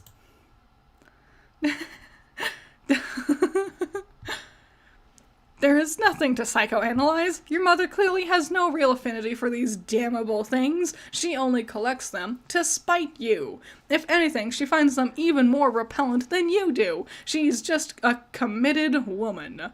Nice. Let's go downstairs to the kitchen's back door. Big-ass house.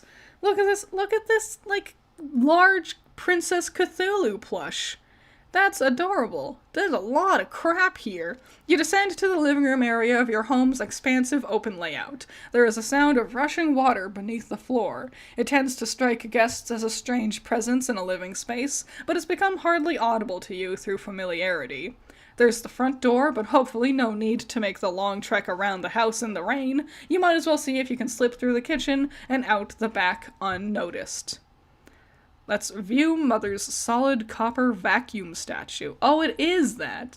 Look at that. I just thought it was another wizard. Didn't pay any mind. Okay, but it's bronze, not copper. But it wasn't always. A while ago, you gave this as an ironic gift to your mom for Mother's Day. You even customized it with a drink holder to support one of her ubiquitous alcoholic beverages. There it is. She liked the gift so much she had it bronzed and put on this pedestal. She even left it plugged in so it can still be turned on now and then, but never to do any cleaning. It never leaves this display. Sometimes at night, when you're in your room, you can hear it wailing from downstairs. She must know you can hear it. She's completely deranged. Let's grab the Eldritch Princess. Good. Yes, do this. Oh, an umbrella. We should probably grab the umbrella. It's too big for capture log. Not that you would want to move it anyway. The pretty princess doll has been sitting there for months, ever since your mother got this abomination for your birthday as a totally passive-aggressive gesture. I like how a lot of it is Rose and John thinking their parents do things to genuinely spite them. And I think their parents do things because they think they'll like it. I think they're wrong. I think they just have the wrong perspective of their parents. I could be wrong, but it seems like I think she thought you would love that. You know? You decided to make it much less abominable by knitting Her Majesty a new head and new arms. Oh, well, maybe. Maybe it wasn't just to spite you. Maybe if you had to knit new things onto it. Now it brings a mischievous smile to your face whenever you walk by. Your mother hasn't removed the doll yet, and probably never will. She would never be the one to blink first. Let's acquire the umbrella for protection from the elements, just like I said. Boom. Boom jams.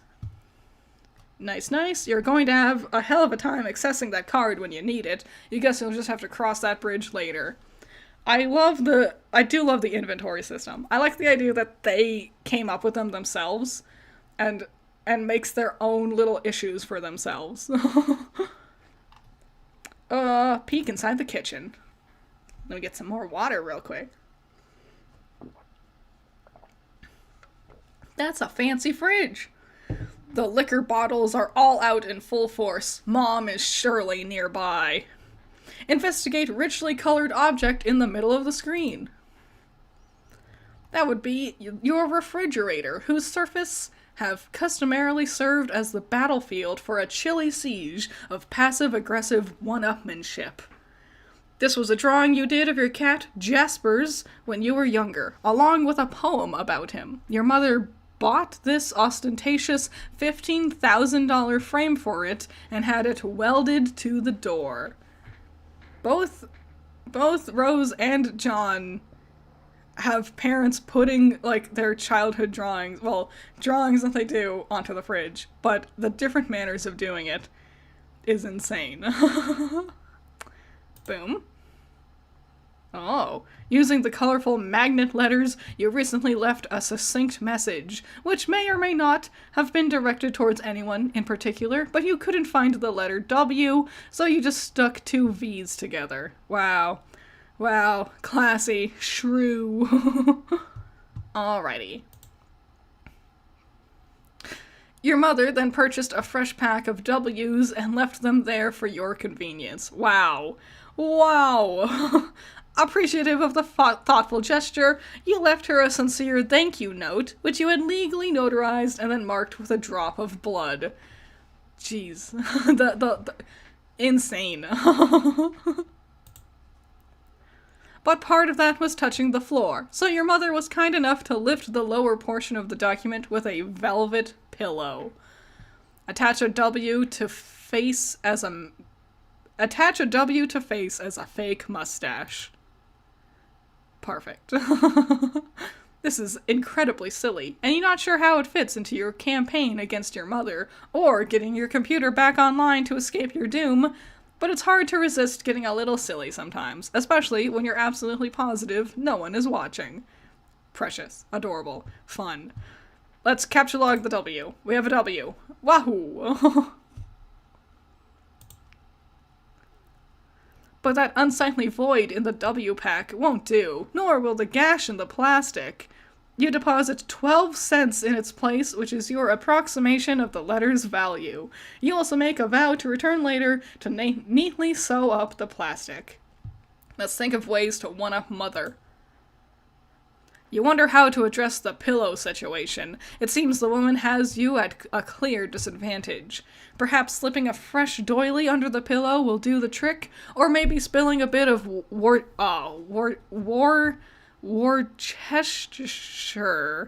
Worcestershire sauce on it, and then having it dry cleaned and returned along with a laboriously ingrating apology note. No, there's no time for anything like that. Or maybe, just thinking out loud here, you could use the entire pack of W's as M's. Oh yes, that would burn. But you've already done something with that W pack, and there's no need to go back and gild that lily. This is delicate business, and that pillow is screaming for rebuttal. Let's captchalogue the velvet pillow. Perfect. Perfect. You decide to take the velvet pillow and lovingly embroider a poem in praise of motherhood on it. Hopefully, you can pull the... Sorry, a sneeze, like came and went. I briefly fought it off. Hopefully you can pull this off before she notices it's gone. But it causes your tree to be pretty badly unbalanced. It surely will auto-balance itself in a moment. Worcestershire. Worcestershire. Everyone pronounce it bad and wrong. And just like that, the umbrella becomes accessible in the root card. That's one of the things you love about the tree modus, the happy surprises. Let's head out the back door. Oh, Mom. Oh. Okay, enough's enough. Time to go. Ah. She seems to be mopping. Look at her sneaky. Look at her being sneaky. Let's go. You don't know how she does that. You're never safe in this house. And of all things to be doing during a power outage, she's up to her ironic housewife routine again. That mop bucket doesn't even have any water in it. What an absolute madwoman.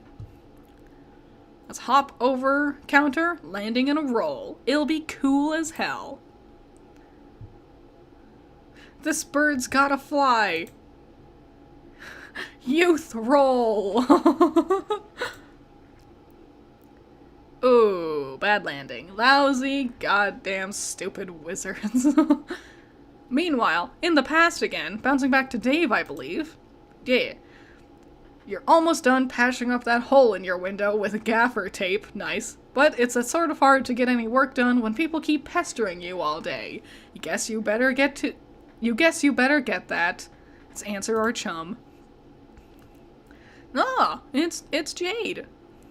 Hi, Dave. Hey, sup. Not much, sup with you. Bro, hehehe. Haha, good one. It's alright, being chill, I guess. You know how it goes. Great. Feeling cool today? Mr. Cool Guy? Oh man, you know it. So cool. You know shit is ice cold up in here. Shit is wicked bananas, I'm telling you. Smiley face. So have you talked to John today? Yeah, we were just talking a while ago about how he sucks at his Sylladex. Can you believe he uses stack? That kid is ridiculous. Lol. Well, that doesn't sound like much fun. What was it you use again? Wait, I forgot. Whenever we talk about your goofy moduses, I get a migraine. What do you want with John? Smiley face. I want to tell him happy birthday and ask him about his birthday package. Oh yeah, I was being sort of cagey and told him to check the mail, because I was wondering if mine came yet. I think it did. Yeah? And I think mine came too. So, I guess you want to know if he likes it or something? No, he will not open it. He will lose it. Oh, wow, sorry to hear that, I guess. No, it's good actually, because he will find it again later when he really needs it. Which, of course, is why I sent it in the first place. Ooh, ew, ew. So, is she psychic? Is she prophetic? Interesting, interesting. See, like, I never get how you know these things. I don't know. I just know that I know. Alright. Anyway, I have to go. I have to feed Beck, which is always a bit of an undertaking. This is the second time she mentioned Beck. I wonder who that is. I wonder what that is. Who is that? Man, if I were you, I would just take that fucking devil beast out behind the woodshed and blow its head off. Hehehe, I don't think I could if I tried. Yeah, say hi to your granddad for me too, okay? Yes, I guess an encounter with him is almost certain. It is usually intense. Well, yeah, isn't it always with family? But he sounds like a total badass. Yeah, he totally is. Anyways, gotta go. See ya. Heart. Nice. Cool. Interesting. Interesting. Let's get our phone. We have a phone. A phone. It will be handy to have your phone, which is an 8, on your standby so you won't always have to go back to your computer whenever someone pesters you. This way, you can text message people no matter where you are or what outrageously cool thing you're up to. Nice. Nice. Smart. So cool. And the towel. John, pursue adversary into that room. Right. This was happening. And even meaner while in the present, sort of. Once again, the slippery antagonist eludes you. You only find more of these unpleasant, oily smears. Someone is pestering you. Both your PDA and computer register the message. This chum will know what to do. Oh, hello there, secretive plotter. Hi. Alright, I'm out of my room now looking for my bro's game. Oh, good. Yeah, there's no sign of Rose yet. I hope she's okay. Well, if she comes back, I'll be ready. You better know what you're talking about, because this could get ugly. Brought my phone, and I also took my awesome katana with me, in case things get too hot to handle. And they always do. You mean that cheap piece of shit you have on your wall? F you. It's sharp, and it's awesome, and it's a sword. End of story. Okay, I don't really care. I'm in my room again. I really think there's someone else in this house. Like monsters or something. Howie? Haha, I wish. Dude, monsters aren't real. That's stupid kid stuff for stupid babies. Maybe. Yeah, you're right. What are you, an idiot? Of course there are monsters in your house. There's some weird evil monster dimension. Come on. Skepticism is the crutch of cinematic troglodytes.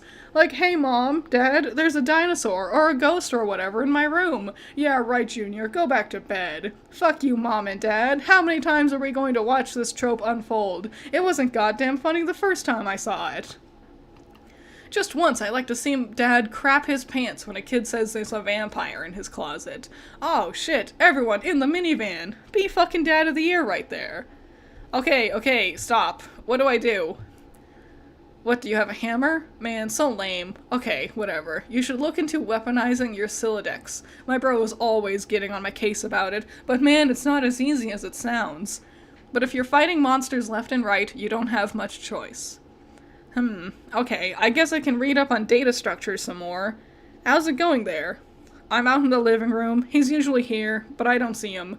Might be playing his mind games he's always pulling, this ninja shit. All I see is little Cal over there, so I guess he can't be far. Ha ha ha. Oh god, so lame.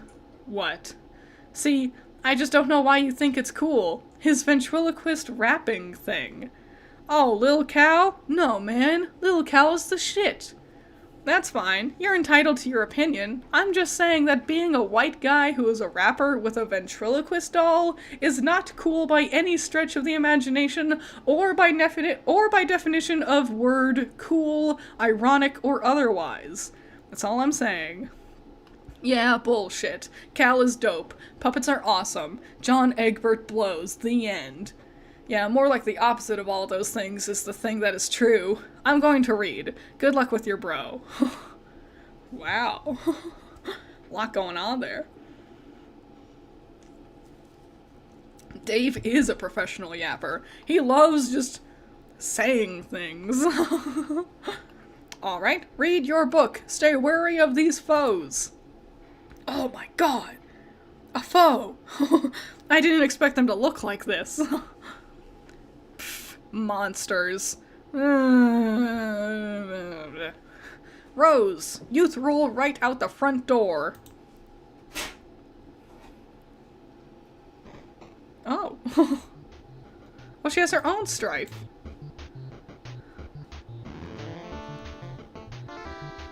I didn't expect Mom to look like this. Let's be aggressive. Go! Wow. That was crazy.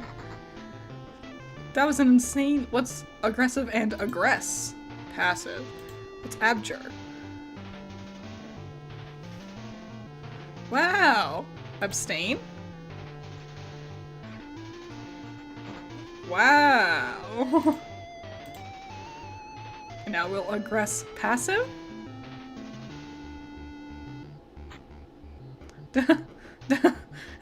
Wow. Crazy. Anyway, it looks like Mom has satisfied her strife quota for the day. She simply returns to her housework. No point in going out the front door anymore. Might as well head out the back, like you originally planned. I like that the pony's still here. First, be the pony. Second, trample Mom.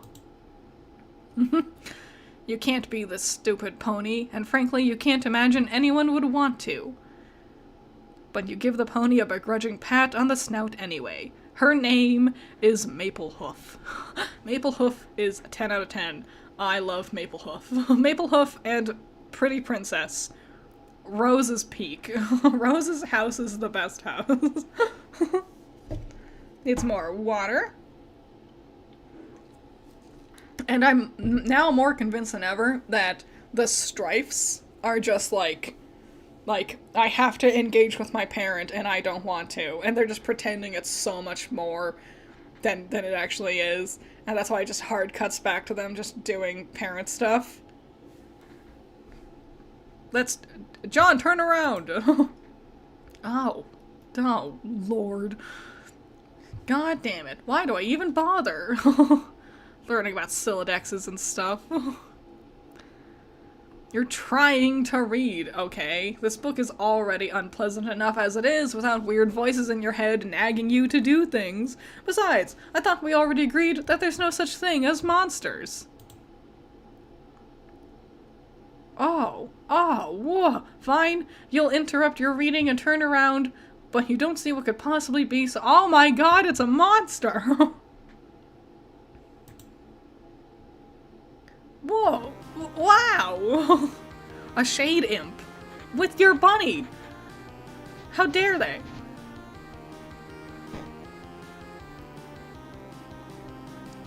Aggressive! Kill that shade monster. Oh, John, no!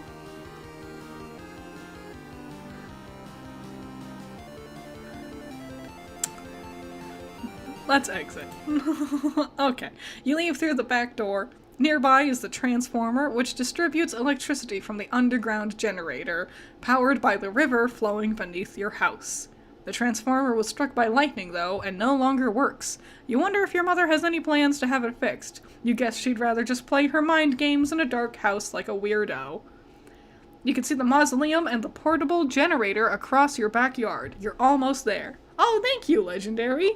One thing I can't get over is how Dave was in the pilot. He's too peppy and cheerful, as opposed to the comic where he's stone cold, barely gives a fuck, and that's a jumping off point for his character. I super agree. Of all the characters, like, I know we haven't seen Jade yet, and her text chats have been, like, the least frequent, but of all the characters, everyone seems pretty spot on. Like, I might not have enjoyed some of their voice performances, but characterization-wise, they're very spot on. I can't deny that. But Dave is like a stranger. Dave seems like a completely different character. And I don't like it, because this guy, this asshole, I can see he has room to grow and develop. He has room to do more. The Dave we see in the pilot is still an asshole, but a different kind of asshole. I don't see him having room to, like, because, like, clearly the thing with Dave is he needs to learn to be earnest. He needs to learn to open up and accept reality and, like, be true to himself. And Pilot Dave just isn't like that. Pilot Dave seems like so comfortable with who he is. Pilot Dave felt like the exact opposite of this Dave, of Comic Dave, and I don't like it. Comic Dave, while much more of an asshole, he's much more interesting, especially, like, bouncing off of the personalities of the other characters around him. Like, Pilot Dave was just like, let me babble for the sake of babbling, while Comic Dave babbles because he wants to say something, because he thinks what he has to say is important. And he wants the other people to think that too. Where Pilot Dave talked because we need to fill screen time. And I did not like it. Pilot Dave was definitely the worst part of the pilot. Now that I've read this far, in hindsight, sucked. Let's use the umbrella. I'd love to see you make a video about the game versus the pilot. Yeah, I probably will. So many projects to do. Let's use the umbrella. Hooray. Well, dropped everything. You register your items and begin the Soggy Trek Mausoleum Mausoleum word. Like forward. John. Get up, John. This is no time for slumber. Yeah. Oh, ahua. Arrow keys to walk, spacebar to attack. Programming by Alex. Nice. Wazd. Spacebar. Get that guy.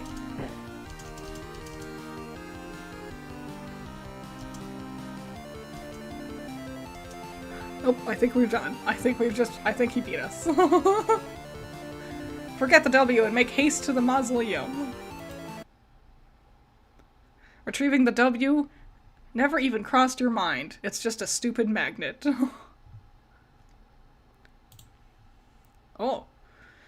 John, salvage your weapon and fight on! Jumping back and forth is crazy. You got this. Strife again. Pick it up. Pick it up. Pick it up. Get that guy. No. Do it. Aw. Oh. Sweet. Oh my god. The Kremlin exploded. I did not expect so much. Let's get all of our goodies. We gotta save the bunny too. Oh, and I think we got an inventory slot. I see that underneath the bunny. I see that. I see that right there. Alright. You said, put the bunny back in the box. Now, why couldn't he put the bunny back in the box? The box is broken. Now, exult victory, spoils are yours. Oh. Whoa. Wow. Look at that.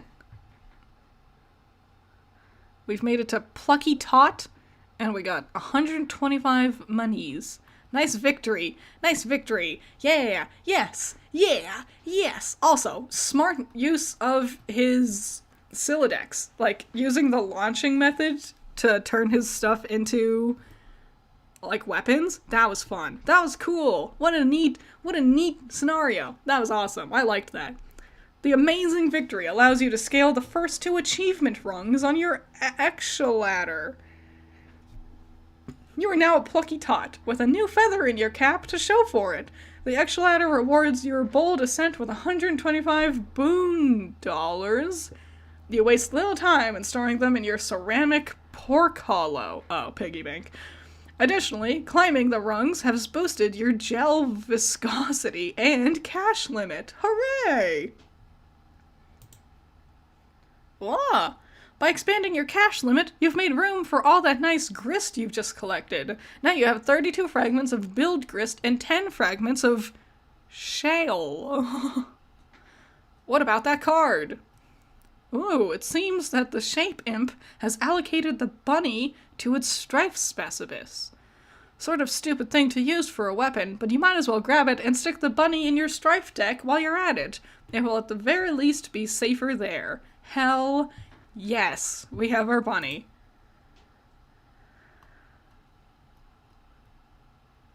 You group the 2 specify in your Strife portfolio. No self-respecting strifer would be caught dead without one. Gather the scattered bits of your large hammer. Hooray.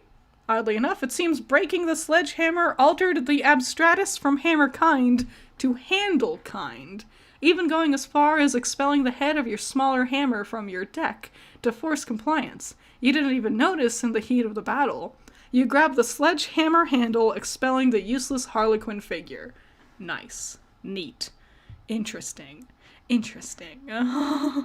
Now repair the hammer! Phone's low on battery now. You'll have to watch the video later. Well, thanks for hanging out. Thanks for hanging out while you did.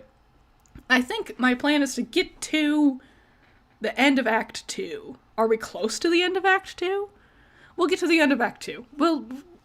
We got nothing else going on. Let's keep going. Repair the hammer. You merge the sledgehammer head with its handle and return it to your strife deck, repairing the hammer kind abstratus in the process. The smaller hammer handle is ejected from the deck, since, of course, handles of any sort no longer belong in there, obviously. See, this is why Dave's pilot joke about John being stuck with hammers makes no sense. You're right. Yeah, I was thinking about that.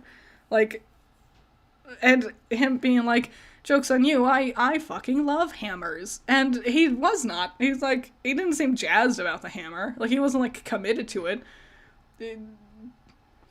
The more I read, the less I like the pilot. Crazy. Fine. Now what?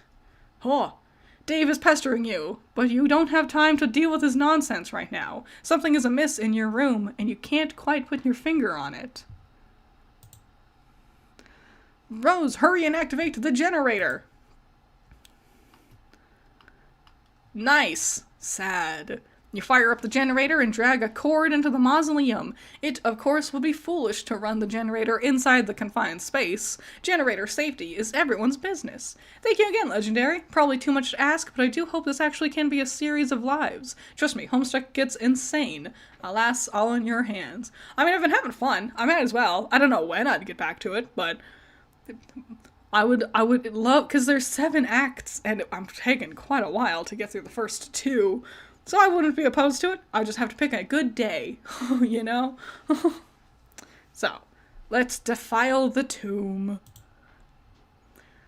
So, aw, nice little tuxedo. Sorry, Jaspers, have to make space for the laptop. Besides, your final resting place is already a mockery. You should have decomposed years ago under a bed of petunias like a normal cat, not given to a taxidermist and fitted with a tiny, custom-tailored suit and then stuffed in a coffin built for infants. That is a lot. Let's plug in the laptop. Wah, wah, wah. You plug in your laptop and connect to the internal signal again. Internet signal. Internal. Into the internet signal again. Everything predictably falls out of your Silodex, but you're not about to get bent out of shape about it. You have bigger fish to fry. Looks like Dave noticed you're back online. He pesters you like clockwork. And there's John. What on earth is he up to now? The door, John. Look at the door. Oh, right. Didn't Rose yank the door off its hinges and prop it up on your bed? Someone or something has put it back and left it slightly ajar. Ooh, Dave? Is it Dave? Thank you, Hope in the interstice. Thank you. Isn't it pretty? Isn't it a nice new avatar? Incredibly alarming. Investigate.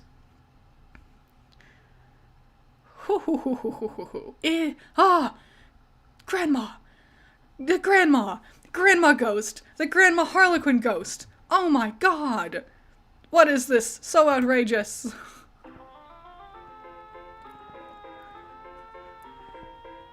Insane turn of... I completely forgot about this. There's so many things. She is winning the joke meter. We need to pester John, though. Oh, there you are. John said your house was burning down. Are you on fire yet, or what? No, for now I have retired to the safety of a smaller building, which is much closer to the forest fire threatening my residence. Oh, well that's... Yeah, well, that's a relief. John told me to get the game to help you out of there, so I'm working on that now. Working on it? Yeah, my bro's copy. Long story.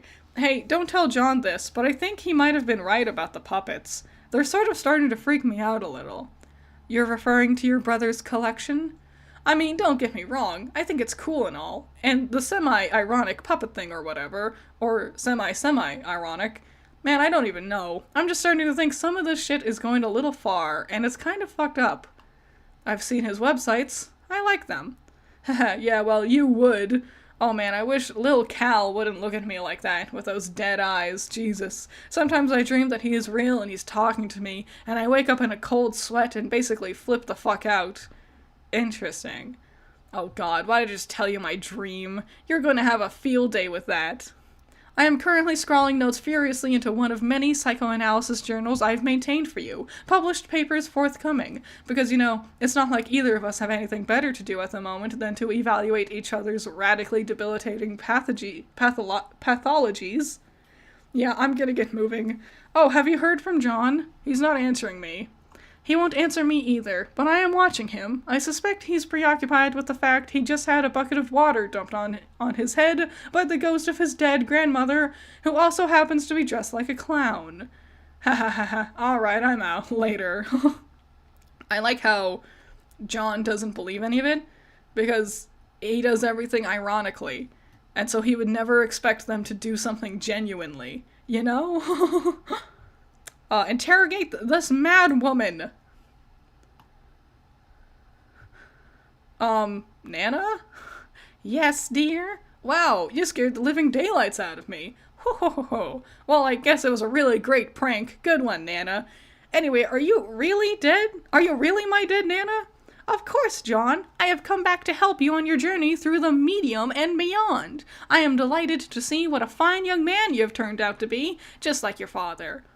Okay, I guess I will take your word for it. I don't remember you at all. My dad said I was really young when you died. Hey, speaking of which, do you know where he is? I've looked everywhere for him.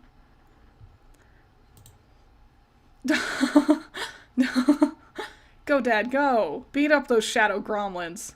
Oh, no. Your father was kidnapped. Oh, my God. Oh no! When you crossed over to the medium, he was apprehended by the very forces of darkness which your presence here has awakened. What? Okay, so what is the medium that you're talking about? It is where we are now, a realm that is a ring of pure void, dividing light and darkness. It turns in the thick of the inciposphere, a place untouched by the flow of time in your universe. You mean because we're inside a computer or in the game software or something? A computer? Why, what is that, dear? Some newfangled contraption? Like the horseless auto box car? Well, it's like this machine that, ho ho ho, but of course I know what a computer is, John. I'm just pulling your leg. Ho ho ho ho. Okay. No, John, you are not inside a computer or software or anything like that. Try not to be so linear, dear. The software that brought you here was merely a mechanism that served as a gateway. It routines in a way served to invoke this realm's instance, yet it stands independently of any physical machine, and somewhat paradoxically, always has. I'm not sure I get it, but alright. So what do I actually need to be doing here? I think it would be best if we started with the big picture. Go on. Oh.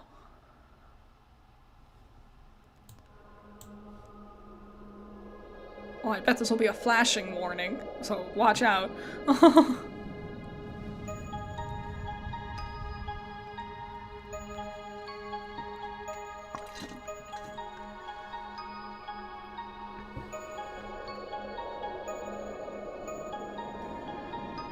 Above the medium, beyond the 7 gates, residing at the core of the inciposphere is a place known as Skya.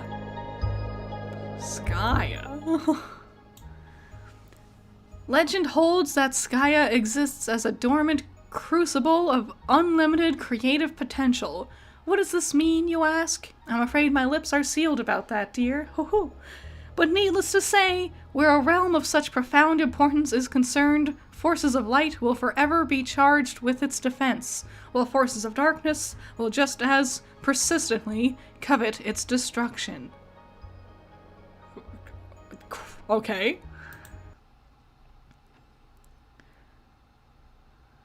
Oh. And as it so happens, at the center of this realm, whose fate is in question, these very forces duel on a stage, stuck in eternal stalemate. Yes, they have dueled in this manner forever. That is, until you showed up. Me? Oh. Yeah. Yeah. Oh. Oh. What? Oh, and I'm guessing my friends will fill these other orbs with something? Oh, we've made everything clowns on accident. That sucks. Yes, you, John. Before your mishap with my ashes, you may recall the sprite's previous incarnation, which resulted from its kernel's hatching. You see, this hatching occurs automatically in response to your arrival. The result is a pair of kernels, one dark, one light, each carrying the information they were prototyped with before the hatch. One goes down to a kingdom entrenched in darkness, the other up to a kingdom basking in light. Each comes to rest in an orb atop a spire, of which there are 3 others in kind. The 4 spires are situated above a throne, and these 2 thrones preside over the 2 respective sovereign powers. And once the kernels are switched, that is when the game is afoot. The true war begins, light versus dark, good versus evil. This is a war that the forces of light are always destined to lose without exception. Crazy. Crazy. It only took me 5 hours, but the plot has began. I'm guessing it's gonna be the things in my friends' homes that they don't like. Like, I think for Rose, it'll be wizards, because that's the thing, because it was the thing my dad, like John's dad has that he doesn't like, which is clowns / harlequins. I imagine Rose's will be wizards, because that's what her mom has. I guess Dave's would be puppets, because that's what his brother has. And we haven't seen Jade yet, but I'm guessing that's what the gimmick is going to be. Cool. Interesting. Fascinating. A quest of futility, then. Oh. Wow, really? Then what's the point? That remains for you to find out, dear, for you see, the journey you are about to take is the ultimate riddle. Whoa. For now, your objective is to proceed towards Skaya and pass through the first gate, situated directly above your house. Not even terribly far. The gates will become progressively more difficult to reach, so you better be prepared to sharpen your adventuring skills. How am I supposed to get up there? You build! Weird. It's crazy that, like, the building mechanic of Spurb is critically important still. Hooray! Hooray! Victory! Victory with Nana. Okay, I think I got it now. So I guess the battle against good and evil is sort of irrelevant? Well, I don't know. That all sounds kind of weird, but in any case, we build the house to get to these gates, and then I can save my dad.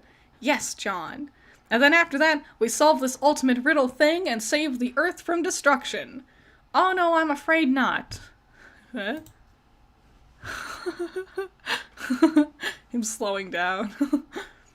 Your planet is done for, dear. There is nothing you can do about that. Oh. Your purpose is so much more important than saving that silly old planet, though. And that is? Ha ha ha ha. Yes, I will have to agree with the float hag about that. Oh, Nana, no. Nana. John, you are such a good boy. I know you will succeed. Thanks, Nana. You are a good boy, and good boys deserve treats. Hooray! I am going to bake you some cookies. The hag mentioned cookies. Pursue her. Oh, god damn it. That's just what you need. More baked goods. John, you do not say no to cookies. I command you to get them. You totally abjure the hell out of that idea. You're so busy abjuring, you don't even notice Rose has been trying to pester you this whole time. Hit John in the head with his box to get his attention. Perfect. It's going great. Dream team. What heroes. You give John a swift drubbing in the noggin, but he is undeterred. That is some fit he is throwing. Perhaps you will take this spare moment to contemplate the Nana Sprite's strange tale. It may also behoove you to record your thoughts of these developments in your GameFAQs walkthrough/journal. It can be hard finding time to update it. In fact, you're not even sure where you found time to write what's already been there. Cute. Cute. Nice meta humor. Your tiny little fingers, tiny little hands. Oh, is that so, Jaspers? And just who do you think you're looking at with that smug grin? The last thing you need is sass from a dead cat. It's pretty much all his fault you're in this mess in the first place, so he can just button it. John, cookies, now! No, you refuse outright. This impudence is insufferable. Go get the cookies. Well, when you put it so politely, how can John decline? John, you're stupid. You really need to work on your manners. Stupid, stupid, dumb. That's not a command? It's nothing. It's stupid. You're right. For the last time, I command you to get the cookies, boy. It's just not going to happen, buddy. Back to years in the future. For the last time, I command you, but really not enough to write about. Really not enough to write home about. An agitated finger slips mid-keystroke. Oh, is something going on? OMG? Beans and mustard. Human etiquette. Oh, the guy commanding John's gonna learn some manners. Oh yeah, and then Rose babbling about what we've been up to. She's not finished with this yet. Jeez, cut her some slack. Maybe you could go bug someone somewhere else for a while. Or at the very least, someone else. Months in the past, but not many. Do you think you'll stop for today at the end of Act 2? My plan was to get to the end of Act 2. Some acts can definitely be read within 1 or 2 hours at most, but others are much longer. Yeah, so my plan was to get to the end of Act 2, which surely we're close to it, right? Oh. What is this? This is Rose's place, but it's snowy. Oh. Hi, happy birthday, Rose. Hello and thanks. Did you get John's present yet? I just opened it this very moment. What a stunning coincidence you would ask about it now. I am stunned. Yeah, I know. What will you make with it?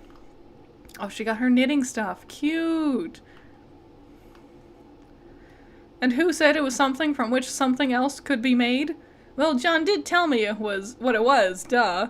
I suppose I'll take a stab at learning the craft. It's the least I can do in response to the subtle dig concealed in his gesture. He often tells me I need a new hobby when I make perfectly reasonable analytical remarks. Oh, but Rose, I don't think he meant anything like that by it. You see, not everybody always means the opposite of what they say, the way you and Dave always do. Maybe. His birthday's in a few months, isn't it? Yep. I finally finished a present for him. I've been working on it for years. Years.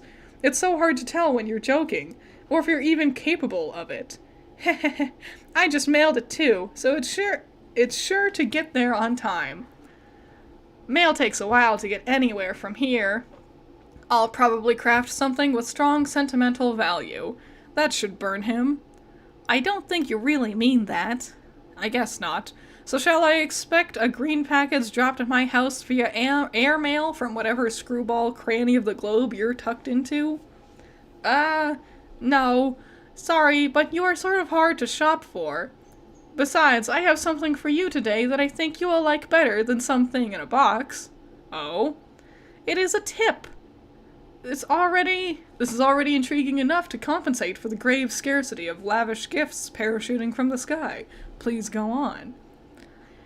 Did you have a pet a long time ago that died? Yes. Well, how did you feel about your cat? Did you love him a lot?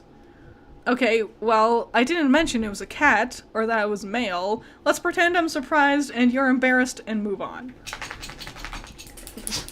My dogs woke up. To answer your question, I would describe my feelings toward the animal as lukewarm. Okay, that's fine. It doesn't really matter, I think. Just, what if someone told you could play a game that would bring him back to life? If someone told me that, I would regard the remark with a great deal of skepticism. If that someone was you, on the other hand, then I would have to ask preemptively, is that someone you? Yes, that someone is me. I just thought you might find it interesting. So what is this game? Oh, I don't know. I'm just saying is all. I think you'll hear about it later, and maybe you can talk to John and Dave about it. They are way more into all that stuff than I am. I'll see what the word on the street is about it, in due time. For now, I should probably order a copy of Knitting for Assholes. It would be a shame if I ran late with John's present. Interesting. Nice. Interesting. Oh, Dave needs to get his katana. Jumping back to Dave, finally. Wow. You captchalogue your katana and prepare to venture into the apartment to retrieve your bro's copy of the game. But first, maybe, just maybe, let's retrieve the dead bird?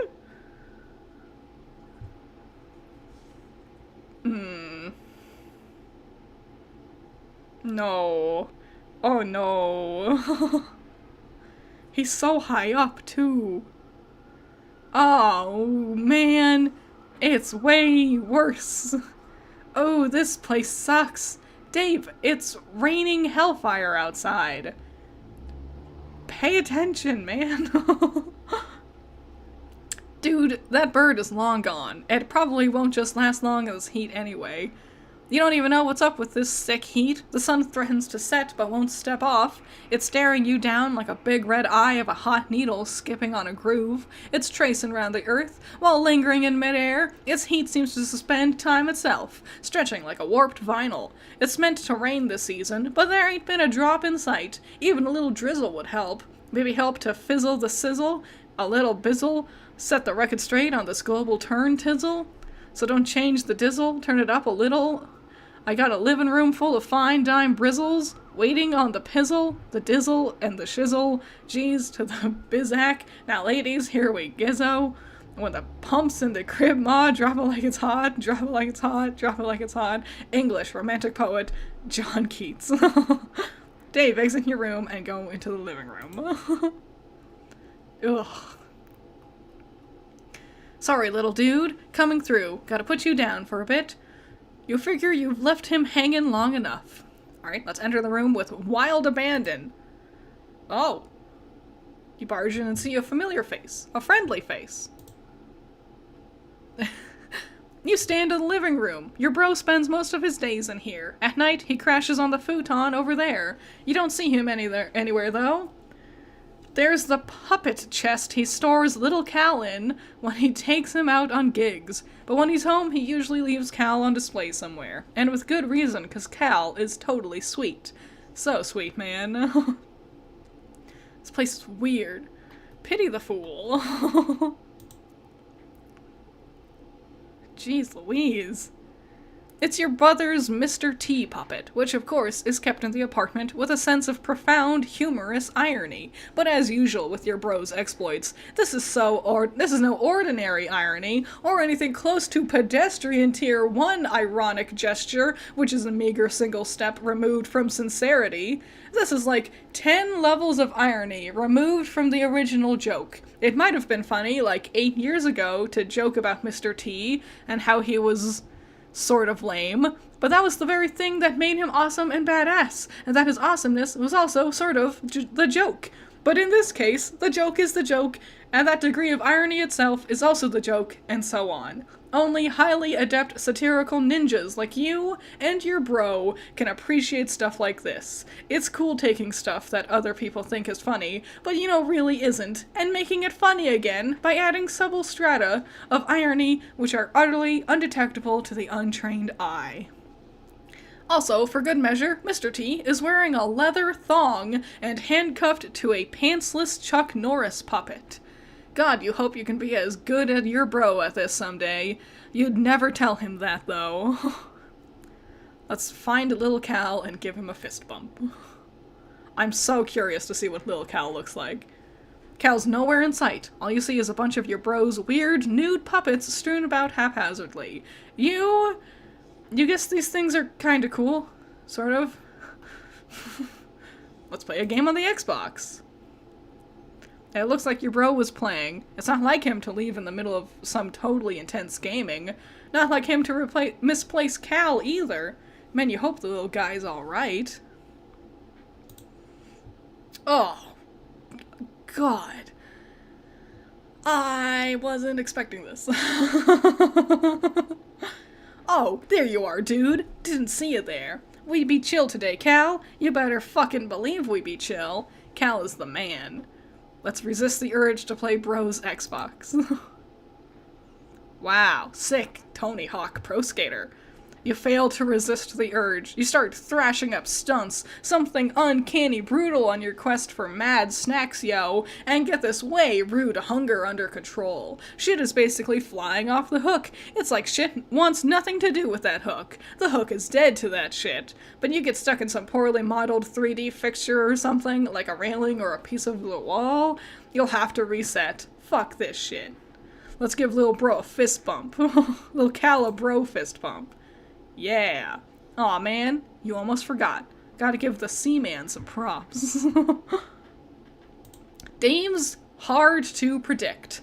Out of all of them, you would think Rose would be the hardest. They're all pretty hard to predict because of the nonsensical nature of, like, the like, Cthulhu-esque stuff with Rose and the clown stuff with John. But Dave's the hardest to predict, I gotta say. Check your bro's sweet gear. Yeah, that's a lot of puppets. Yeah. Your bro has so much sweet gear, it's hard to keep up with it all sometimes. Here's his computer setup. He's usually got a lot of stuff cooking up in there at any given moment. Since he's not around, you might as well sneak a peep. Look at your brother's computer. Aw, hell no. Your bro's computer is password protected, of course, to protect all the incredible top secret shit he's got on the burners. Of course you know what the password is, and he knows you know it, and you're both cool with that, because the password is the most awesome thing it can be. Nice. You enter the password on the desktop is a hodgepodge of unnamed folders to store all the stuff he's working on. No one can decipher his organization system but him. He also tends to use the application Complete Bullshit to keep up with the ludicrous amount of websites and news feeds he monitors to stay hip to the scene. Wow. Open Complete Bullshit. Jeez Louise. Oh god. This is complete bullshit. Let's check if Sweet Bro and Hella Jeff has a sweet update. Your bro keeps up with your projects and his aggregator, just like you keep up with his. He's tuned into your various blogs, and of course, Sweet Bro and Hella Jeff. You navigate to the latest comic, one of the many bullshit freed bands. Mouse over the orange stripe containing plush rump.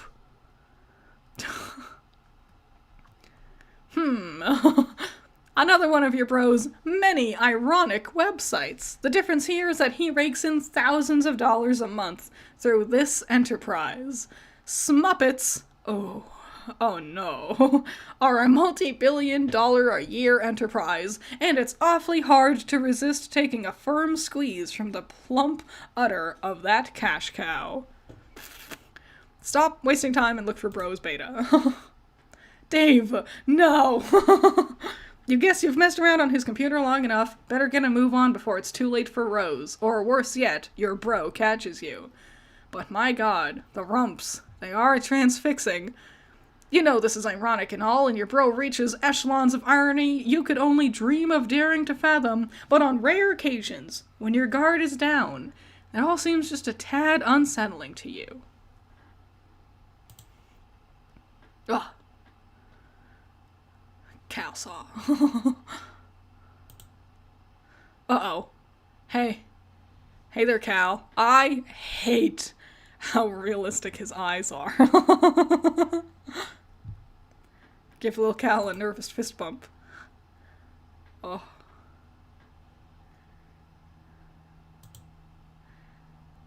You were sort of starting to flip the fuck out without losing your cool, of course.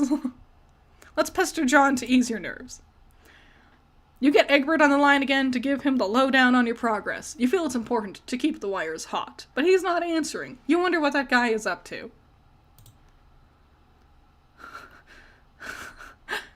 Hey, what is up? What happened with the monster that is totally definitely in your room? Did you kill it? Where are you, man? Anyway, things are cool here. Totally cool. Puppets are still awesome. No problem with them or anything. Like, just really, really awesome.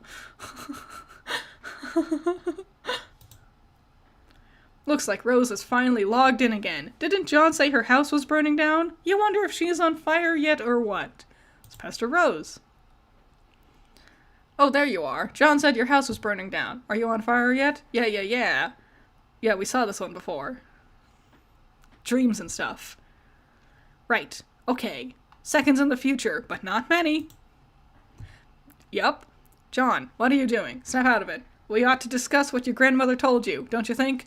Fine. Enjoy your stupor. I'll go about my business elsewhere. Let's deploy the punch Designix? Oh. What could this possibly do?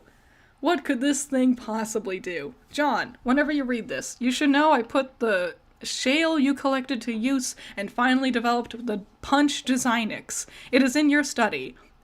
I can only drop it, though. You'll have to be the one to mess around with it and see what it does. When you're finished with your weird histrionics, maybe you could give it a try. I'm updating my walkthrough, and it would help to know what it does. Ooh, bad gremlins. Also, I should probably warn you that your house and yard are completely infested with monsters now. Try to be careful.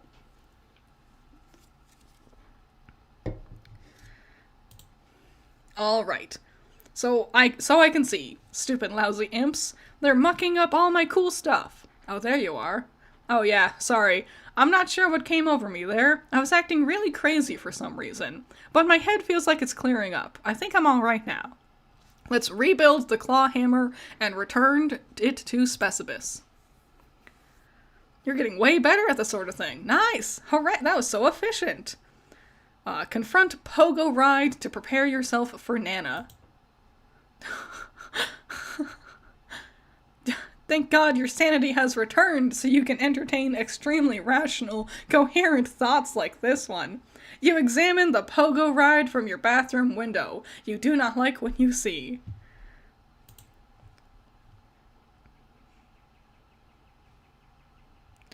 Those sons of bitches. No one risks painful injury on your green slime ghost Pogo Ride. No one but you. Use arrow keys to operate the Pogo Ride? Go for an insane combo? Let's arrow keys. I don't think it's doing anything. No. That's okay. Let's just go. Let's drop something heavy on one of those imps.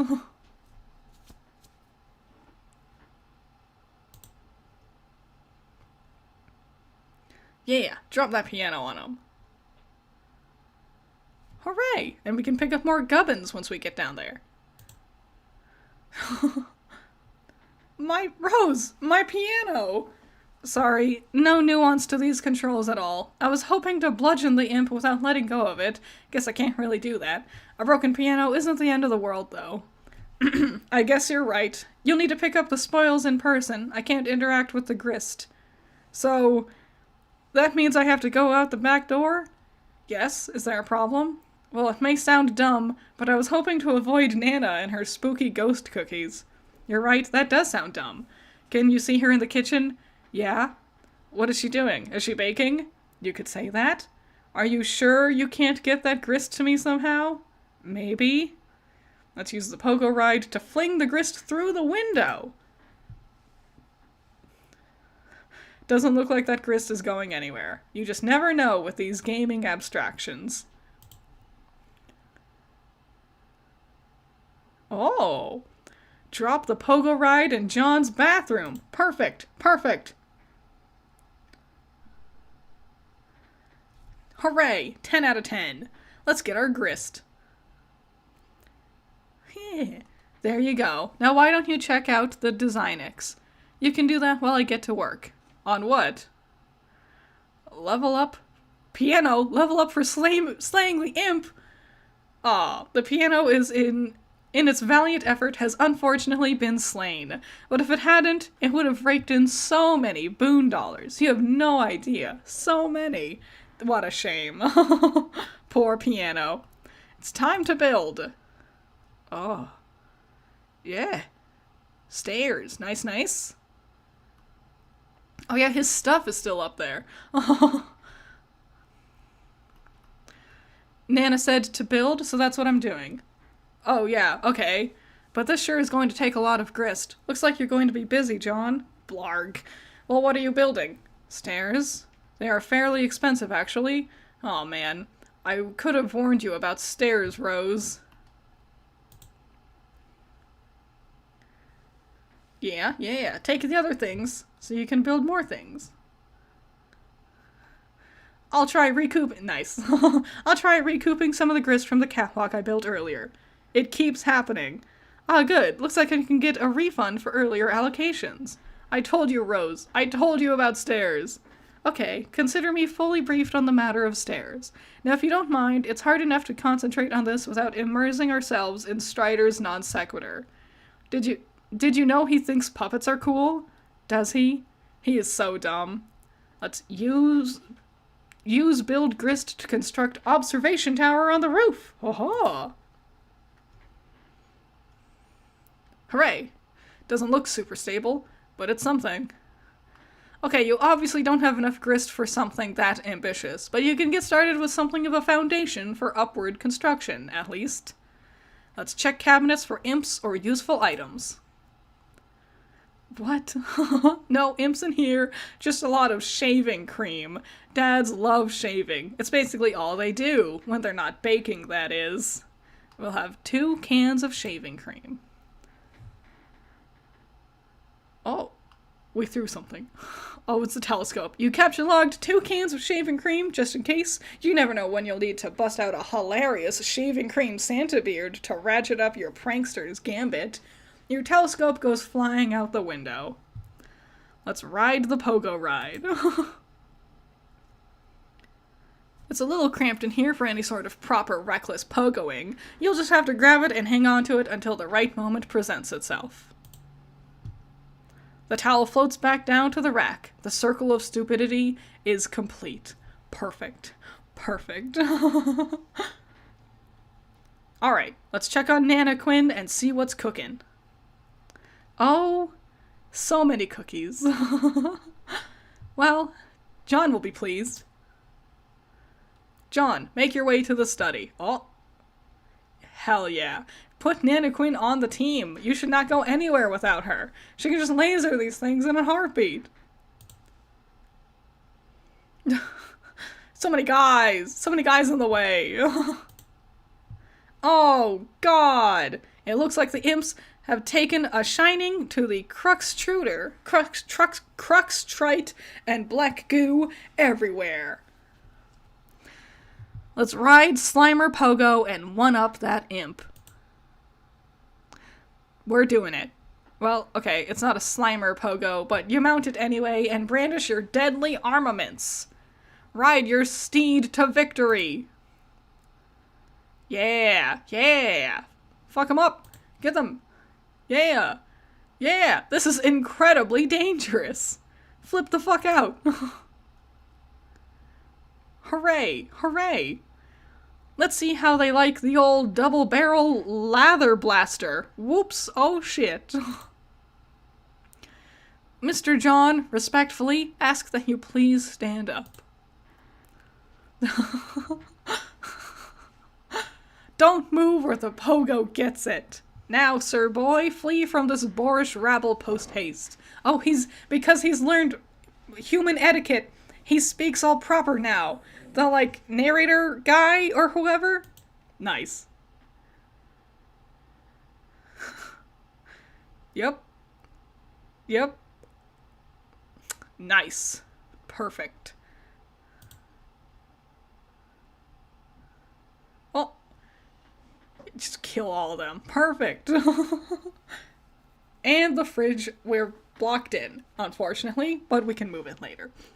Level up for slaying. Refrigerator gets to level up for slaying the imp. Hooray! The refrigerator skyrockets up the extra ladder to a new rung, 5-star General Electric, and earns 285 boon dollars. Things are really looking up for this feisty appliance.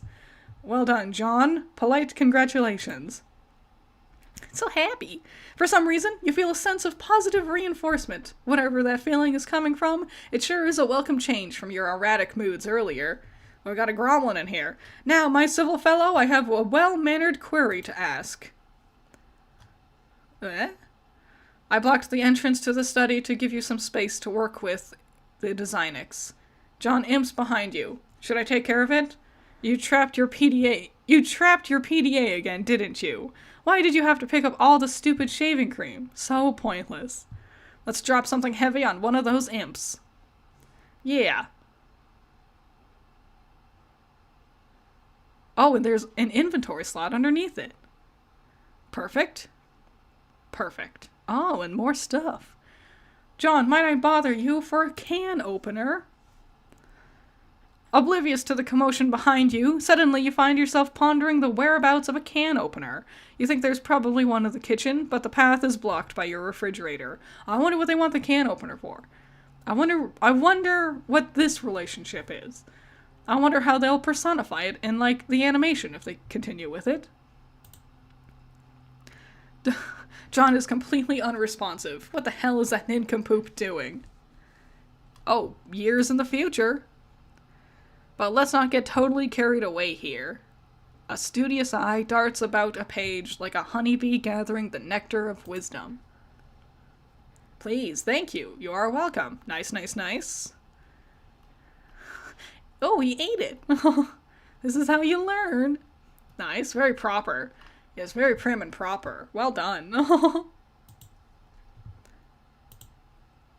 Oh, back to game facts. Oh, Lord. Let's construct the loft above John's room. Oh.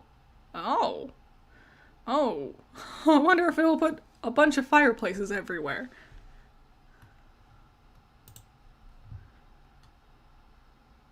Hooray. Flawless.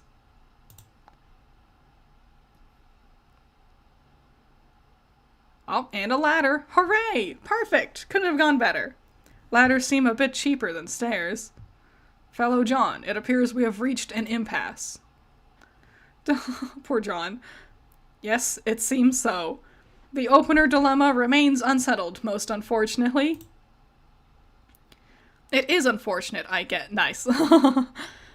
It is unfortunate, I guess. What are we talking about again?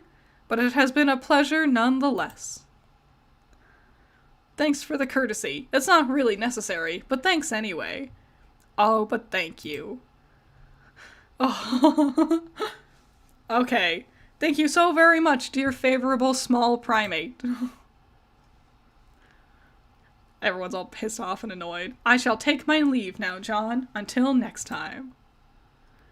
Wait, where did all this sweet loot come from? And why is there suddenly a crumpled hat on your head?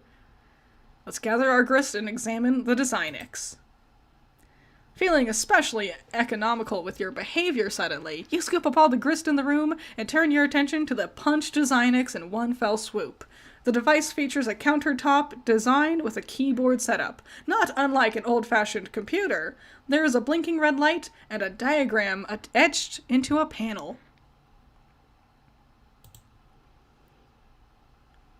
Let's answer Dave. Okay, wait, hold on. Why am I getting this stupid game for you? You're the one who should be wrist deep in puppet ass. What is the specific problem? The problem is I am up to my goddamn neck in fucking puppet dong. You know you like the mannequin dick. Accept it. I am enrobed in chafing, wriggling god-fucking-damned puppet pelvis. An obscenely long, coarse Kermit cock is being dragged across my anguished face. Let's put this into perspective. You put up with a puppet prostate because you love it. Also, coarse is a good word. You don't seem to harbor any sympathy for the fact I've burrowed fuck deep into lively, fluffy Muppet buttcock. I'm whirling. How did this conversation get here?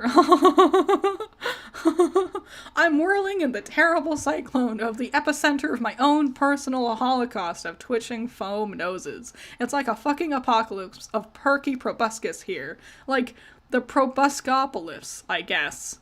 Are you going to start rapping about this? What? No. No, listen. Prong of flesh bereft of home, found solace twixt a cleft of foam. Oh no, Jesus. Of apocalypse, your thoughts eclipse, a painted pair of parted lips that dare through kiss to stir the air, that teases tufts of orange hair, and through faces flush and lovers' fits, hands snug in plush as gloves befit. Oh, Dickinson, if you can shut your perfumey trap for a half second, this is serious. I am just saying, if I see one more soft bulbous bottom being, like, kind of jutting out and impudent or whatever, I'm gonna fly off the handle. I'm gonna do some sort of acrobatic fucking pirouette off the handle and win, like, a medal or some shit. Then let's hope there will be a squishy derriere somewhere below to handle to break your fall. Let's observe back the first visible captcha-log card. Oh. You flip over the top card containing your pogo ride. Anytime you captcha-log something, a new code appears on the back of the card. You always wondered what the code was for. Damn, these things are hard to read, but then you've never really found any reason to decipher them. Until now, perhaps. Let's examine the reverse side of the hammer card in the stripe specibus. Oh. Looks like cards from your Strife deck have codes too. Let's enter captcha code as seen on back of Pogo Ride card. Oh. You enter the code into the keyboard. At least you think that's what the code is. The red light switches off. A green light begins blinking. Let's insert the card. Oh. Let's type in our next code.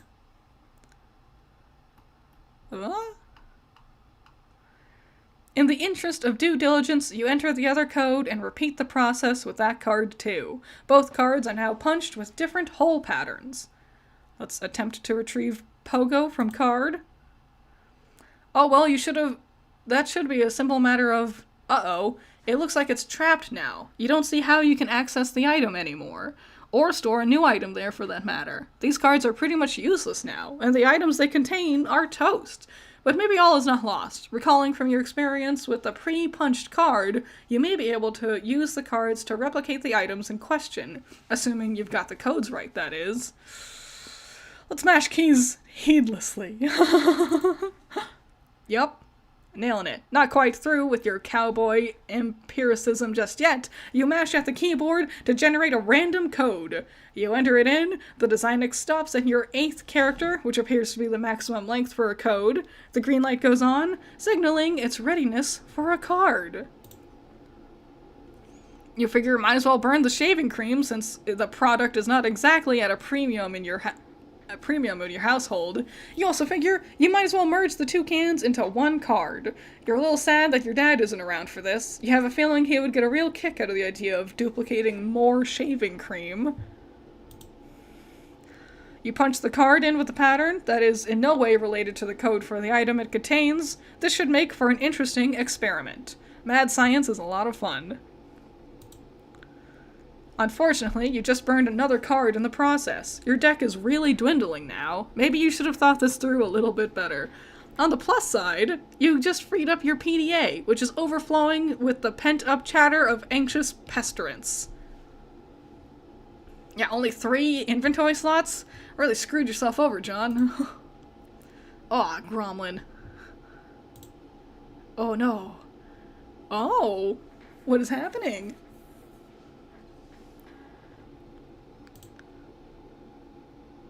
Whoa. Is it the bathtub? I think that's the bathtub. Yup. Hooray! Answer your chums. Puppets. Awesome. That's really all there is to say on the matter. Turn Tech God changed his mood to rancorous. John, I'm about to throw a bathtub through your wall. Watch out. Perfect. Good timing. Wow, that was totally unnecessary. I made a shortcut upstairs. I thought it would be a good idea to get up there and try the cards as soon as possible. Also, you weren't being terribly responsive. You mean these stairs? Man, these look like shitty stairs. They're so narrow. I'm supposed to climb those? They're perfectly navigable. Navigable.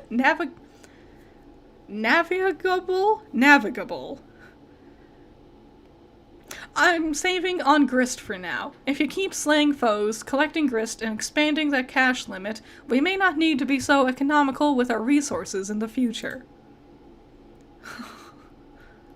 Oh.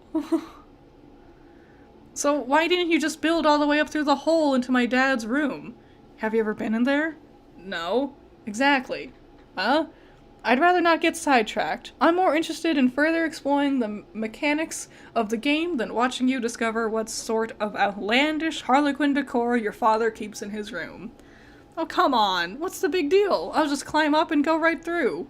Will you? Yeah, why not? Are you saying you've never wondered what's in there? Or why it's been kept a secret from you? Well, I mean, yeah. Then trust me, you won't be going right on through. Wait, are you saying there's something like troubling in there? I don't know. What do you mean? What have you seen in there? I can't see in there. Oh. But I don't have a very good feeling about it. Pfft, whatever. I think I can handle a few more stupid clown paintings. Let's move punched cards to John's room. Alright, perfect. Let's drag some Cruxite dowels up to John's room. Perfect. Let's collect the grist and examine the safe. Old book. Oh, it's the same one he has. You swoop up the bountiful supply of grist generated by your co-players' recent exploits. From now on, it will probably go without saying that you'll nab any grist lying around without making a big fuss over it. You check out the busted safe, which has made a noble sacrifice in battle. Some of your father's odds and ends have spilled out, including some old newspaper clippings and 2 rather hefty tomes. It's a fair bet that these books comprised at least half of the weight of the safe. Examine the family tome of humor. It's another copy of Colonel Sazaker's daunting text of magical frivolity and practical japery. This one looks really old, perhaps an original printing. Could it be the same one involved with your grandmother's unfortunate accident on that fateful day? Dad would never speak a word about it, but maybe Nana wouldn't be so tight-lipped. You give it a cursory perusal. It appears to be similar to your reprinting, listing all the japes and chicanery you have come to know and love. You catalogue it, thinking you may give it a closer look later. And we'll examine the contents of the safe. Shaving Almanac. You take a look at the other book. You're sure Dad thought this was a scintillating read, but it looks pretty boring to you. Maybe you'll crack into it someday when you're old enough to shave. Everything in the safe was obviously very important to your father. You wonder why he kept it locked away from you. Some things about him you will never understand. Oh. Meteors?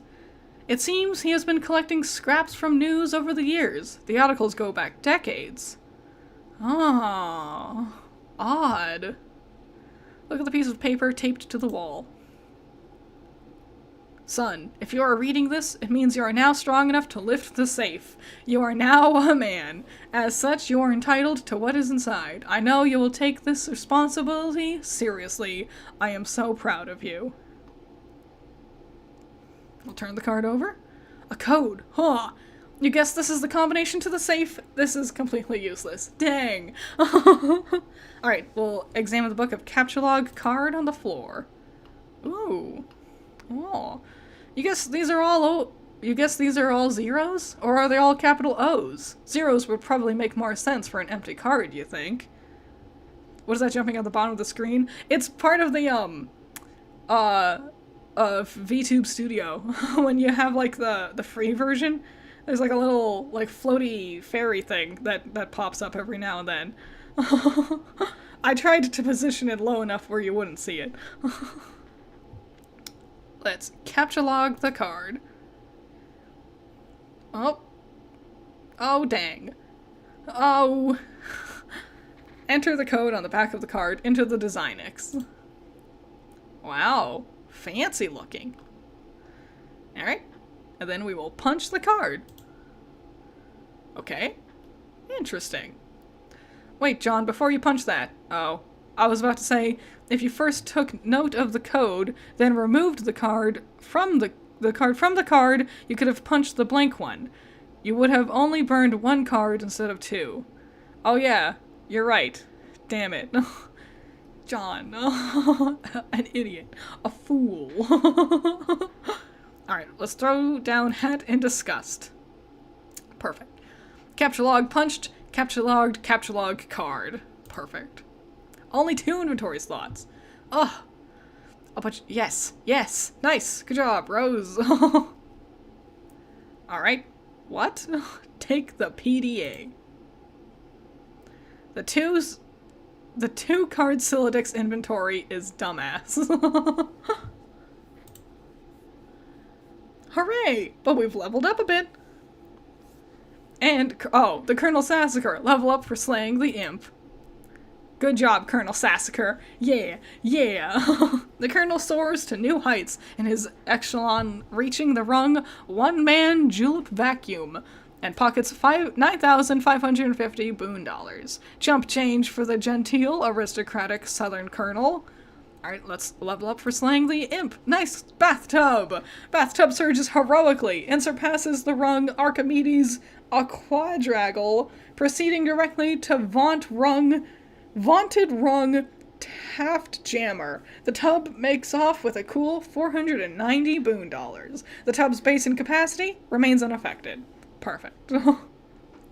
And the safe has leveled up for slaying the imp. Oh, the safe was slain in battle. A great flaming nautical pyre carries it off to Valhalla. Perfect. That's the best pun I've ever heard. Alright, make your way up those stairs. Post haste. You're not sure. They look pretty precarious to you, but you've been assured the stairs are perfectly navigable. Lads, scramble! Lousy, goddamn stupid stairs. Oh? Oh no. A shadow gremlin. Oh, we're back to tape. Ignore Lil Cal and find the beta. You wander around the place where your bro keeps his sweet turntable gear. Man, that setup is sweet. You feel pangs of jealousy whenever you walk by it. Really cool jealousy, though. Like the kind where, instead of getting all worked up about it, you don't actually give a shit. One of your brother's rad and extremely expensive ninja swords is missing, though. You know the drill all too well. Trouble's a brewin'. Oh, he has Billy! He has Billy the puppet from the Saw films. That's fun. No. Well, take the expensive ninja sword. What sword? Nice, nice. Exit your bro's room. You approach the... Oh, Cal. You approach the exit. There's something on the door you haven't seen before. Looks like one of your bro's ironic comics he left for you to check out. What have I done? Animal, please start breathing. Oh God, please. Okay, make-believe time is over. Oh God. Oh God. What will Nanny do to me if she finds out? No one can ever know. I have to hide the body, but where? Think, imagination. Oh, the one time I really need you. Hello, Ralph. I want to play a game. I want to play a game. I want to play... Yeah, okay, some of the stuff you know he's just leaving around to get under your skin. This is obviously another ploy in his relentless siege of one-upmanship to get your goat. The same goat you will be meaning to bleat, like, ironically, but that will still have to wait for a more appropriate time. You think he knows that deep down, you feel like you're still not ironic enough to get stuff like this, and this is probably some weird gauntlet he's throwing down to see if you will get it. But honestly, you think this material is just a little too ironic. You just don't need to see this shit right now. We'll go into the kitchen. Terrible kitchen. More Billy the Puppet. Great.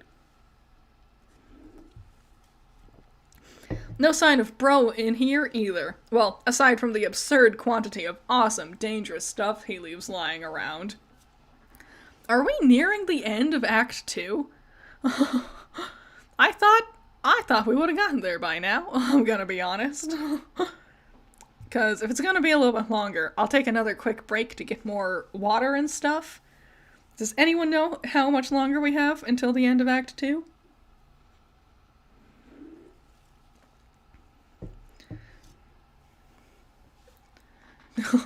No one knows for certain.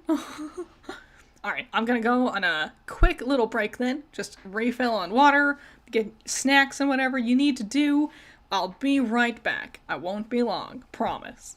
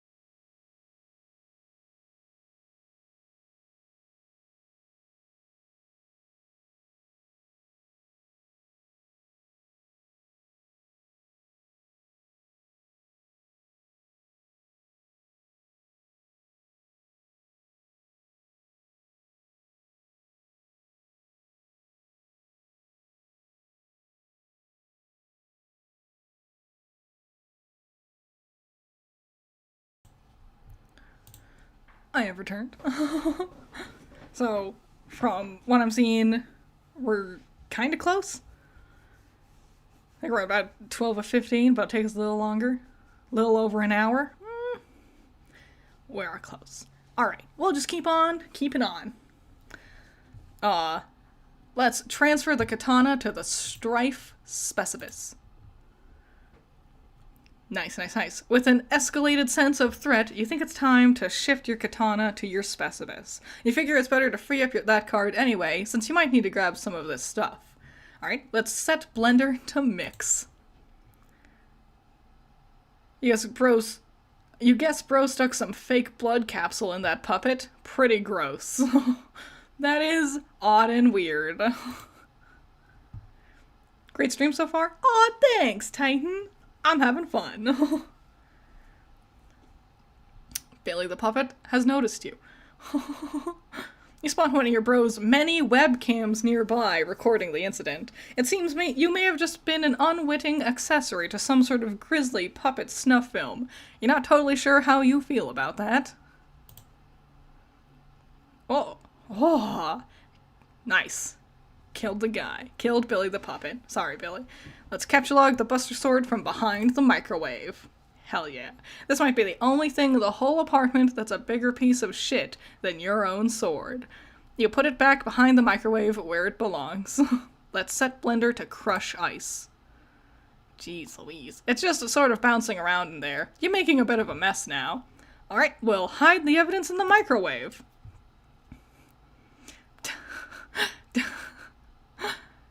See, like, his hobbies are cool and all, and you guess he's got to put his shit somewhere, but what if he just wanted to heat up a burrito or something? This kitchen is pretty much useless.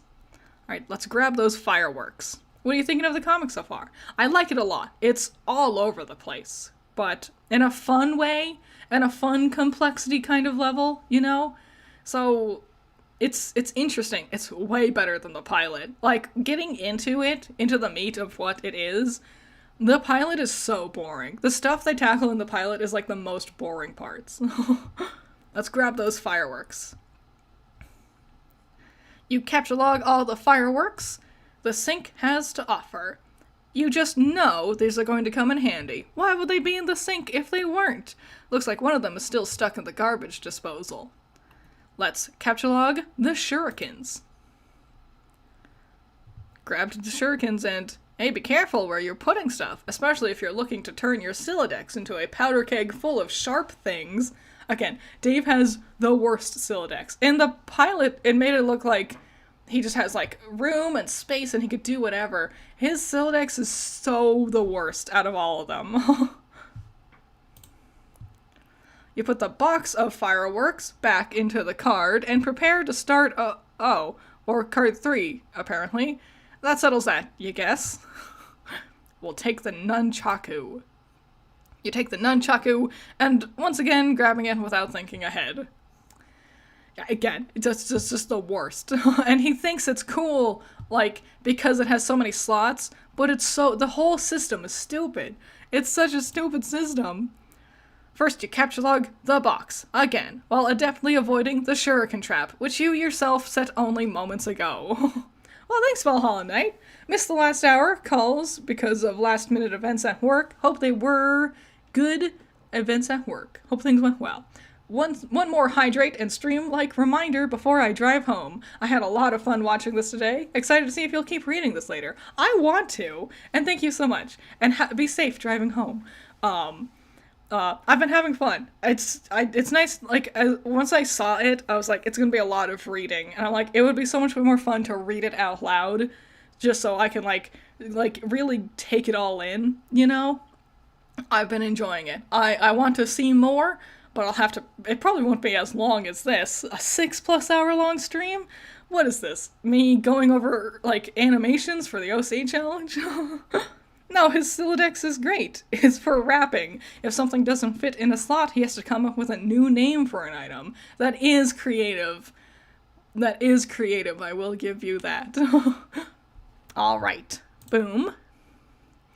You again round up all the fireworks. Time to regroup here. Capture log each shuriken individually. One at a time, knocking out those nunchaku. But no worries, you've got a plan. We'll capture log nunchucks.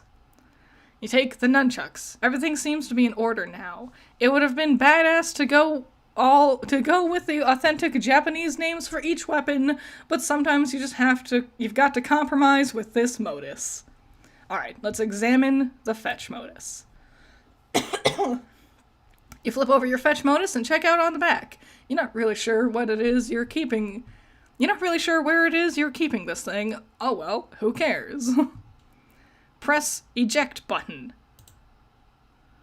Oh, hell no. Not after all that trouble you went through to get this stuff situated. This is potentially a very dangerous button. Change to Scrabble Points hash modus. What could that possibly mean? I know I kept saying this throughout the stream, and I already said it earlier, but mind if I shout out the release date for your own pilot? Sure, do it. Go for it. Crush it.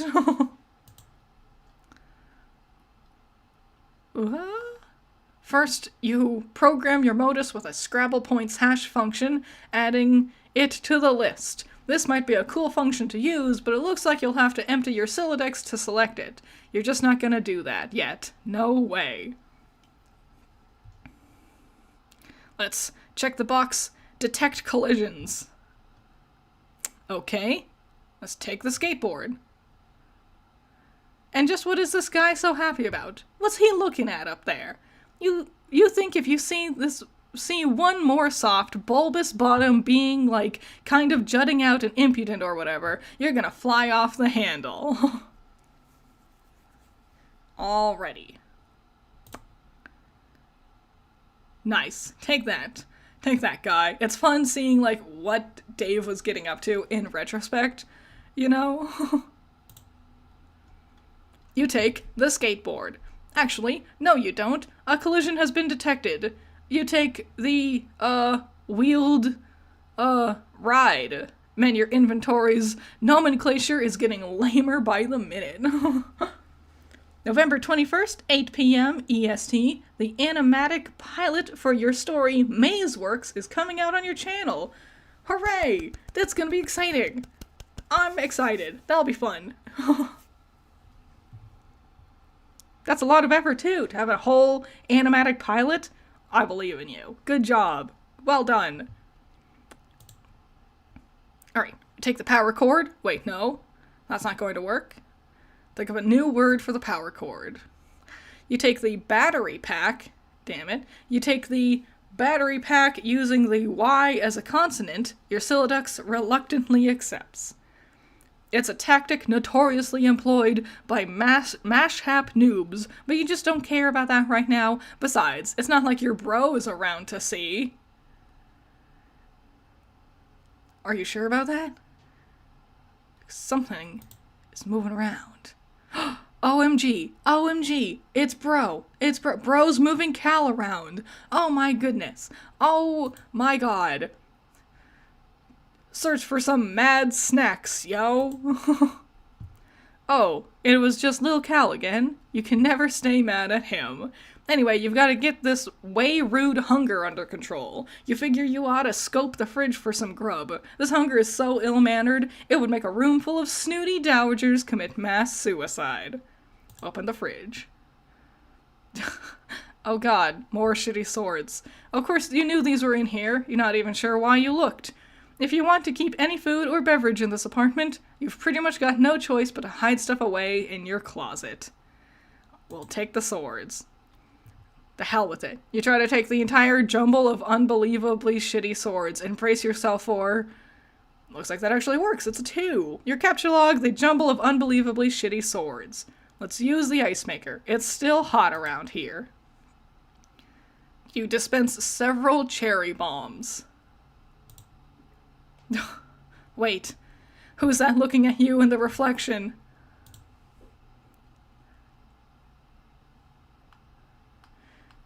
Where'd the little dude scamper off to this time? I hate Cal. I hate Cal. I hate Cal. We'll catalog the cherry bombs, though.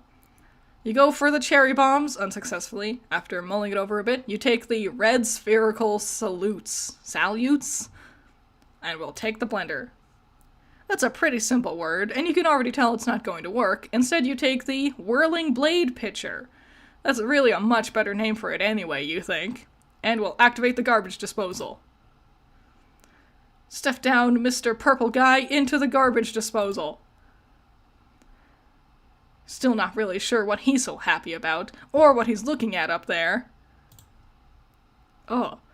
While you're at it, you dump the contents of the blender, whirling blade pitcher, into the disposal, but you suffer an unfortunate garbage disposal head jam. You notice something in the reflection. Something above you. What is it? What's up there? Hello, Dave. Oh my goodness. Dave's house does suck. It's the hatch to the crawl space above your apartment. Bro's always tucking away in there when he's busting out his rad stealth stunts. He's so slick, the dangling cord never even jostles. You just know he's being ironic with these weird mind games. There's no way anyone could be serious about aping those shitty movies. Use the turntables and cinder blocks to make a fort. Nice. That's a pretty sweet fort you just made, and you're pretty sure your brother would agree. Under different circumstances, you might be high-fiving over it right now. But rather than that, just get inside and take her for a spin. You really just need to use it to get up to that hatch. What page are we on? Can we check what page we're on? I have no idea how to do that. Well, yank the cord. It's time to face your destiny. No going back now. Oh no! Oh, what a nightmare! Dave, no! Oh god!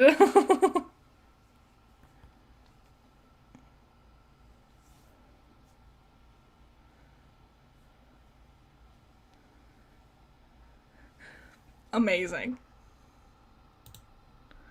Oh, the link on the site? It's 002510. Yeah, there was pretty much no way that there wasn't going to be a bunch of puppets in there. Nice. His little hand peeking out. Okay, wait. Hold on. Why am I getting this stupid game for you? You're the one who should be wrist deep in puppet ass. Yeah, the puppet ass conversation now makes sense. The re-release page numbers are weird. Oh, is that what it is? Alright, read the note on the hatch. Bro, roof now. Bring Cal. We're doing it, man. We're making this happen. Nice. Burst out of the puppet pile like the one. Flawless. Phenomenal. Remember when I said it felt like Neopets? Like I was reading Neopets things? This reminds me a lot of Neopets. Be the other guy. Oh. You're now the other guy. Haha. John, take dowels and sheets from bed and make a tent. Perfect. Great. Cool. This is so much fun! A huge waste of time, yes, but so much fun. Carve a totem of the punched pogo card. Okay, we got this. You put the punched card containing the pogo ride in the slot and carve a totem from one of the Cruxite dowels. Repeat the process with the other cards and dowels. See, moments of seeing Dave this angry wouldn't work nearly as well with the pilot version of Dave. It's twice as funny after seeing him try poorly to maintain the cool guy act. Yes, I 100% agree. You use the card containing the code for the hammer, as well as the one for the random code you punched over the shaving cream cards for the hell of it. You carve the respective totems for the cards. Do the same thing with the captcha-logged card. You make a totem of the captcha-log card. Pretty bare bones looking totem, if you ask me. I do like that they're all different shapes. Alright, we'll collect our totems. Nice. You stow the totems in your anthium. Nice, nice, nice. Good, because, like, John doesn't have any inventory. Let's produce a captcha-log card. Hooray! Ooh! The alchemiter requires 1 unit of any type of grist to produce 1 card. You decide to use shale, since it seems less generally useful than build grist as of now, and you make a whole bunch of them! What an amazing turn of events! Thank you, Media Watcher! Really, my only issue with the review was the claim that the comic had no swearing. Other than that, I found it mostly fair. What a silly... I asked on Twitter, because someone else had already posted about the pilot coming out, and I saw comments under it of people also talking about the amount of swearing. And so I was like, a perfect opportunity to use this as like a launching point. And so I quote tweeted it, and I was like, can someone who's read it tell me if they swear that much? And like 3 or 4 different people answered, and they all said, nah, I don't think so. And I don't think they were lying. I think they genuinely just didn't remember. But yeah, silly me. I didn't think they had any reason to not tell me the truth, or wouldn't have gotten the correct answer. I'm too trusting, I suppose. But yeah, we got a bunch of item stuff now. Hooray! Whoa, did you just make all these? Yes. Sweet, thanks. What did you do with all the blue wobbly vase-looking things?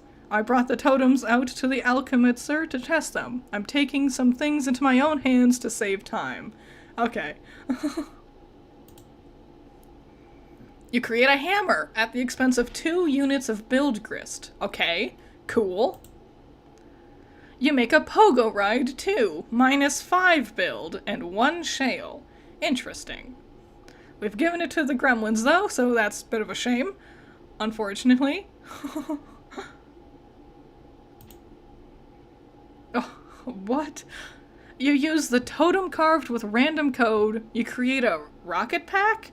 With some random crap stuck inside it. Looks like a cinder block, a violin, and a flower pot. The items have rendered the device completely inoperable. Odd. Odd. You figure you might as well put this piece of junk to use. Perfect. 10 out of 10. Amazing. Let's collect our cards. Using a little strategy, first you grab Harry Anderson's Wise Guy by Mike Cavney, then the cards, and your ejected PDA, and then the book again to flush the cards into your deck. Nice going. We have so much inventory now. This is phenomenal. What an amazing turn of events. We'll turn on Detect Collision. Nice. You can flip your fetched Modi, but find no such option. This is idiotic. Dang. Alright, we'll read the book, Be the Wise Guy. Cool. You never really understood what Cavney's relation to Anderson was, or why he wrote this book about him. His ambivalent attitude towards your favorite magician in these anecdotes always struck you as a little weird, and to be honest, you tend not to read too much of the text in the book. You mostly like to look at the diagrams for all the cool tricks. Amazing. What a perfect kid move, also. Like, I like this book, but mostly for the pictures. Oh, wow. Oh. Oh yeah, that's right. The old hole in the ace trick. Interestingly enough, pertaining to punching holes in cards and making them disappear and stuff. Your hands were never really strong enough to make this one work all that well either. But actually, this gives you an idea. Ooh. Oh. You overlap 2 of the punched cards. They mask each other's hole patterns. Put both cards in the totem. You carve another totem using the new combined hole pattern. Take it to the alchemiter. Nice, nice, nice, nice, nice, nice, nice. Oh man, looks like Rose made 1,000,000 hammers for some reason. Get all this shit out of the way. You're about to make something sweet. Fantastic. Phenomenal. Amazing. I couldn't wish for a better... Mario wishes he had a hammer this cool. You got the pogo hammer. Yes, yes, yes. 10 out of 10. Amazing. Let's practice with the new weapon. Yeah. Yeah. What did you do? I combined the cards in the lathe thingy and made this. It is so sweet. Man, look at me go. I see. That was a really good idea, John. Nice work. Thanks. I got the idea from Harry Anderson. Who? You know the show Night Court? No? Oh. Well, bottom line is, he's awesome, and that's really all there is to say on the matter. Let's attack the nearest imp to test Pogo Hammer's strength. Amazing. Fantastic. You get a vicious, rhythmic bouncing combo going and easily slay the imp in one blow. You and the pogo ride are catapulted sky high in the process. Oh. Oh. Well, we didn't need it much anyways. Sweet catch. Nice. Well done, Rose. After getting a few good pages of the three kids, who's your fave so far? I think it's John. He's zany. He's wacky. He's fun. Dave is still my least favorite, but I also feel like Dave has a lot more going on that we don't get to see just yet. His home life seems bad. Like, Rose is like, OMG, my mom sucks. How dare she? This is such passive-aggressive war. And then Dave has, like, he can't eat. There's no food in the house. So I feel like there's more going on with Dave, you know? Alright. Uh-huh. Oh. What has happened? Oh, no. I think it's a big one. Hey, that was pretty, nice. Sweet catch? Sweet catch? Yeah. Oh, yeah, that. This is pretty comfy. Why don't you just, like, carry the bed around with me on it, up to the gate up there? I can't interact with you directly or anything that you're touching, if it will result in moving you. See? Oh, lame. The game probably regards that as a kind of cheating, in a way, thieving you of your free will as an adventurer, and the need to advance by your own skill and ingenuity. The server player is just a facilitator. Well, okay. All that screwing around kind of wore me out. I think I'm going to rest here for a bit. Rose, can you keep the imps at bay? Like, drop some stuff on them if they sneak too close? No, you should pick up your hammer and defend yourself. What? Come on. I have no idea what the hell Dave is up to, or if he's any closer to recovering the game. There's some stuff I'd like to try in case he doesn't come through. Alright, I'm just gonna rest my eyes here for a second, though. Go asleep, John.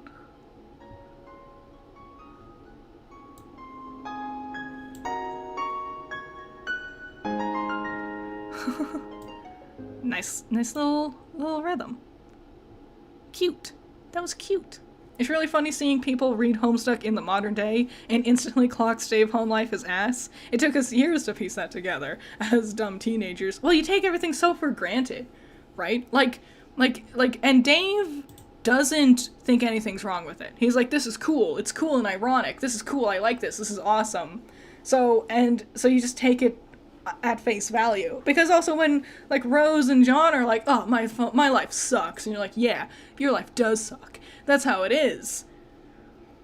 And so you just try to, like, you accept what the story tells you and you don't realize there's levels of nuance here, you know? We will check the alchemy exorcists. Ugh. Looks like a sort of index documenting all the known results for punch card alchemy combinations. Hooray! This could be a convenient resource as you start to stumble on more useful card combinations. But ever since John started punching cards, you've been contemplating other ways this item manufacturing system could be of use. In particular, if you obtain the code for any item on your disposal, you think you could theoretically send the code to John and he could make it himself. That is, if you can think of anything that would be worth sending to him. Ooh, interesting. Spoken like a true media analyst. Aw, I'm 30. I've been doing this for a while. Alright, let's capture log the Spurb server CD. Is it working? It looks bad out there. It looks bad out there. You eject the disk and capture log the server CD. Message John the capture code. Oh, god damn it. It's bad. Things are very bad. It's super bad. Oh no. Oh no. Oh god. Oh no! If you make a video on Homestuck, I hope you do some analysis stuff too, because I love Homestuck analysis vids, and I've always loved the insight you give on your Ruby critique. Oh, thank you! It's crazy going into like a franchise, because it's so like I might sit here and be like, I have a great new theory, and it's because it's so old of a franchise, a million people could be like, yeah, that came out like 10 years ago. You're just repeating what someone else said. And I'm like, I no. All right, John, wake up. We need you.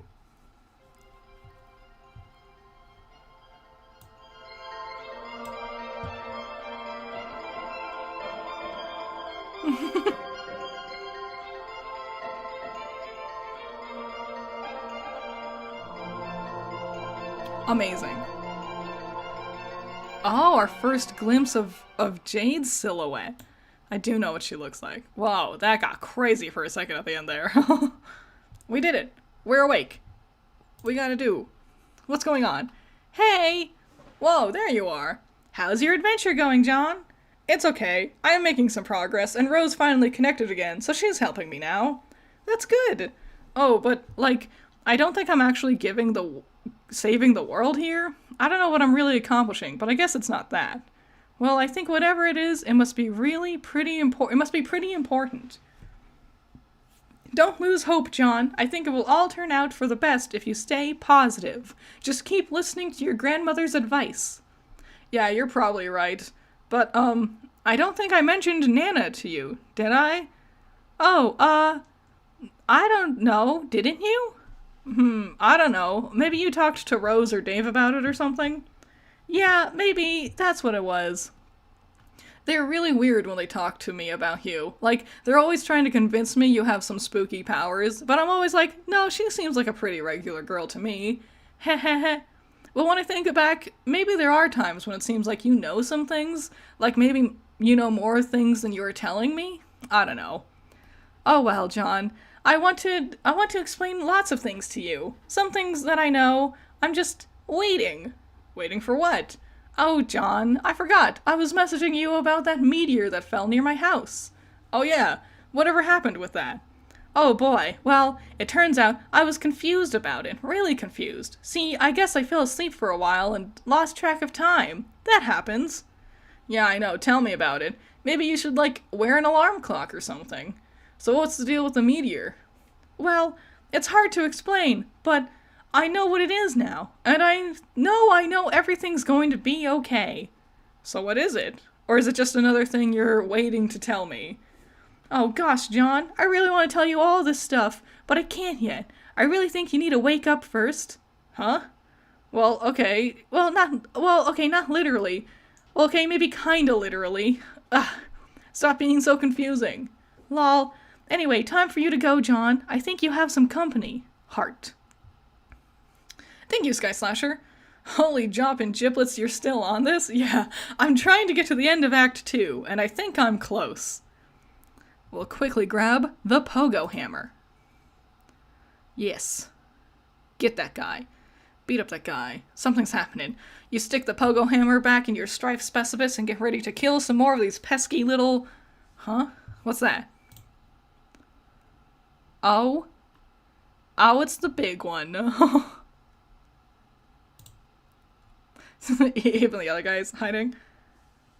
Rose, why aren't you dropping something on that thing? Oh no. Be the imp. You be the imp and quickly abscond the fuck out of there. This is what weaker adversaries do whenever things get too hot to handle, which is frequently. Prepare for a boss battle. Oh my god, you stopped being the imp because that was stupid and scurry over to your magic chest that you suddenly remembered was on the roof. There are some things in here that would be good to stock up on for a major battle, but it looks like someone has plundered your chest. This is so outrageous. Oh? Oh? So many guys. You are being ambushed. There isn't much room to maneuver on the sloped roof. Maybe you should consider making your way to higher ground. Ascend to the highest point of the house. Nice. You go up there. Perfect. Look down. You peek over the edge. John. Nope. Nothing's over there. Your handcuffs are gone. It already seems like a long way down to your yard, not even to speak of whatever's below. Hey, weren't your trick handcuffs dangling from that branch earlier? Damn it, why do imps gotta be making off with all your sweet gear? Dang. Turn around. Oh no, there's two of them. You are confronted with a pair of enormous foes. This is it. You have no choice but to wage a fierce rooftop battle. This is totally going to happen now, and could in no way conceivably be interrupted by a sudden shift in our tension. It's go time. It's time to do this thing. We're doing it, man. We're making this happen. Did these links mean something? Or do we just stop being the other guy?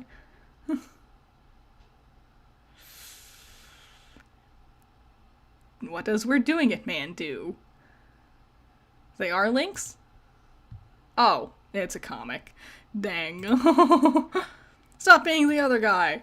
Back to Dave. You stop being the other guy. You're not even sure what that meant anyway. Dave, ascend to the highest point of the building. We're going to see our brother. Bro, roof now. Bring Cal.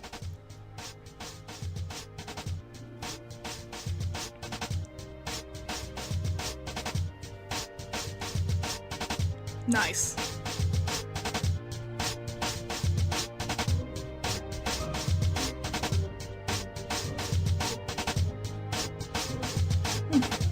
I hate Cal.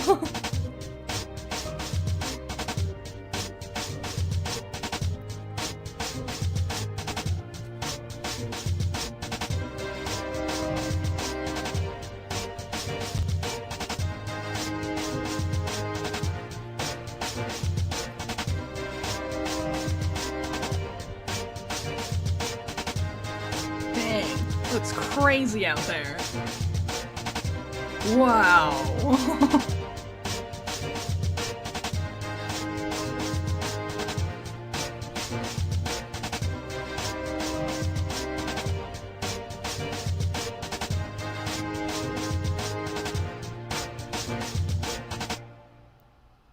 Psych. Oh my god. Oh wait. Double psych out combo. Wow. Wow. This game's impossible to predict. This story's impossible to predict. You are now the wayward vagabond. Whoa! Wow! What does that mean? What an unexpected turn of events! Oh my goodness! Retreat. Get him already. Examine rotten pumpkin. What pumpkin? Check the little red bar. Dang. Okay. It appears to be a gauge for a large power cell, perhaps fueled by some type of nuclear reaction. If this is the case, it is relatively low on fuel, but who knows how long it has been running here. You do not care about this sort of nonsense, and you will disregard it at once. You are very hungry. Captcha-log a can of gravy. Do they have a captcha-log? Captcha-log. You have no idea what that means. Is it total nonsense and you... It is total nonsense and you do not know what to make of it. You will not give the foolish notion a second thought. Wow. Whoa. Whoa. Whoa. Let's pick up the can of gravy. Just pick it up. You just pick it up. You are now holding a can of gravy. Use sharp teeth to poke a hole in the lid of the can. Oh. Your teeth are useless for the task. They are blunt like that of livestock, presumably suitable for mashing up plant matter and not for puncturing metal. This is crazy. I can't believe what is happening. Attempt to open the can with your weak, pathetic digits. Your weak, pathetic digits are not strong enough to penetrate the can. Your fingers are certainly pointy enough, and your black carapace is suitably rigid, but you just don't have enough muscle for the task. Take the can labeled beans.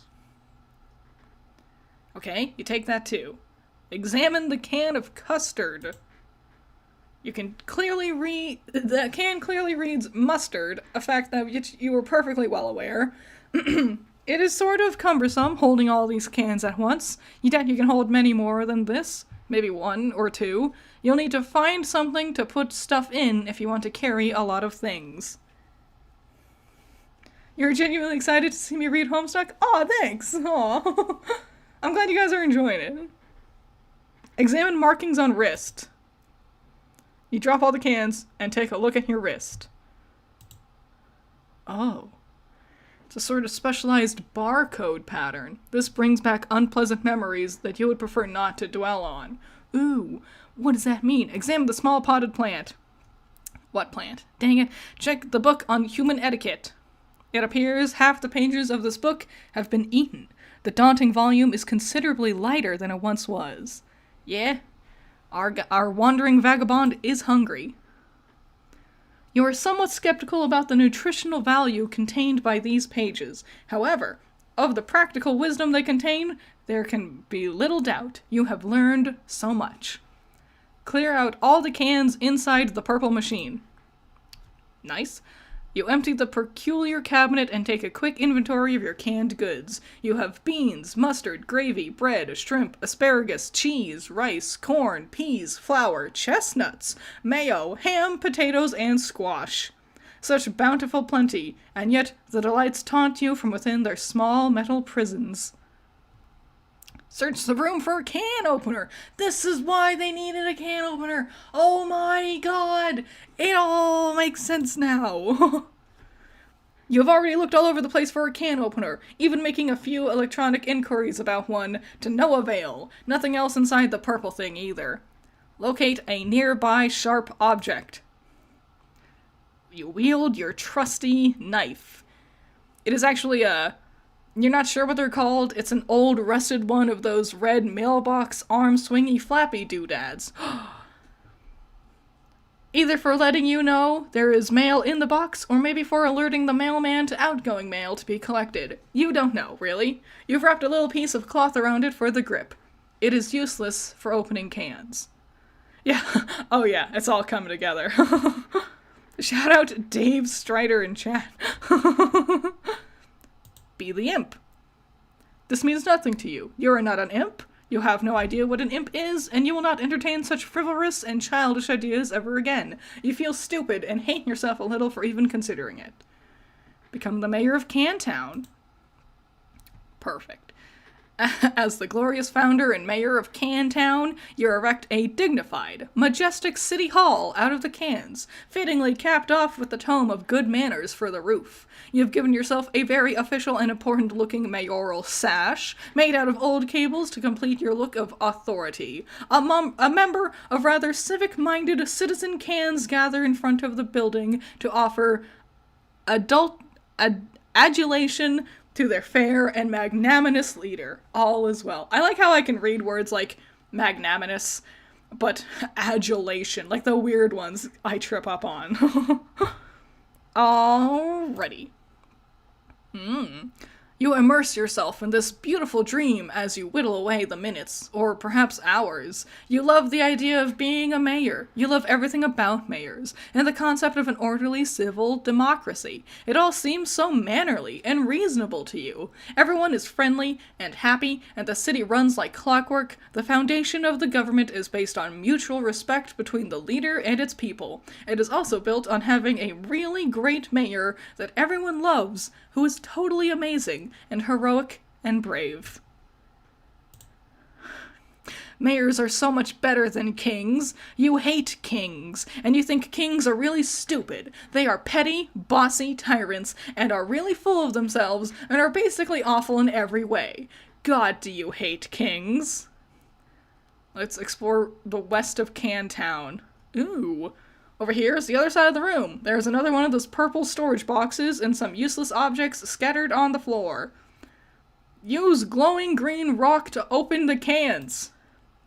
You pick up the nugget of uranium and... Oh, that was so stupid. Why would you do that? What a shame. Examine the box of crayons. It's chalk, numbnuts. Dang. Well, at least chalk is easier to use. and sticks to more surfaces. Inside the box, there are 12 pieces of chalk in every color of the 10 pieces of the chalk in most colors of the rainbow. You are excited by this. Try to open the storage box. It's locked. There must be some sort of release mechanism for this thing. Examine contents of yellow container. The container is full of motor oil. This does not seem useful to you right now. Rescue that poor lightning bug. There is nothing you can do for this little friend. Attempting to crush the amber encasing the firefly would likely cause it harm.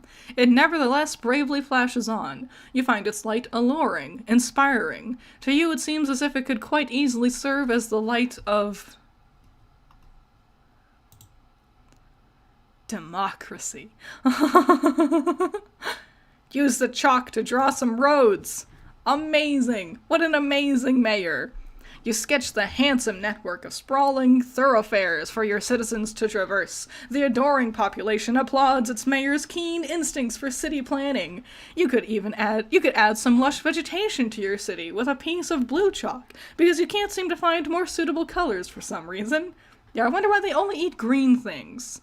I've noticed all the green things they want to eat. Lay a chalk foundation for Cantown civic growth. You develop westward, settling these fertile plains and claiming them for your city. You section off a number of residential and commercial zones for civic growth, arranged in only logical pattern that occurs to you. You color the residential zones with your piece of white chalk, but for some reason none of the colors in the box strike you as suitable for the commercial zones.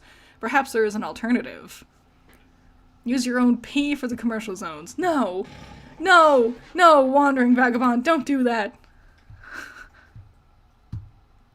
Go back home. Go back to the home page. What do you mean? What? What do you mean? What do you mean? Hold on. Why did we end there? Why did we end there?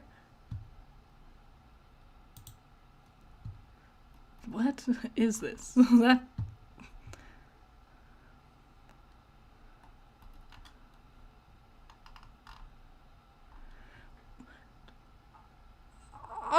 so the mechanics of Spurb are partially inspired by SimCity. I only know put it together that WV is playing IRL SimCity right now. Use back arrow. Okay. Boop. Boop. Boop. Should we try it again? I was reading off the unofficial collection. No, I'm on the website. Should I try again? It's not found. Oh no. Oh no.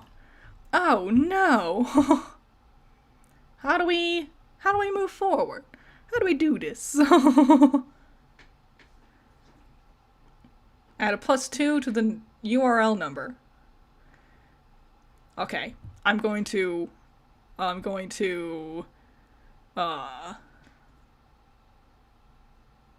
blind that, just so if I goof up, I don't do something wrong. Alright. Let's try that. Chat. I'm a genius. Use motor oil to designate commercial zones. You fill each empty square with a bit of motor oil to complete the zoning. It looks rather striking to you. You can hardly imagine that an up-and-coming young can trying to make it in the world would not be delighted to live in your fair district. You are very careful not to get any of the unpleasant fluid on your person. Let's hope that doesn't happen again. Peel label from can of mayo and affix it to the sash, because it almost looks like mayor. Haha. Amazing. Survey surroundings in search of more terrain for city. Alright. Not much terrain. Seems you have run out of territory for your western expansion, but there still is a lot of empty wall space. Perhaps your citizens would be happier with a colorful backdrop that would make them feel more at home.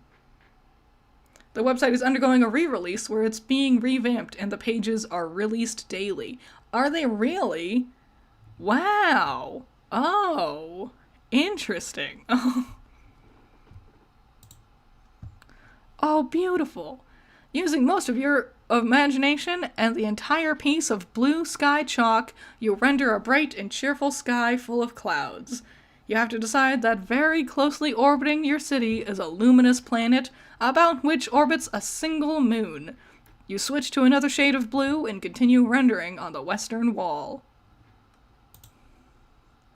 Orbiting much further from your city are 4 planets. None of these have satellites, you have decided. Yes, that makes sense, you think. Interesting. Interesting. Interesting. Interesting. Does this mean something? Are these our 4 heroes? Like, I would think that's Dave, because it's hot. That might be Jade? I'll just keep moving forward. And on the southern wall, beyond an impenetrable veil of darkness occupying the furthermost orbit, there is an ominous planet. A moon circles this one, too. Ooh. Check the rampaging boy on the screen. Nice. Oh yeah, it's that guy. You had almost forgotten about him and his confusing shenanigans. It seems like he has things well in hand at the moment. He does not appear to need your help, and you have already concluded that he cannot help you, at least for the time being. Turn on the other 3 screens. Oh. You have no idea how to turn these on. There is no mouse for this weird quadra-monitored computer. It can only be operated through text commands from its keyboard. Perhaps there is a special key or command which will allow you to switch to another monitor. We press tab.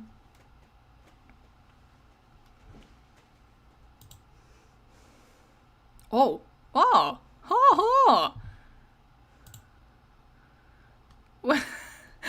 We got tab. Consume several cans. Yeah. You free the heavenly brown elixir from the jewels of pink carapace and imbibe like the wind. It's so sweet and sugary, you wonder how much sugar can fit in one can. Whatever mighty wizard concocted this potion is truly deserving of your fear and respect. Welcome the rest into the city. Amazing. The tabs are naturalized as loyal new citizens of Can Town. All cans are welcome and equal in your city, regardless of can content and whether empty or full. It's not like emptying a can kills it or anything. They are just cans after all. Feeling refreshed and heavily caffeinated, you go back to work on the big computer. You hit escape, which seems to minimize the action window thingy, and reveals a history of all the commands you've entered. Interesting. Oh. Yep. Uh-huh. You use the arrow key to scroll up a bit. You can't believe how much you've already typed into this stupid contraption. What a waste of time. Oh, you scroll all the way up to your first command. It looks like there are more commands above it. Maybe someone was entering commands on this thing before you? There aren't many more. At the top of this list appears to be the very first command. Switch to 2. Oh, it's Rose's house. Though it's goofed up. You activate screen 2. The signal is garbled, and you have no idea what you're looking at. Some sort of filthy beggar pleading for help. No one is around and nothing is happening. You seem to be locked out of any sort of interaction with whatever is happening on this monitor. We'll go to switch 3. Oh, Dave, fighting a bird. What? It's another one of those rapscallions. This monitor is locked too. You can't tell him what to do. Not that you really want to, since this just looks like more confusing nonsense to you.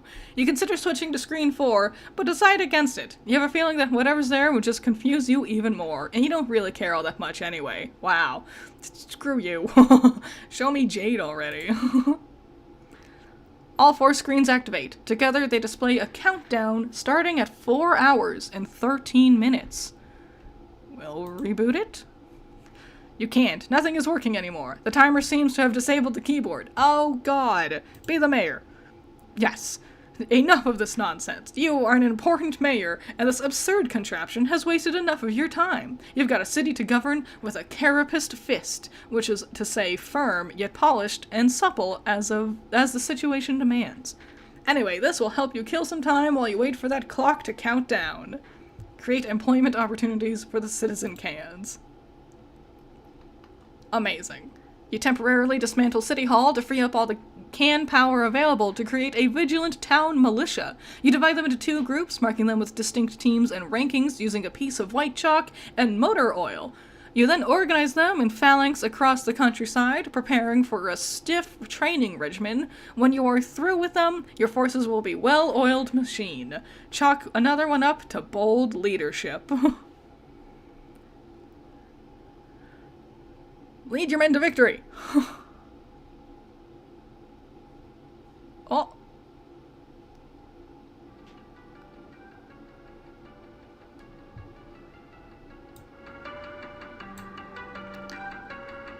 Amazing.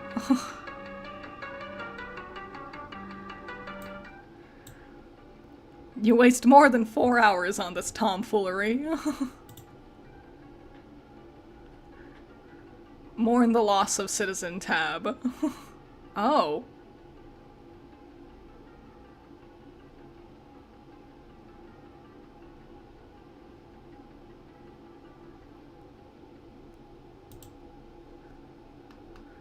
Poor Citizen Tab. Your caffeinated jittering must have agitated all the little bubbles curiously hidden in the liquid, creating too much pressure in the can. You speculate this is why it exploded as you nervously eye the timer. You are starting to wonder what will happen when it reaches 0. Maybe it would be best not to be near it when this happens. Minutes in the future. Though perhaps not as few minutes implied by circumstance. A peregrine mendicant trundles precious cargo beneath the gleam of the celestially ominous. Oh, another person. Ah. Oh. Go outside and get some sun. You say bittersweet goodbye to your beloved city. It is time to move on to greener pastures, by which, of course, you mean an arid, sandy wasteland upon which nothing green has ever grown in years.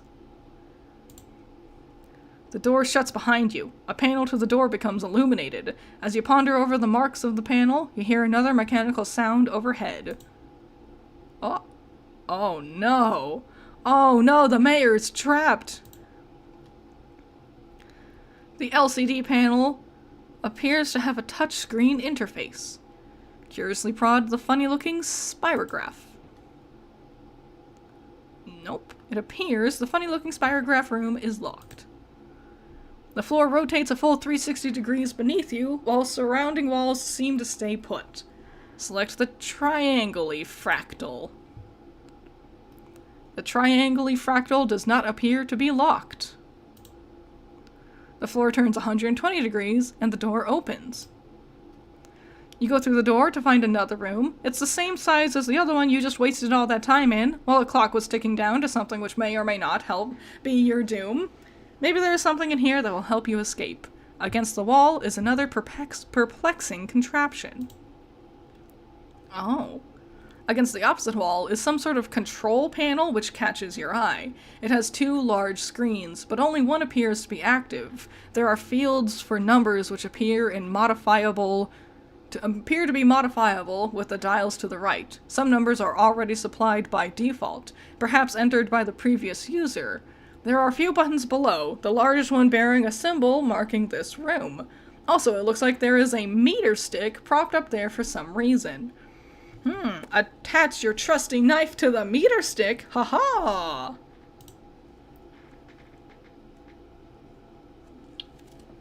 Okay. You immediately craft a measuring spear through possibly the most advanced form of alchemy employed just thus far. This is obviously the most important thing to do first. Obviously.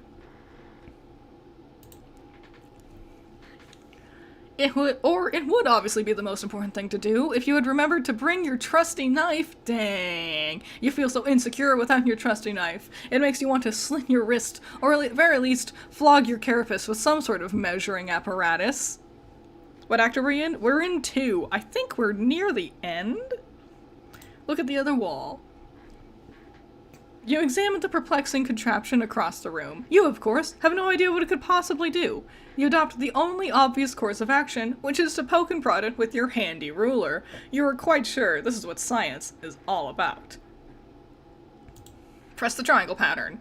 You go back to the control panel, which probably obviously controls that gizmo, and you push the big blue button, which is obviously probably the most obvious thing to push. You purify a pumpkin. Whoa. Why? Examine the pumpkin. It seems this mysterious gourd has transported, purified, from a specific time and location somewhere on this planet you are on. You wonder if the machine, a purifier, will take any object that exists at whatever time and location you supply. There is a symbol carved on the pumpkin. You don't know what it means, and you doubt it will ever prove to be relevant in any way. Devour the pumpkin. Oh. You consider dining on the ripe flesh of the plump vegetable, but your curiosity about the purifier gets the better of you. You try to sneak a nibble from the pumpkin nonetheless. Inspect the green buttons.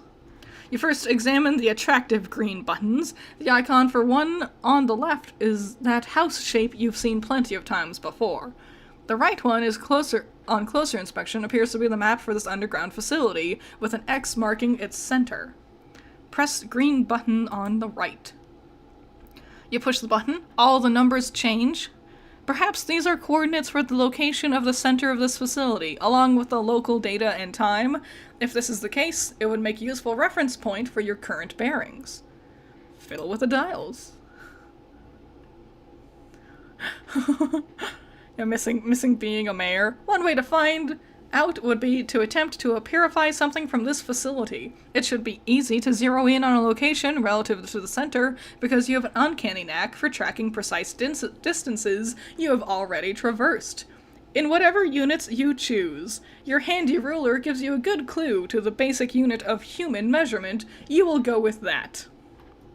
Purify your trusty knife. We got this. We're so smart. We're like the best mayor. You nudge the coordinates very slightly and bump up the elevation to 0.5 human measurement units. You make sure to keep the time approximately what it is to begin with. You purify your trusty knife. Amazing. Purify Cantown. Hooray! Well, you nudge the numbers a bit more and purify a bunch of cans. This is so much more efficient than walking back to the other room to get them. You are to believe that that time is at a premium, after all. Purify the pumpkin. Does this machine look like a purifier to you? Honestly, the idea that a purifier could both purify and purify things is so laughably ridiculous. You would wish someone would purify your brains and repurify it with a brain that is more smart and less dumb. Use trusty knife to carve spook schema in pumpkin. Oh.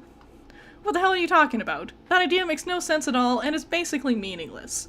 Try using that mushy stuff in the gourd next time. In your gourd next time. Instead, you just carve off the top, exposing the decadent cache of gorgeous, seed-laden ambrosia. Needless to say, you consume all of it rather quickly, but it turns out to be too gross for us to watch. Move the spirograph switch. You cannot move it. It has a spirograph-shaped indentation, and possibly will require a special kind of key to turn it. Purify firefly out of the amber. Oh, it worked. We've done it. You release your blinky new friend. You will give her a name when something suitably whimsical occurs to you. Adjust the time dial to purify the rotten pumpkin. From the past, yes. You and Serenity consider new ways to waste more time with the purifier. You're assuming she is a girl firefly, even though you're not really sure that fireflies can even be girls. You target the extremely tasty rotten pumpkin that was sitting in the other room hours ago.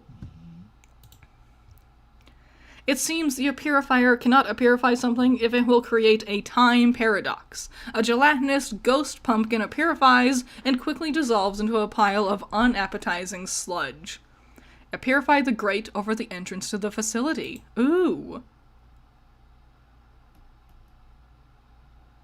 Serenity blinks a message of urgency. You nearly forgot that while trapped in amber, she was a witness to all your tomfoolery and dilly-dallying in the other room, and knows that timer is about to expire. It is time to get the show on the road and escape. You reset the coordinates with the right green button again, and this time only adjust the elevation by approximately 10 human measurement units. Haha! Hasten to the exit, post-haste!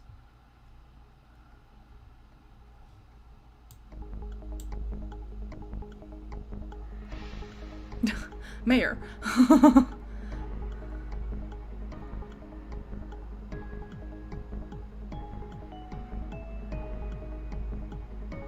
Mayor, please.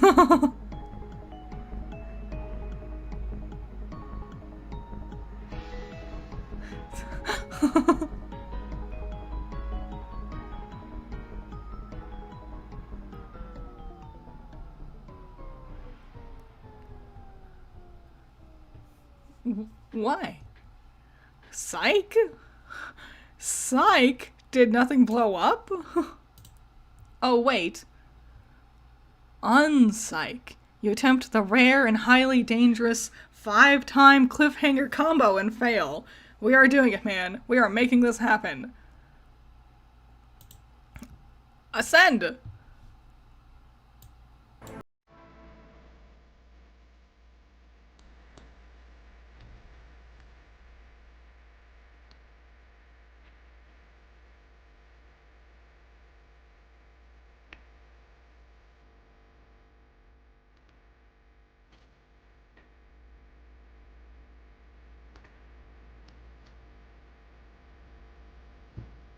Oh.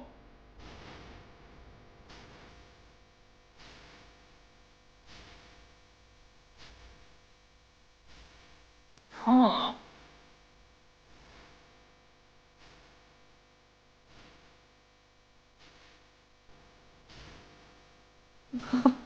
A continent westward, just like the mayor. Oh my goodness.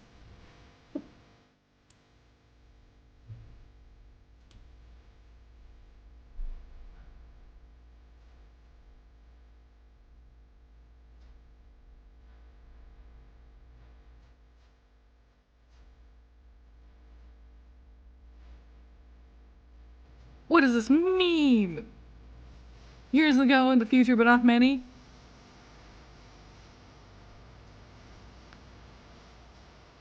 Ah.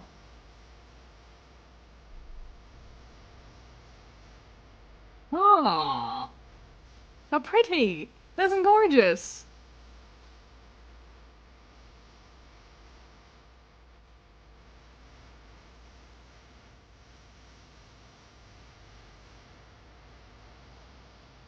Oh.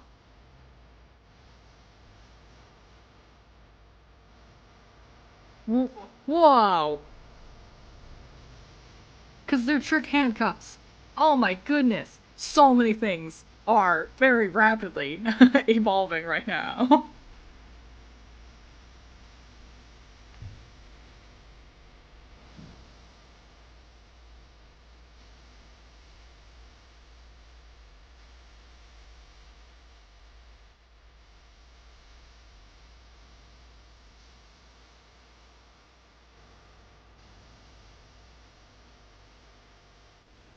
I was not prepared for time-related shenanigans in this story. For so much time-related shenanigans. Yeah, not many got crossed out. Wow. That was the end of Act 2. Oh my god. Wow. That was insane. Act 2 was bonkers. Act 2 was crazy. Like, Act 1. Eh. Man, the animated pilot really did stop at once the boring shit was done, right? Act 1 was good. It was a good introduction. It got us set up, and like we slowly started to like creep into understanding the world a little bit. They're like one system. Like, we learned how the Spurb gameplay worked with Rose managing it on her side, and we also learned about like their Silodexes and the inventory system. And I like how we spent that time like setting up some stuff that was going to be important later, like Grandma's Ashes, the Harlequin toy. And then Act 2 really just, like, kind of, like, now that we're done setting things up, let's just go crazy. We're balls to the wall. Anything can happen. And you can feel like Act 1 was like an experiment. Like, an experiment of, will this even work? Will this idea, this MS Paint adventure, is it anyone gonna be interested? How much can we play around with this? Like, the seemingly open-ended world. And then once that one got big, it's like, okay, now with Act 2, we can really push the limits of it. Crazy. That was fun. That was a lot of fun. After 7 hours straight. Has it been, oh my god!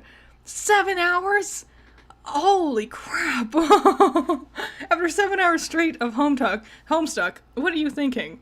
Will you keep live streaming after you're reading? I think I will. I think it's more fun to do it live, you know, and then I can talk to you all and share thoughts and, I don't know, theories and stuff.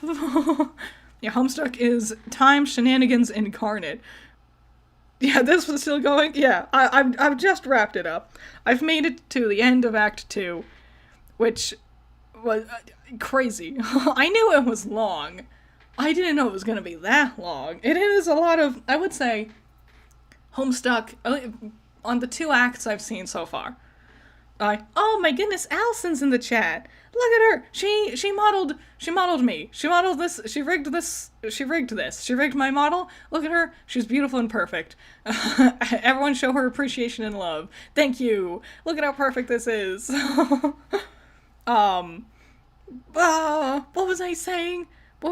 Oh yeah, of the 2 acts I've seen, there's a lot of filler. And I've heard people say, like, when you hear, like, it has 8,000 pages, it's natural to think, yeah, there's probably going to be some filler here or there, right?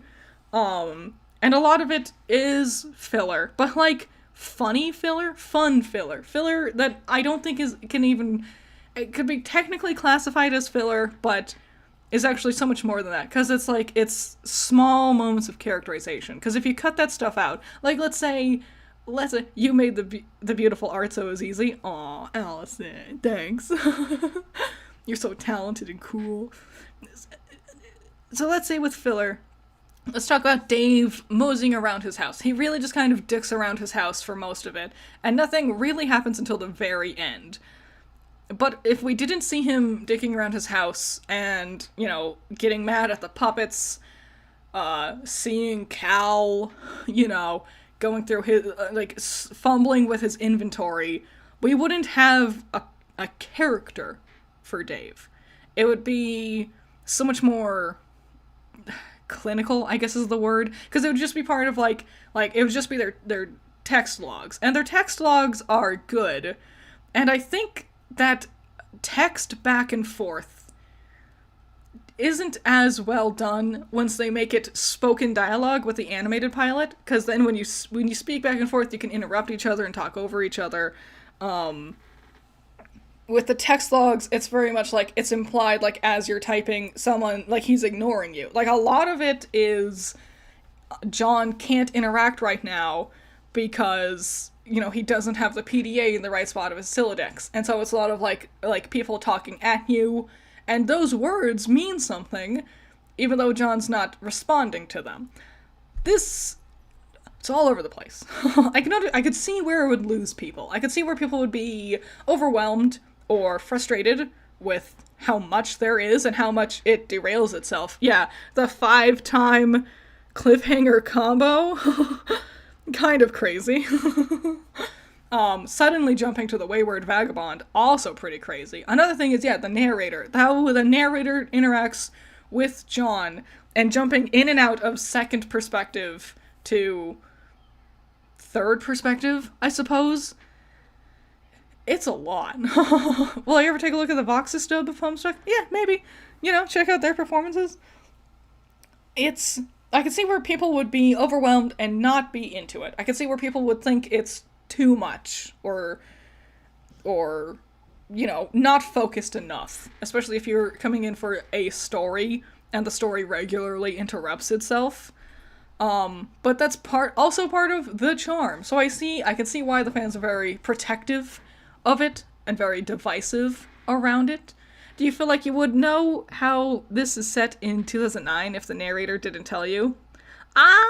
Yeah, certain things like the PDA, certain like outdated technology. I don't know if I would be able to guess exactly which time frame, but I would understand it's not modern day. You know, they're not using Discord. They're using a text chat, like a chat log, right? I liked it. I liked it a lot. It was fun. It was interesting. It was a lot. Clearly, I've been streaming for over 7 hours. It was a lot. But I enjoyed it. And I'm glad you all joined me. And I think I'm done for the day. My eyes are tired from reading, and my throat is getting sore from talking. Alrighty, so I think I'm done so. And I appreciate you all for showing up and hanging out and having a good time. Everyone who gave super chats, thank you so much. I appreciate you endlessly. Thank you. Yeah, 7 hours. A crazy, monumentous task. So, that's the end of stream for now. I've babbled enough. Thank you for watching. Thank you so much for hanging out. We'll do this again. I don't know when. I'll post about it on both my, YouTube posts, and I'll put it on Blue Sky and Twitter and all those. You literally just joined? I'm sorry. To be fair, it's been a 7-hour long stream. You have plenty to catch up on. Yes, stay hydrated, be cool, be kind. See you later.